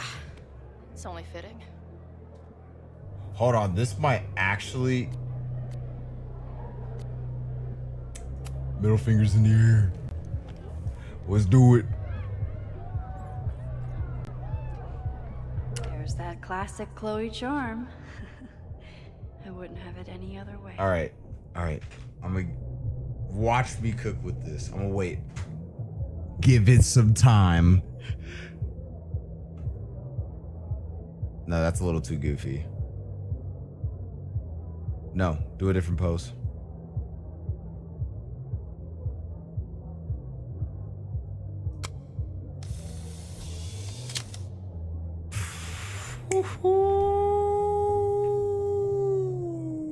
Let's go. I am a picture connoisseur.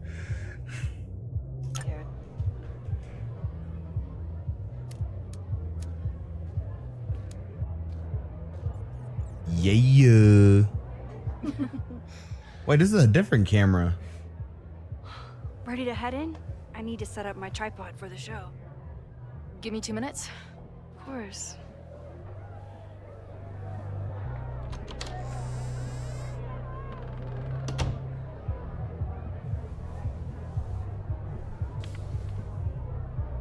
Okay, now what was in this paper?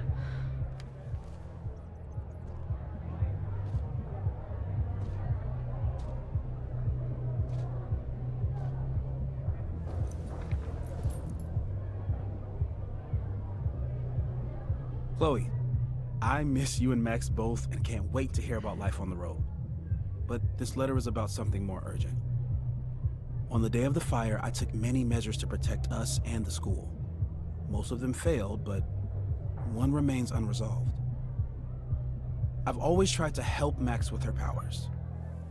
But in that moment on the rooftop, with her photo in my pocket, I froze. The implications were too large. Questions too many. People died that day. Did all of them have to? I'm not sure anymore. I don't know what the right answer is. I'm not the one who should answer it. But I don't think Max is either. I think Max knows she cannot carry the burden of her powers alone, even if she desperately wishes she could spare the people she loves. Max's power is a gift, but it is also a trap. There are moments in time that she cannot let go of.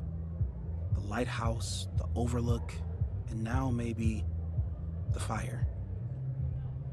If Max knows the photo survived, I don't believe she will ever be able to let go. She will want to try again to save more people, to stop the fire, if she knows. I would burn this photo. If it gives me the option, I'm burning it. Burn. We understand Max's burn power this photo. Ever. But so much remains a mystery. If she goes back again, does she risk another storm? There is one more thing. What happens to this timeline when Max leaves it? What happens to you? I wish I could tell you. Chloe, I'm sorry to put this burden on you, but I know whatever you choose will be right for Max, whether she knows it or not. Your friend, Moses. Thanks, Moses. Fuck. Of course, I trust Max more than anyone in the world. But maybe loving her means protecting her, even from herself? Or am I just saying that because I can't imagine losing her again? Burn the photo.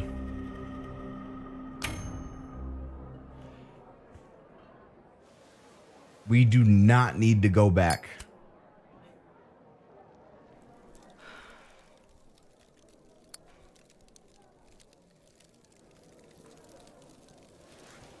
I know it's a painful thing.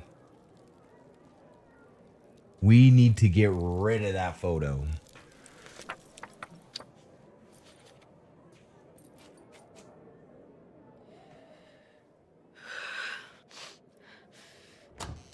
Ready for the mosh pit? Oh, shoot. Always, hippie. Is something wrong? I just want you to know that I'm not taking any of this for granted. You, us, this timeline, I'm going to fight for it, no matter what. Hey, of course. We'll fight for it together, right?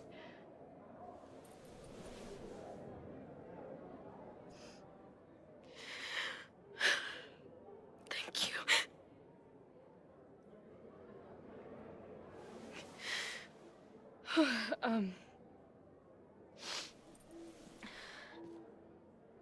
So, where are we heading next? The band's only got 2 more gigs and then they're on hiatus. We could head back east and check on your friends, or we can go west.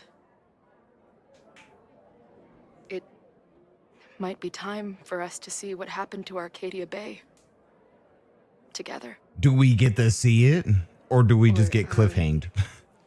Maybe that's a terrible idea. Right now, I don't want to think about the future or the past. I just want to be here with you, capturing every moment. Deal.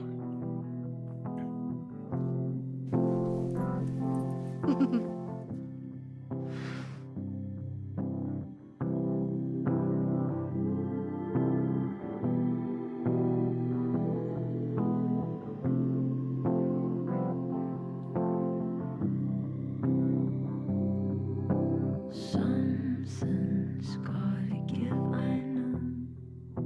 I've been pulling strings for too long.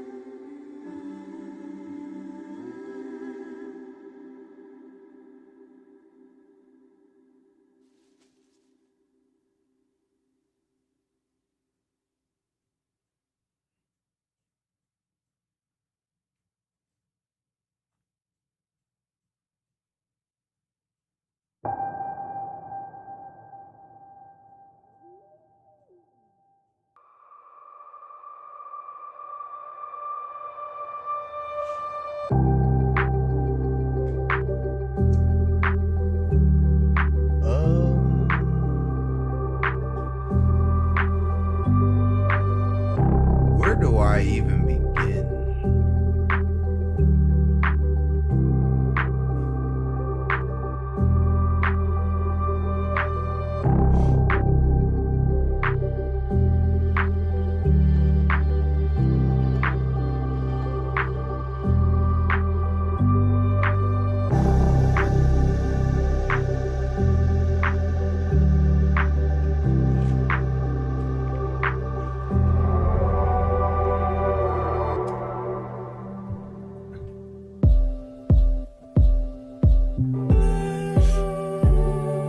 Yeah, I'm kind of like, it's over, yeah. I mean, I don't know if it's like truly over. I don't know if they're gonna make another game.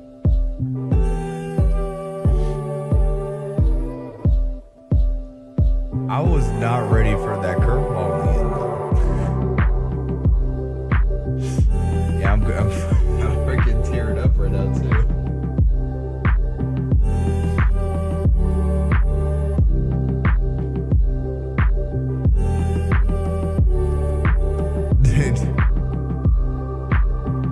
God, that shit got me tearing up.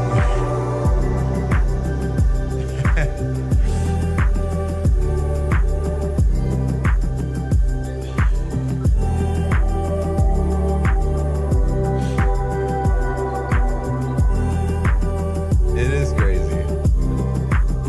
This game is 11 years old, too. Like, this whole franchise is 11 years old. So seeing that ending with the OG graphics, it just made me go through in time. I can barely even speak. Hold on a second.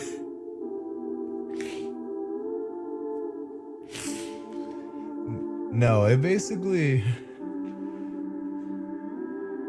it's like, it just made me think of like me and my best friend, of all the times we talked about this game. And then you throw in something like that is just beautiful. It's like the memories I've had just never died. So that just was very heartwarming for me. Something's hard to give, I know. I've been pulling strings. The graphics are great. Yes. As time went on, the graphics are amazing. The graphics in this game are good regardless. I know they did like a complete whole remaster with the first game using, I think it was True Colors. Using True Colors. I think it was like the True Colors graphics engine, and it was so beautiful. I still like the OG better though.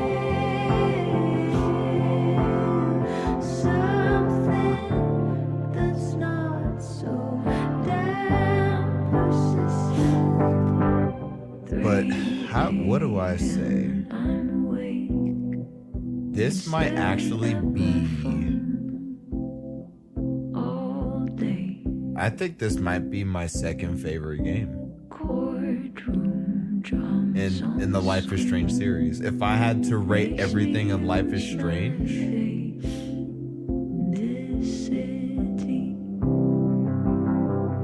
what's the next game? I haven't. You see me going through like a whole I'm going through like a mental breakthrough. I can't think of the next game right now. Let me talk about this game.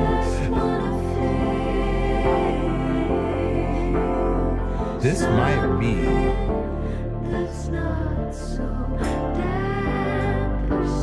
It's not Toontown.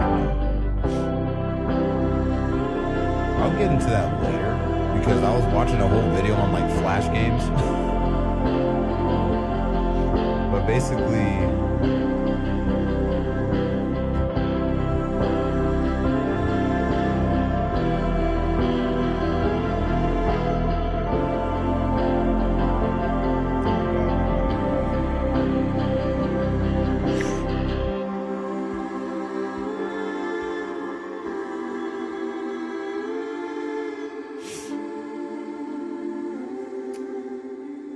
I might put this as my second, maybe my third favorite Life is Strange game.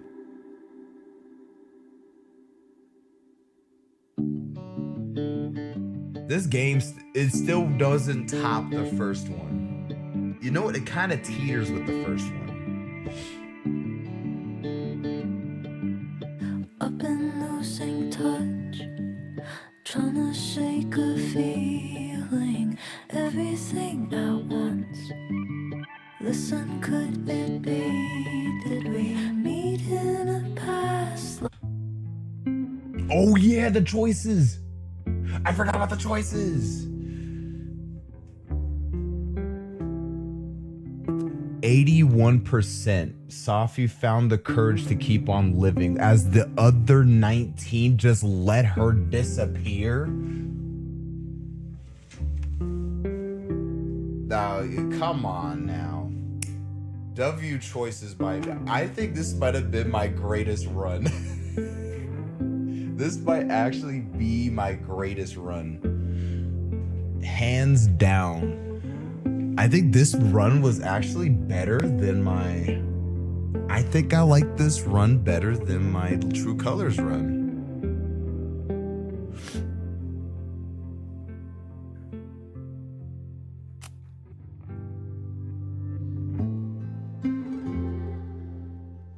Here, I'm gonna turn that down just a little bit. So for life and death, Loretta can die.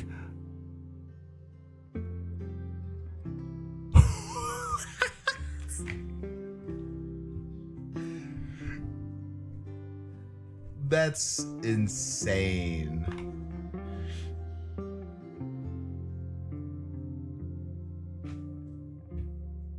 Owen can die?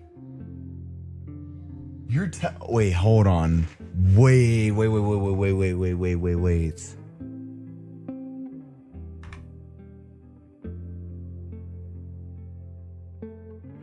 If I didn't give Noelle the mask, she would have died.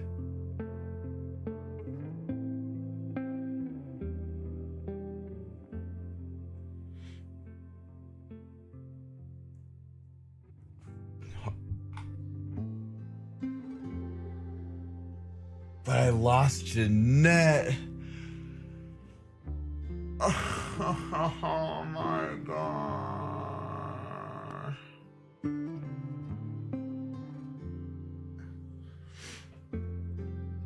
No.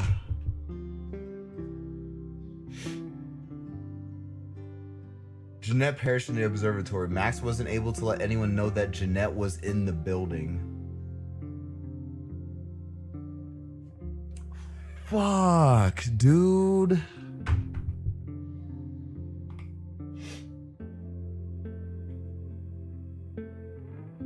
Okay. Dang. Okay, it's not perfect then. It's not too perfect, but I think this is still better than my True Runs. I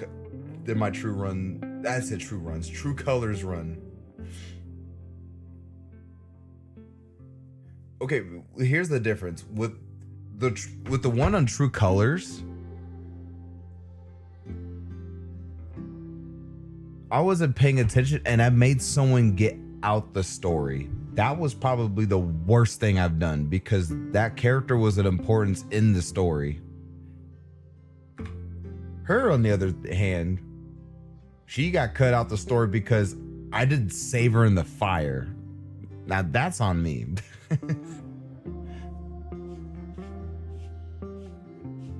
Two, I was supposed to talk to her about her moving forward in a school that she wanted to attend to, and now she can't attend it because she's dead.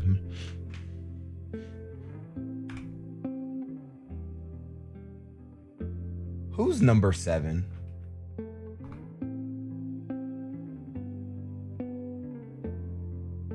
It would have been Vin.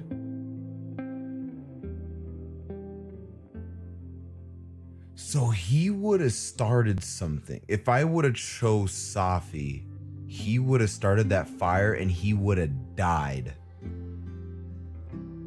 Those chemicals would have killed him. Oh my God. Okay, so let's go to fire starters. Chloe was able to convince Noelle that Ren was guilty. Noelle stopped Ren from lighting the admin building on fire.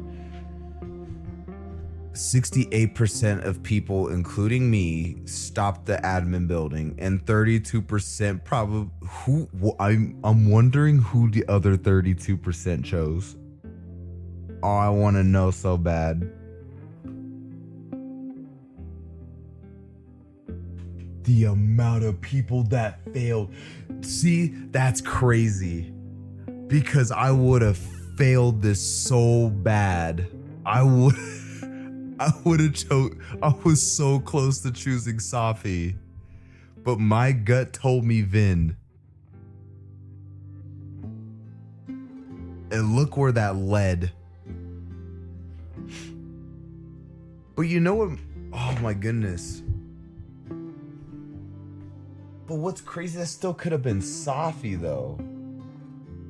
But Safi has like no interest in burning the Abraxas building in the first place. So I'm glad my gut told me to go to Vin. And what's number 3?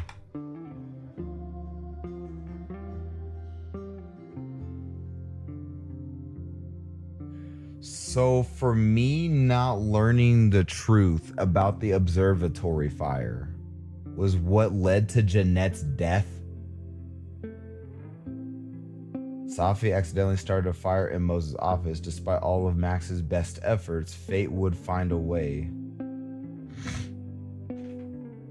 So you would have,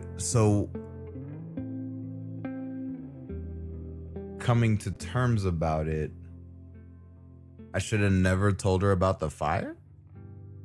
I feel like no.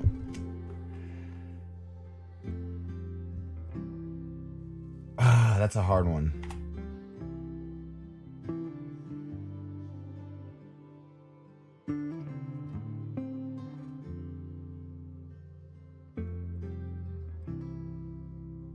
Rekindle? What do you mean by that?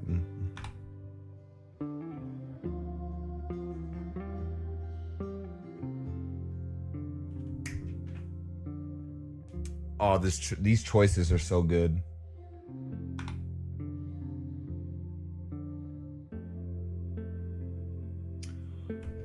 Oh my God, I didn't even know that was a choice, but I got the right one.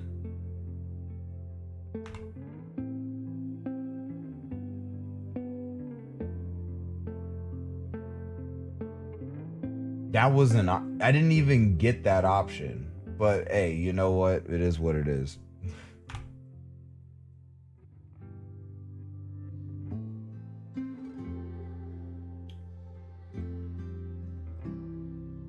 I'm not mad at this choice. I'm not mad at any of these choices, honestly.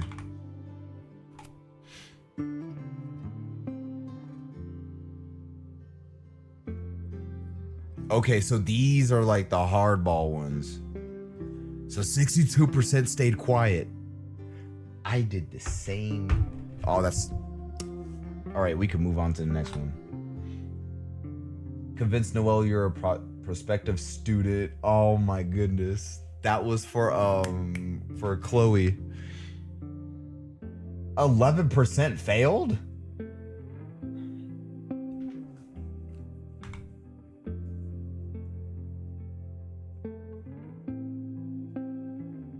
Oh, because I gave her the made up name. I mean, it was something that Chloe seemed like she would have done, so I would have probably... That's why I chose it. Tell Safi about the fire or refuse it.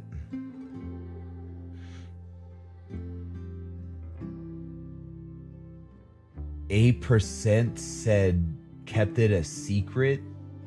I think that was the bad... That 8% is the bad choice. That's stupid. Why would you keep that a secret? Convince Joey you're part of the protest. 7% failed that?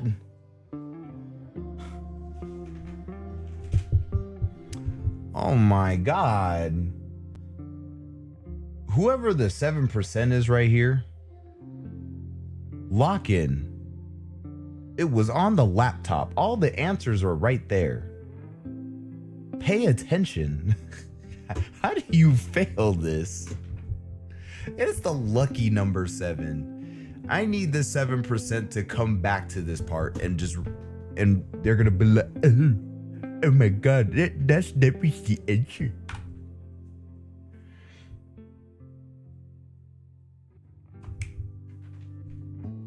I still think that was I think it was still bullshit that we fell off the boat. That could have been better.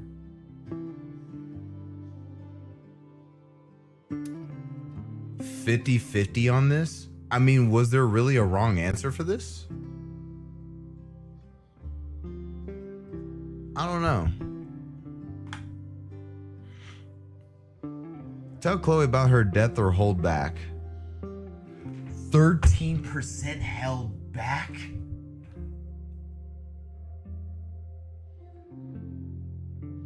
Are you serious?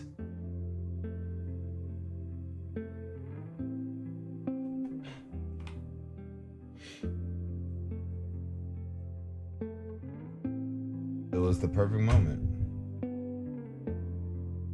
It led up to this moment.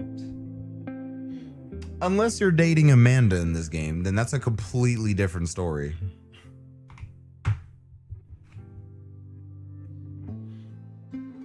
Pressure Ren into giving up the info. I admit, because I completely goofed this one, but I still got his ass. You can't say I didn't. I made up for that.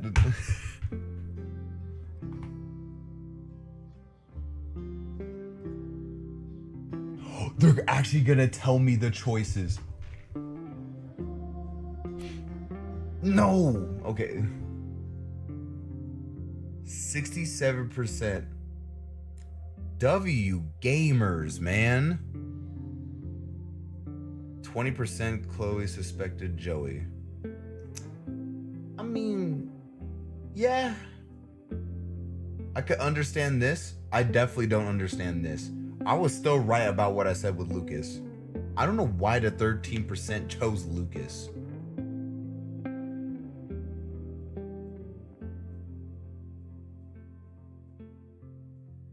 Lucas, as I said before, between these two are way too straightforward.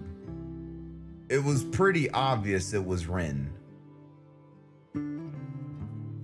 If you these people that chose this one, you're thinking too much inside the box.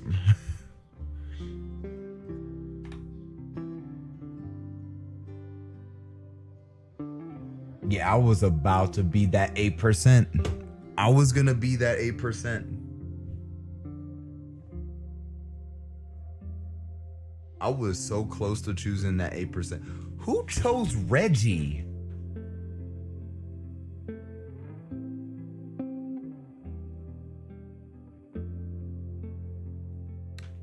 No, you didn't, Carnage. You did not choose Reggie.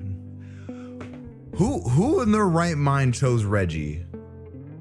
The 5% that completely sold this game.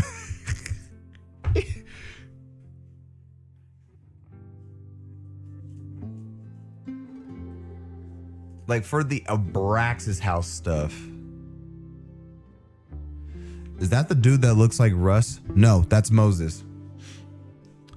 Reggie was the dude with the little coat with the nose piercing that tried to that was part of Abraxas.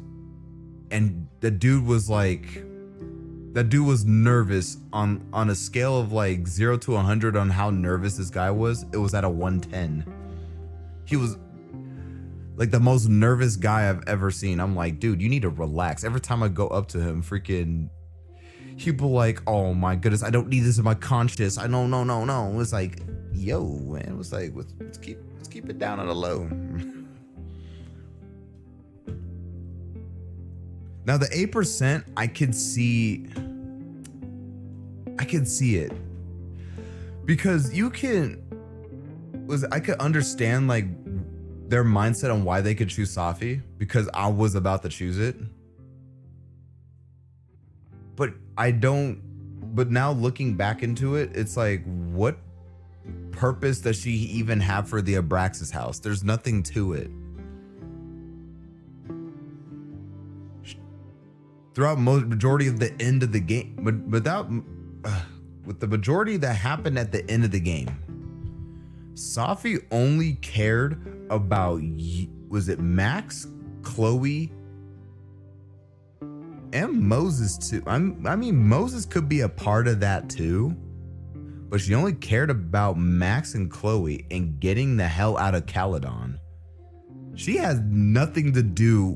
She doesn't even care about the Abraxas house. It has nothing to do with her.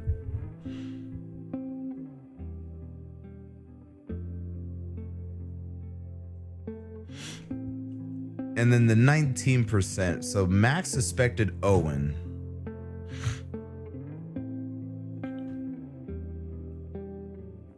This part I don't see.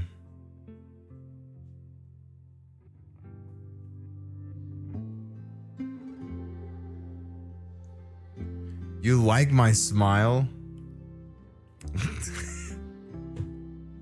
I mean, quit being a goober.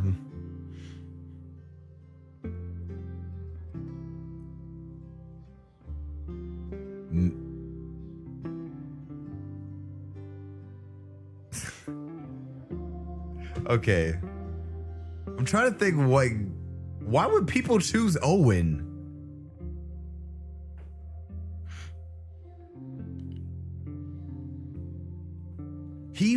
Yes, he wanted to destroy the Abraxas house.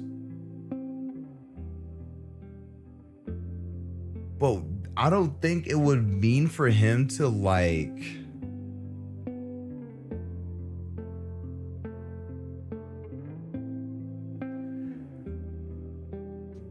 I don't think...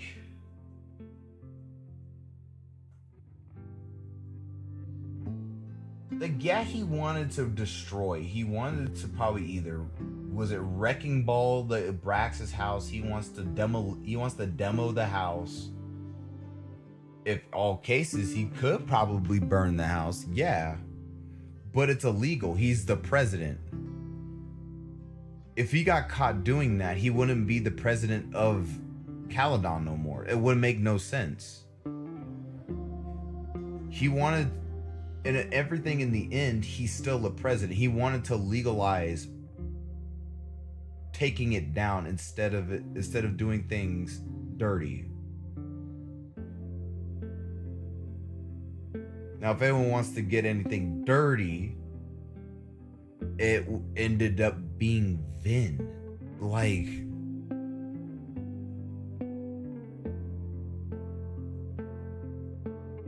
My gut told me Vin, and it was correct. Especially the person that did the sledgehammer and everything else. Because it also brought me back to the part where you're at the office and you're Max talking to Yasmin about her being part of Abraxas at the time at 1995 with the murder of that child. She knew everything in that household. And the only person that she could give that source to was Vin. And I definitely mentioned this. I mentioned it. And I leaned in on Vin and I was correct. And the fact that I was correct is just outstanding.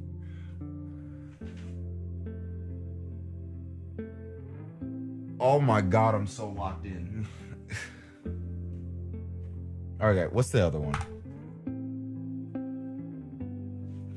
We're so locked in.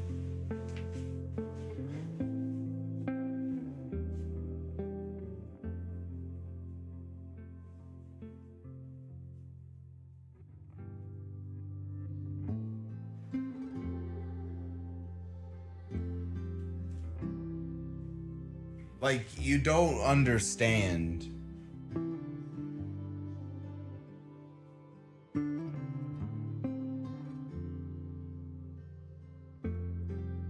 That is insane to me.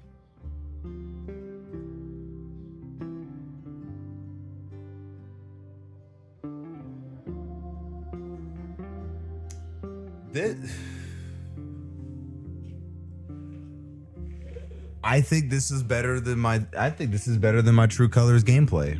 This is way better.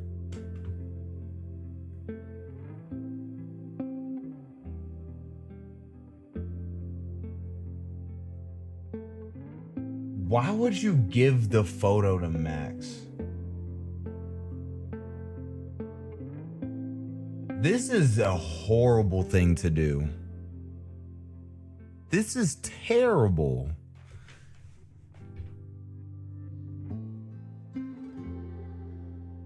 Because that's going to be living in the back of Max's mind for as long as she can remember. If you give her the photo, she's going to keep coming up with every scenario.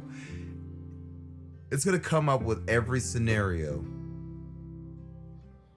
And then, okay, she saves someone, right? But she's gonna change something else. Okay, Chloe dies. Now what? She goes back in the photo. Okay, she somehow saves that person. Somehow saves Chloe. Cool. Moses dies. All right, back in the photo. And then goes back into the photo. Save both the people, Chloe and Moses. But then Safi dies. Okay, you go back into the photo again. You save them. But Owen dies. And then she's gonna feel guilty on getting Owen killed. Goes back in the photo. Something's gonna change where, like, she's not gonna be satisfied with how it's gonna end. It's gonna, because Max could critique every detail. Whenever she critiques that part of the detail, it's going to eat her alive.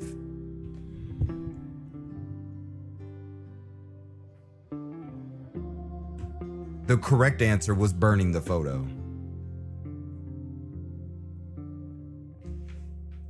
All right. I'm not mad with my choices.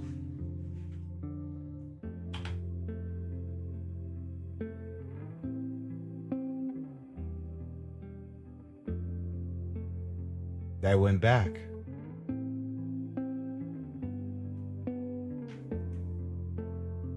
Oh my God. Are you serious?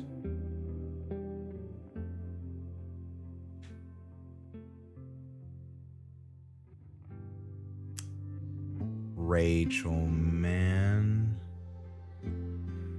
Look at Chloe's mom.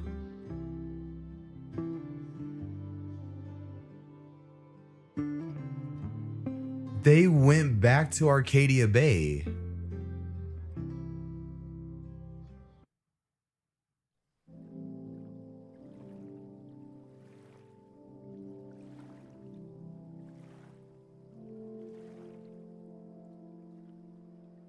W game, man.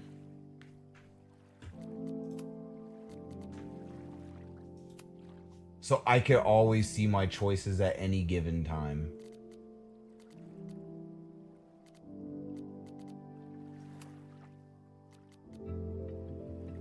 Oh my god, you can customize their outfits. What do you mean classic? What do you mean that? Huh? What does that mean?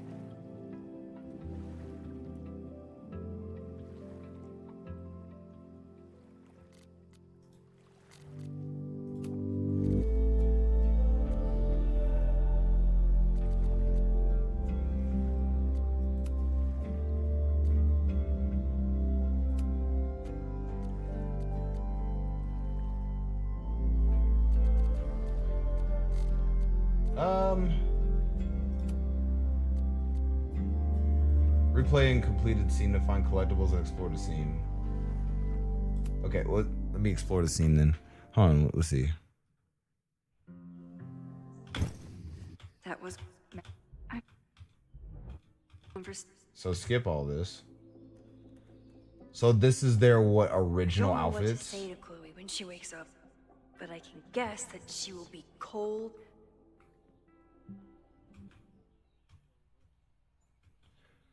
Can I go back up, please? I want to see the outfits. I don't know what to say to Chloe when she wakes up, but I can guess that she will Wait. be cold, hungry. Okay.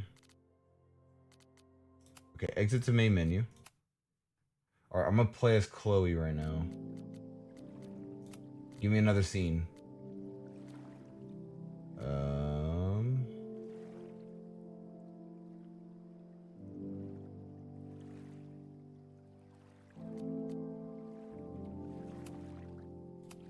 Okay, let's do this.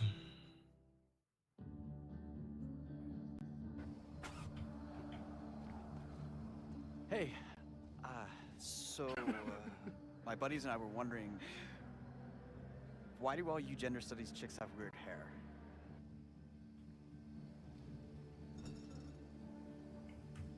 She went back to her blue hair phase, except the pink highlight is different. But she went back to the blue hair phase in high school. In a prep college. Okay, I just wanted to see that.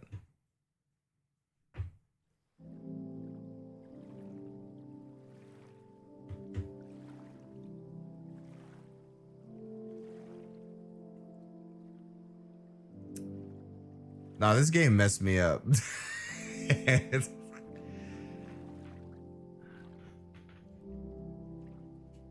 That's insane. I feel like if they showed me that, I think it's just a true ending now. Okay, now if I'm thinking about it, because now I'm thinking about double exposure. I have to talk about this with Chief Guala. Probably off stream.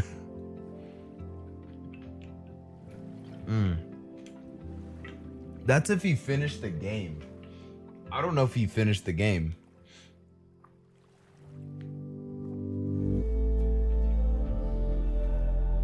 But I definitely have to talk to him about this. We have to look at the Steam comments. Oh, guys, we are so locked. Hold on a second. We are so locked. Oh, we about to look at these comments right now.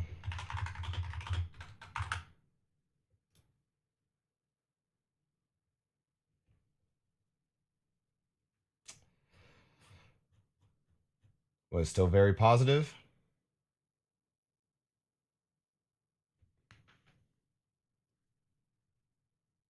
Wait, how many hours do you have? 17 hours on record. How many hours do I have on this game? 12? Not too bad. Okay.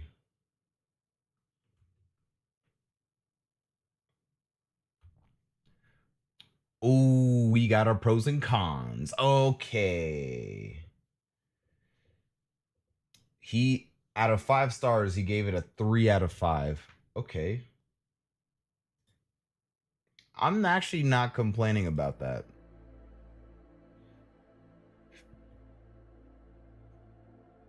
I ain't complaining about that at all. So,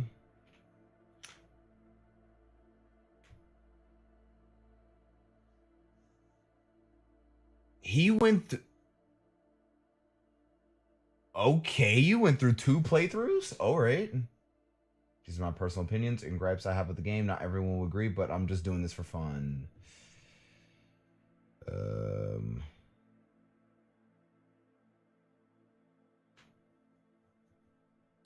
A lot of people did not like double exposure, though. Okay, so what's the pros here? The game is better priced in comparison to double exposure. Who convinced them that double exposure was worth that much? Soundtrack. This is exactly the kind of soundtrack that embodies Life is Strange. Super nostalgic feeling to it with even a song from the original. Yeah, I have to listen to the soundtrack. I have to take off the copyright stuff so I can actually hear the soundtrack. But the soundtrack is not bad. I think it's better. I think this game is better than True Colors to me. But as far as the soundtrack goes, I think Life is Strange True Colors for their soundtrack goes second place. Chloe, I mean, I know this game was basically made with fan service intentions from the backlash of lack of Chloe and how she was mischaracterized in Double Exposure, but I have to give it to them. They mischaracterized Chloe in Double Exposure?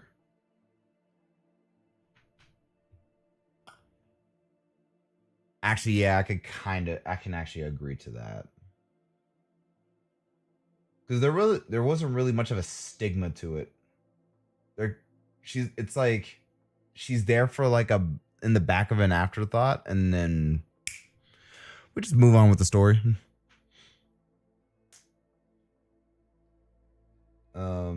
Was it they did it and they really recaptured her charm as best they could. You instantly feel the connection again between Max and Chloe, which was absent in Double Exposure, as well as other things. Yes, this is so true.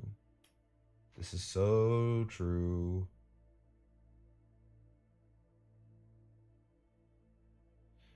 Perspectives. I love that they not only brought Chloe back, but made her playable like the prequel game with the talkback feature. Dude, yes. This is one thing I liked in this game for sure. You got to play not only just Max, because obviously Max is like the main character point in the game, but they also put Chloe's also a main character too. So whenever she came back, you got to play as her. And then you got to not only play as her, you also had the gaming aspect moments from before the storm to do her choices. I thought it was amazing. And then the back and forth talk, whenever they're both together, you get to answer from Max's side and you get to answer from Chloe's side. I thought that was perfect too. I wouldn't change anything about it.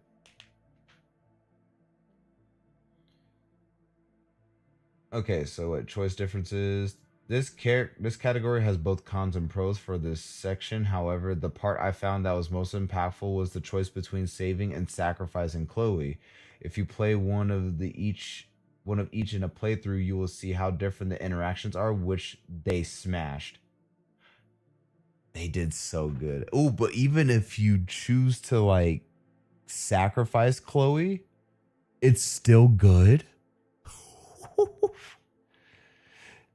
Cool Easter eggs. If you're a fan who loves being serviced like me, then you will also appreciate some cool references to other Life is Strange entrees. I'm sure there's some. Oh, I said entrees, entries. I'm getting a little tired.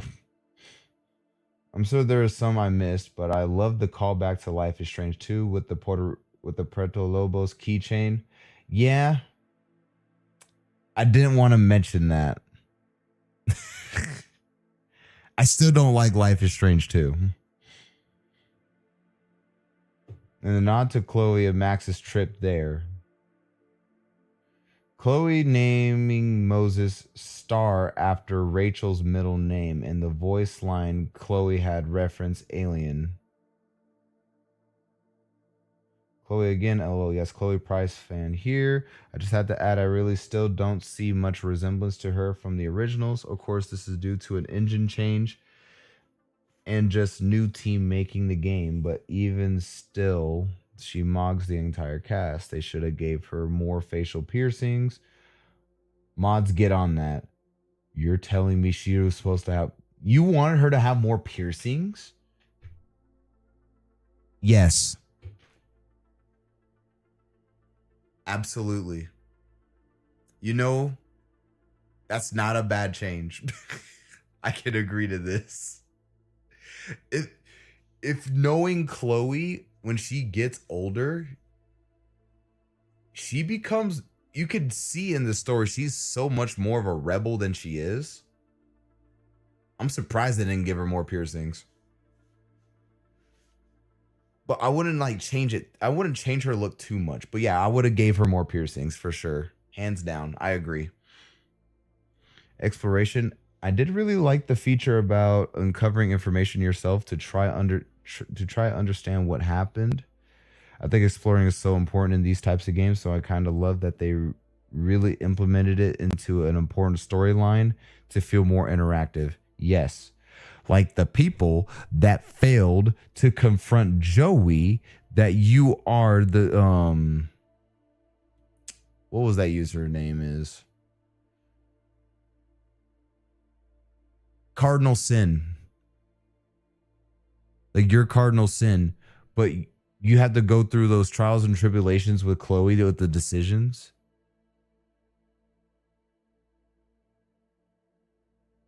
That's important. Since people failed that, it means they didn't explore much. They just didn't care, or they probably skimmed. You gotta read it. You gotta pay attention. You have to lock in to make your story good. But I feel like some other people also failed it too, just to see how it would be like if you failed it.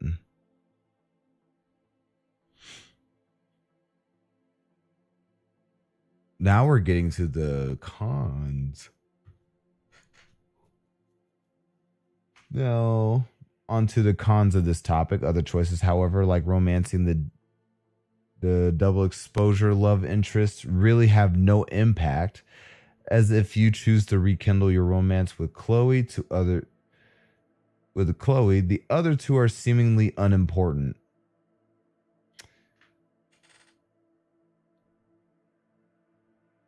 I mean, mine was kind of with Vin. I remember mine with double exposure. I did that with Vin. So, unimportant?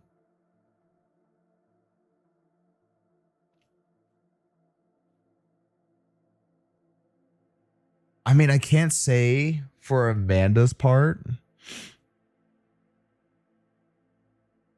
But for Vin's part, I mean, there's no way that they were going to get back together anyways. It's like their paths are completely different. Their two paths are like completely different. They're not going to intertwine again.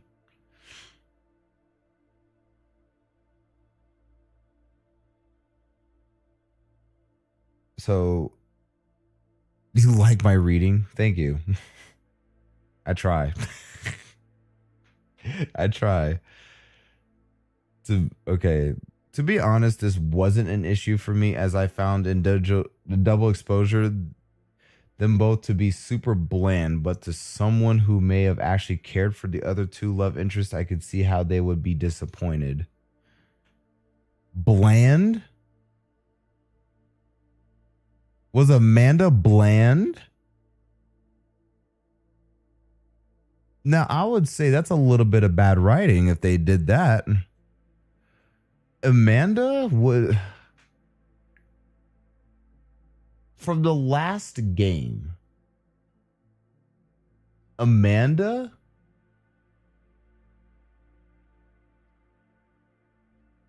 was basically a whole nother Chloe. That's why Chloe and Amanda, whenever they had their speaking points, they clicked. It clicks instantly. But they never really took it that far into like their friendship though. Personally, for me, I would have like took it far. But they didn't do that here, so I guess. Journal design. The argument here is that yes, they are both older and not teens anymore, but the journal designs are just so underwhelming. All right, at least you're explaining this. Some of the drawings are cute, but it just feels so bland to read and look at. I don't know. This is just another personal one. Yeah, I think that's a personal one because I loved reading the journals. Reading the journal, it was like I was diving into Chloe and Max's therapy session. It was like reading a whole therapy session. And not only that, the journals kind of keep up with you with the story too. Just like if you kind of forget a certain detail, you could just go back in the journal. And then you're going to be like, oh, okay, now I know what's happening. Not episodic. This is more of a personal one, but I just feel like having episodical chapters is just a basic Life is Strange feature. I'm going to break the news to you, buddy. It's not Don't Not Entertainment. Deck 9 made this game. So they're just going to throw everything into one big mumbo jumbo. And you're just going to have to treat some of everything like an episodic feat, like just an episodic. I don't know how you're going to put it. It just entirely how you have to play it in your playstyle. I really don't mind this. This doesn't really affect me. Because what? Let me finish what he says. The pacing was a bit all over with this, not in place, and I was honestly confused as to how far into the game I was. That might be a personal thing, because I kind of figured how far I was going due to like not only just the foreshadowing, but like the way the writing was going. If you pay attention to a bit more of the writing, you can kind of figure out where each part kind of like plants itself as an episode. In my opinion, I think to me, that's not really much of an issue. I could take that. I feel like if I wrote this, I would have took that con away.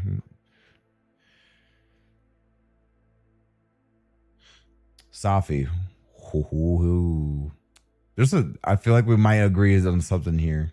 Like Safi, I just don't really understand her motives and character much. It's weird because I do see a good chemistry between her, Max, her, Max, and Moses, but her importance from double exposure was just kind of over going into this game, or so it felt like to me.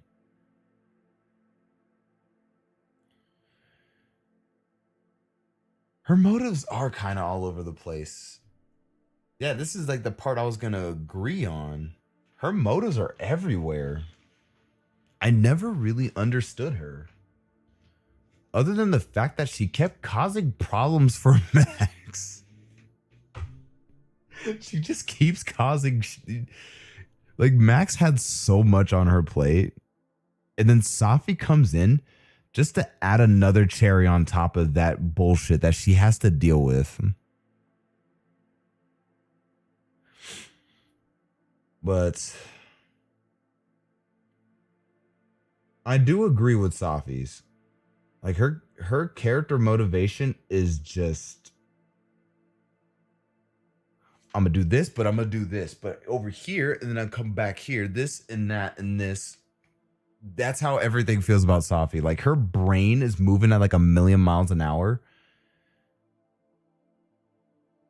And it just like, Safi, you good? All right, side characters. Some characters really outshine the rest, like Moses. I just think most of the other casts give you no reason to be emotionally invested into what happens to them. I was also disappointed they didn't have Gwen in this one, but had other more boring characters from Double Exposure. I could agree to that. Character motives. This one is specifically directed towards Vin and the fire. Like, why would he really do that? I don't even know what else to say about this.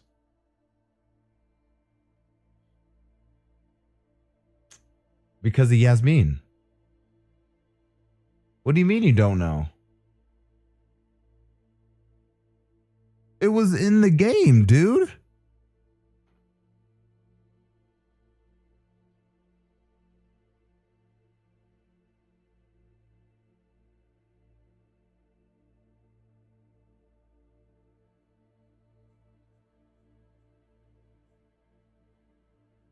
He even explained it.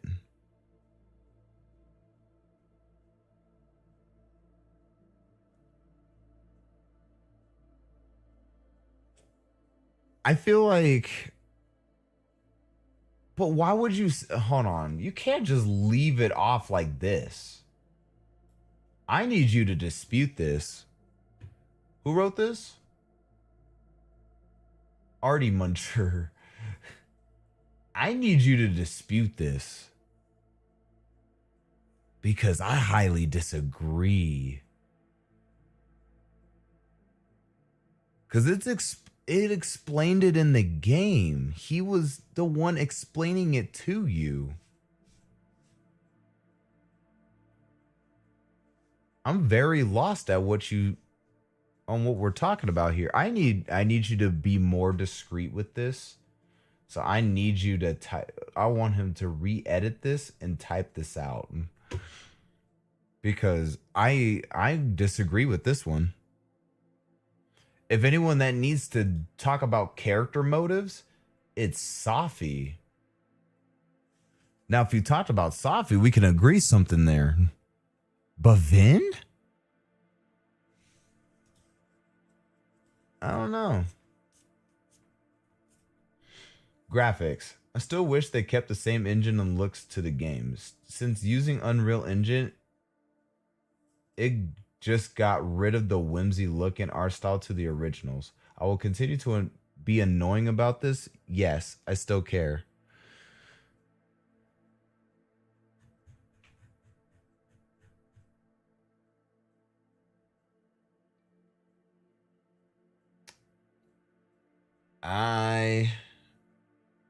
I mean, I don't mind this, but I do agree with you. It does give this game character.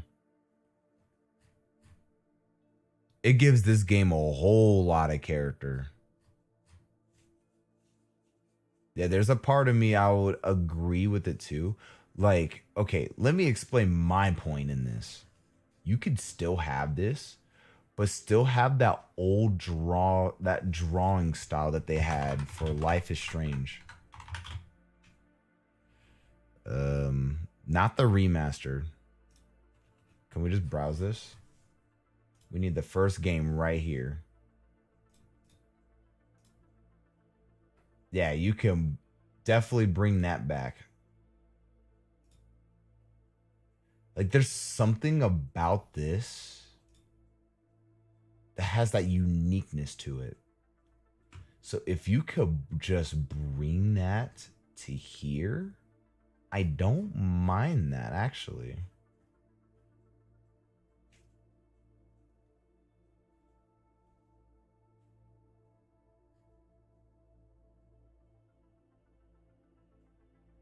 Yeah. I don't mind that. I can agree to that.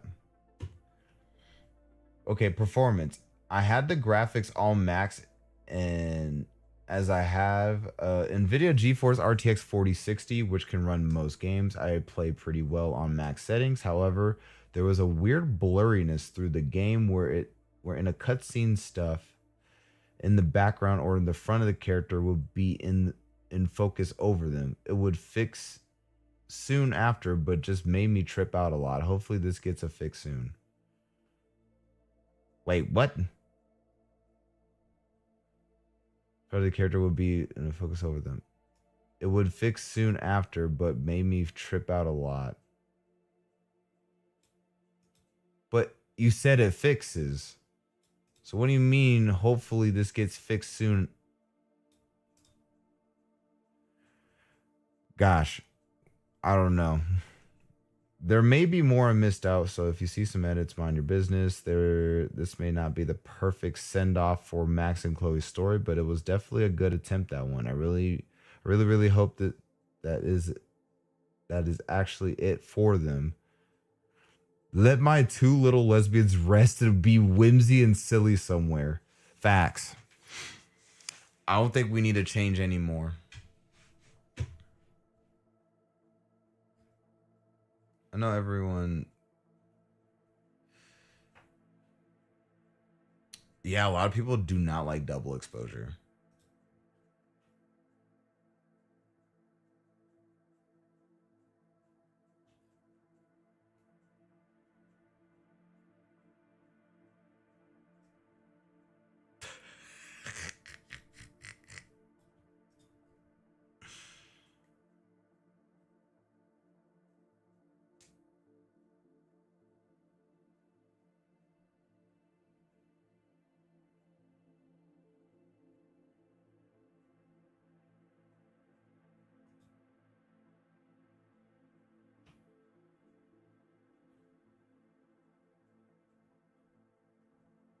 Hang on. What you mean? I enjoyed double exposure and was confused by the mixed reviews on that one. Reunion had the mostly positive reviews, and to be honest, I am once again confused. Listen, the game was decent, but the fact that I killed off Chloe in the first Life is Strange and was forced to still have her alive in Reunion already annoyed me. So did we forget the plot in the story where you just merged two different realities together as a whole? Arcadia's back. Everyone from Arcadia is alive. Do you know what that means, cat lady? It means in another reality, Chloe is alive.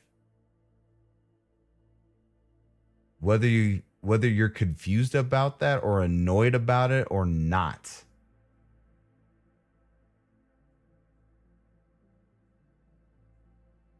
You have to think about the other reality. You just played double exposure.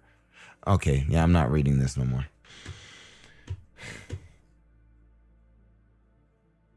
Like, it's like the lack of people not paying attention. It's like, it's like, why write this when you knew exactly what the story was about?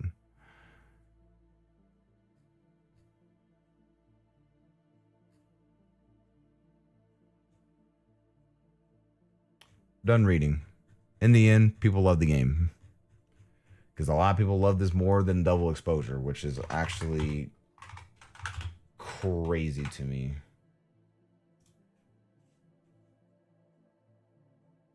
Yeah, because this game was good.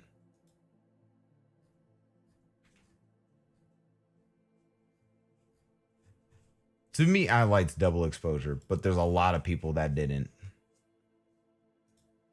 It's still mixed. So what's happening here?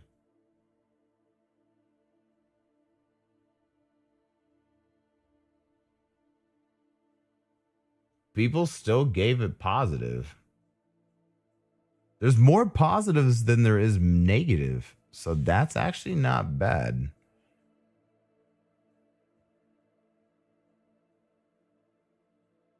Yeah.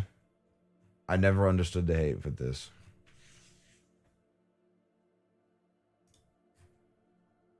This game got nominated. Best writing in a game nominee. I don't know about that, but the best music and best acting, we can do that.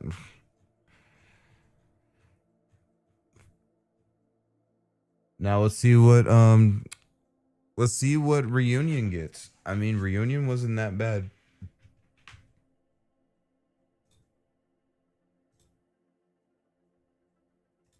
Like you had that person, come on now.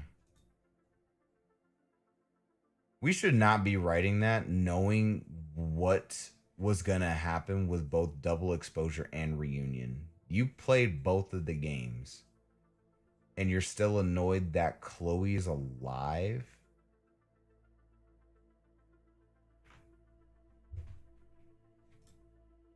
Got a news flash for you. Welcome to two different realities. Because the reality you were in, no one was alive. So if you chose Chloe to be dead, then Chloe was dead in the reality that you were in before. But since you had the power to merge those realities in the end of Double Exposure, that version in that reality of Chloe is still alive from that Arcadia Bay. She's still alive somewhere.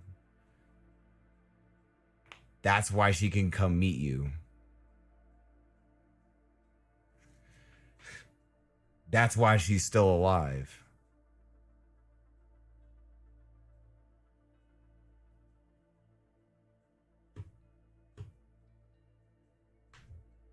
Like, come on now. But all right. I'm going to bed.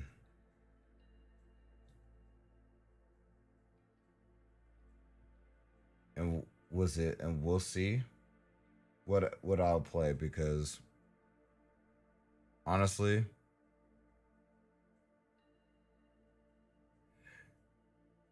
this game's probably going to be stuck in my head, so it's going to take me a while to go to sleep.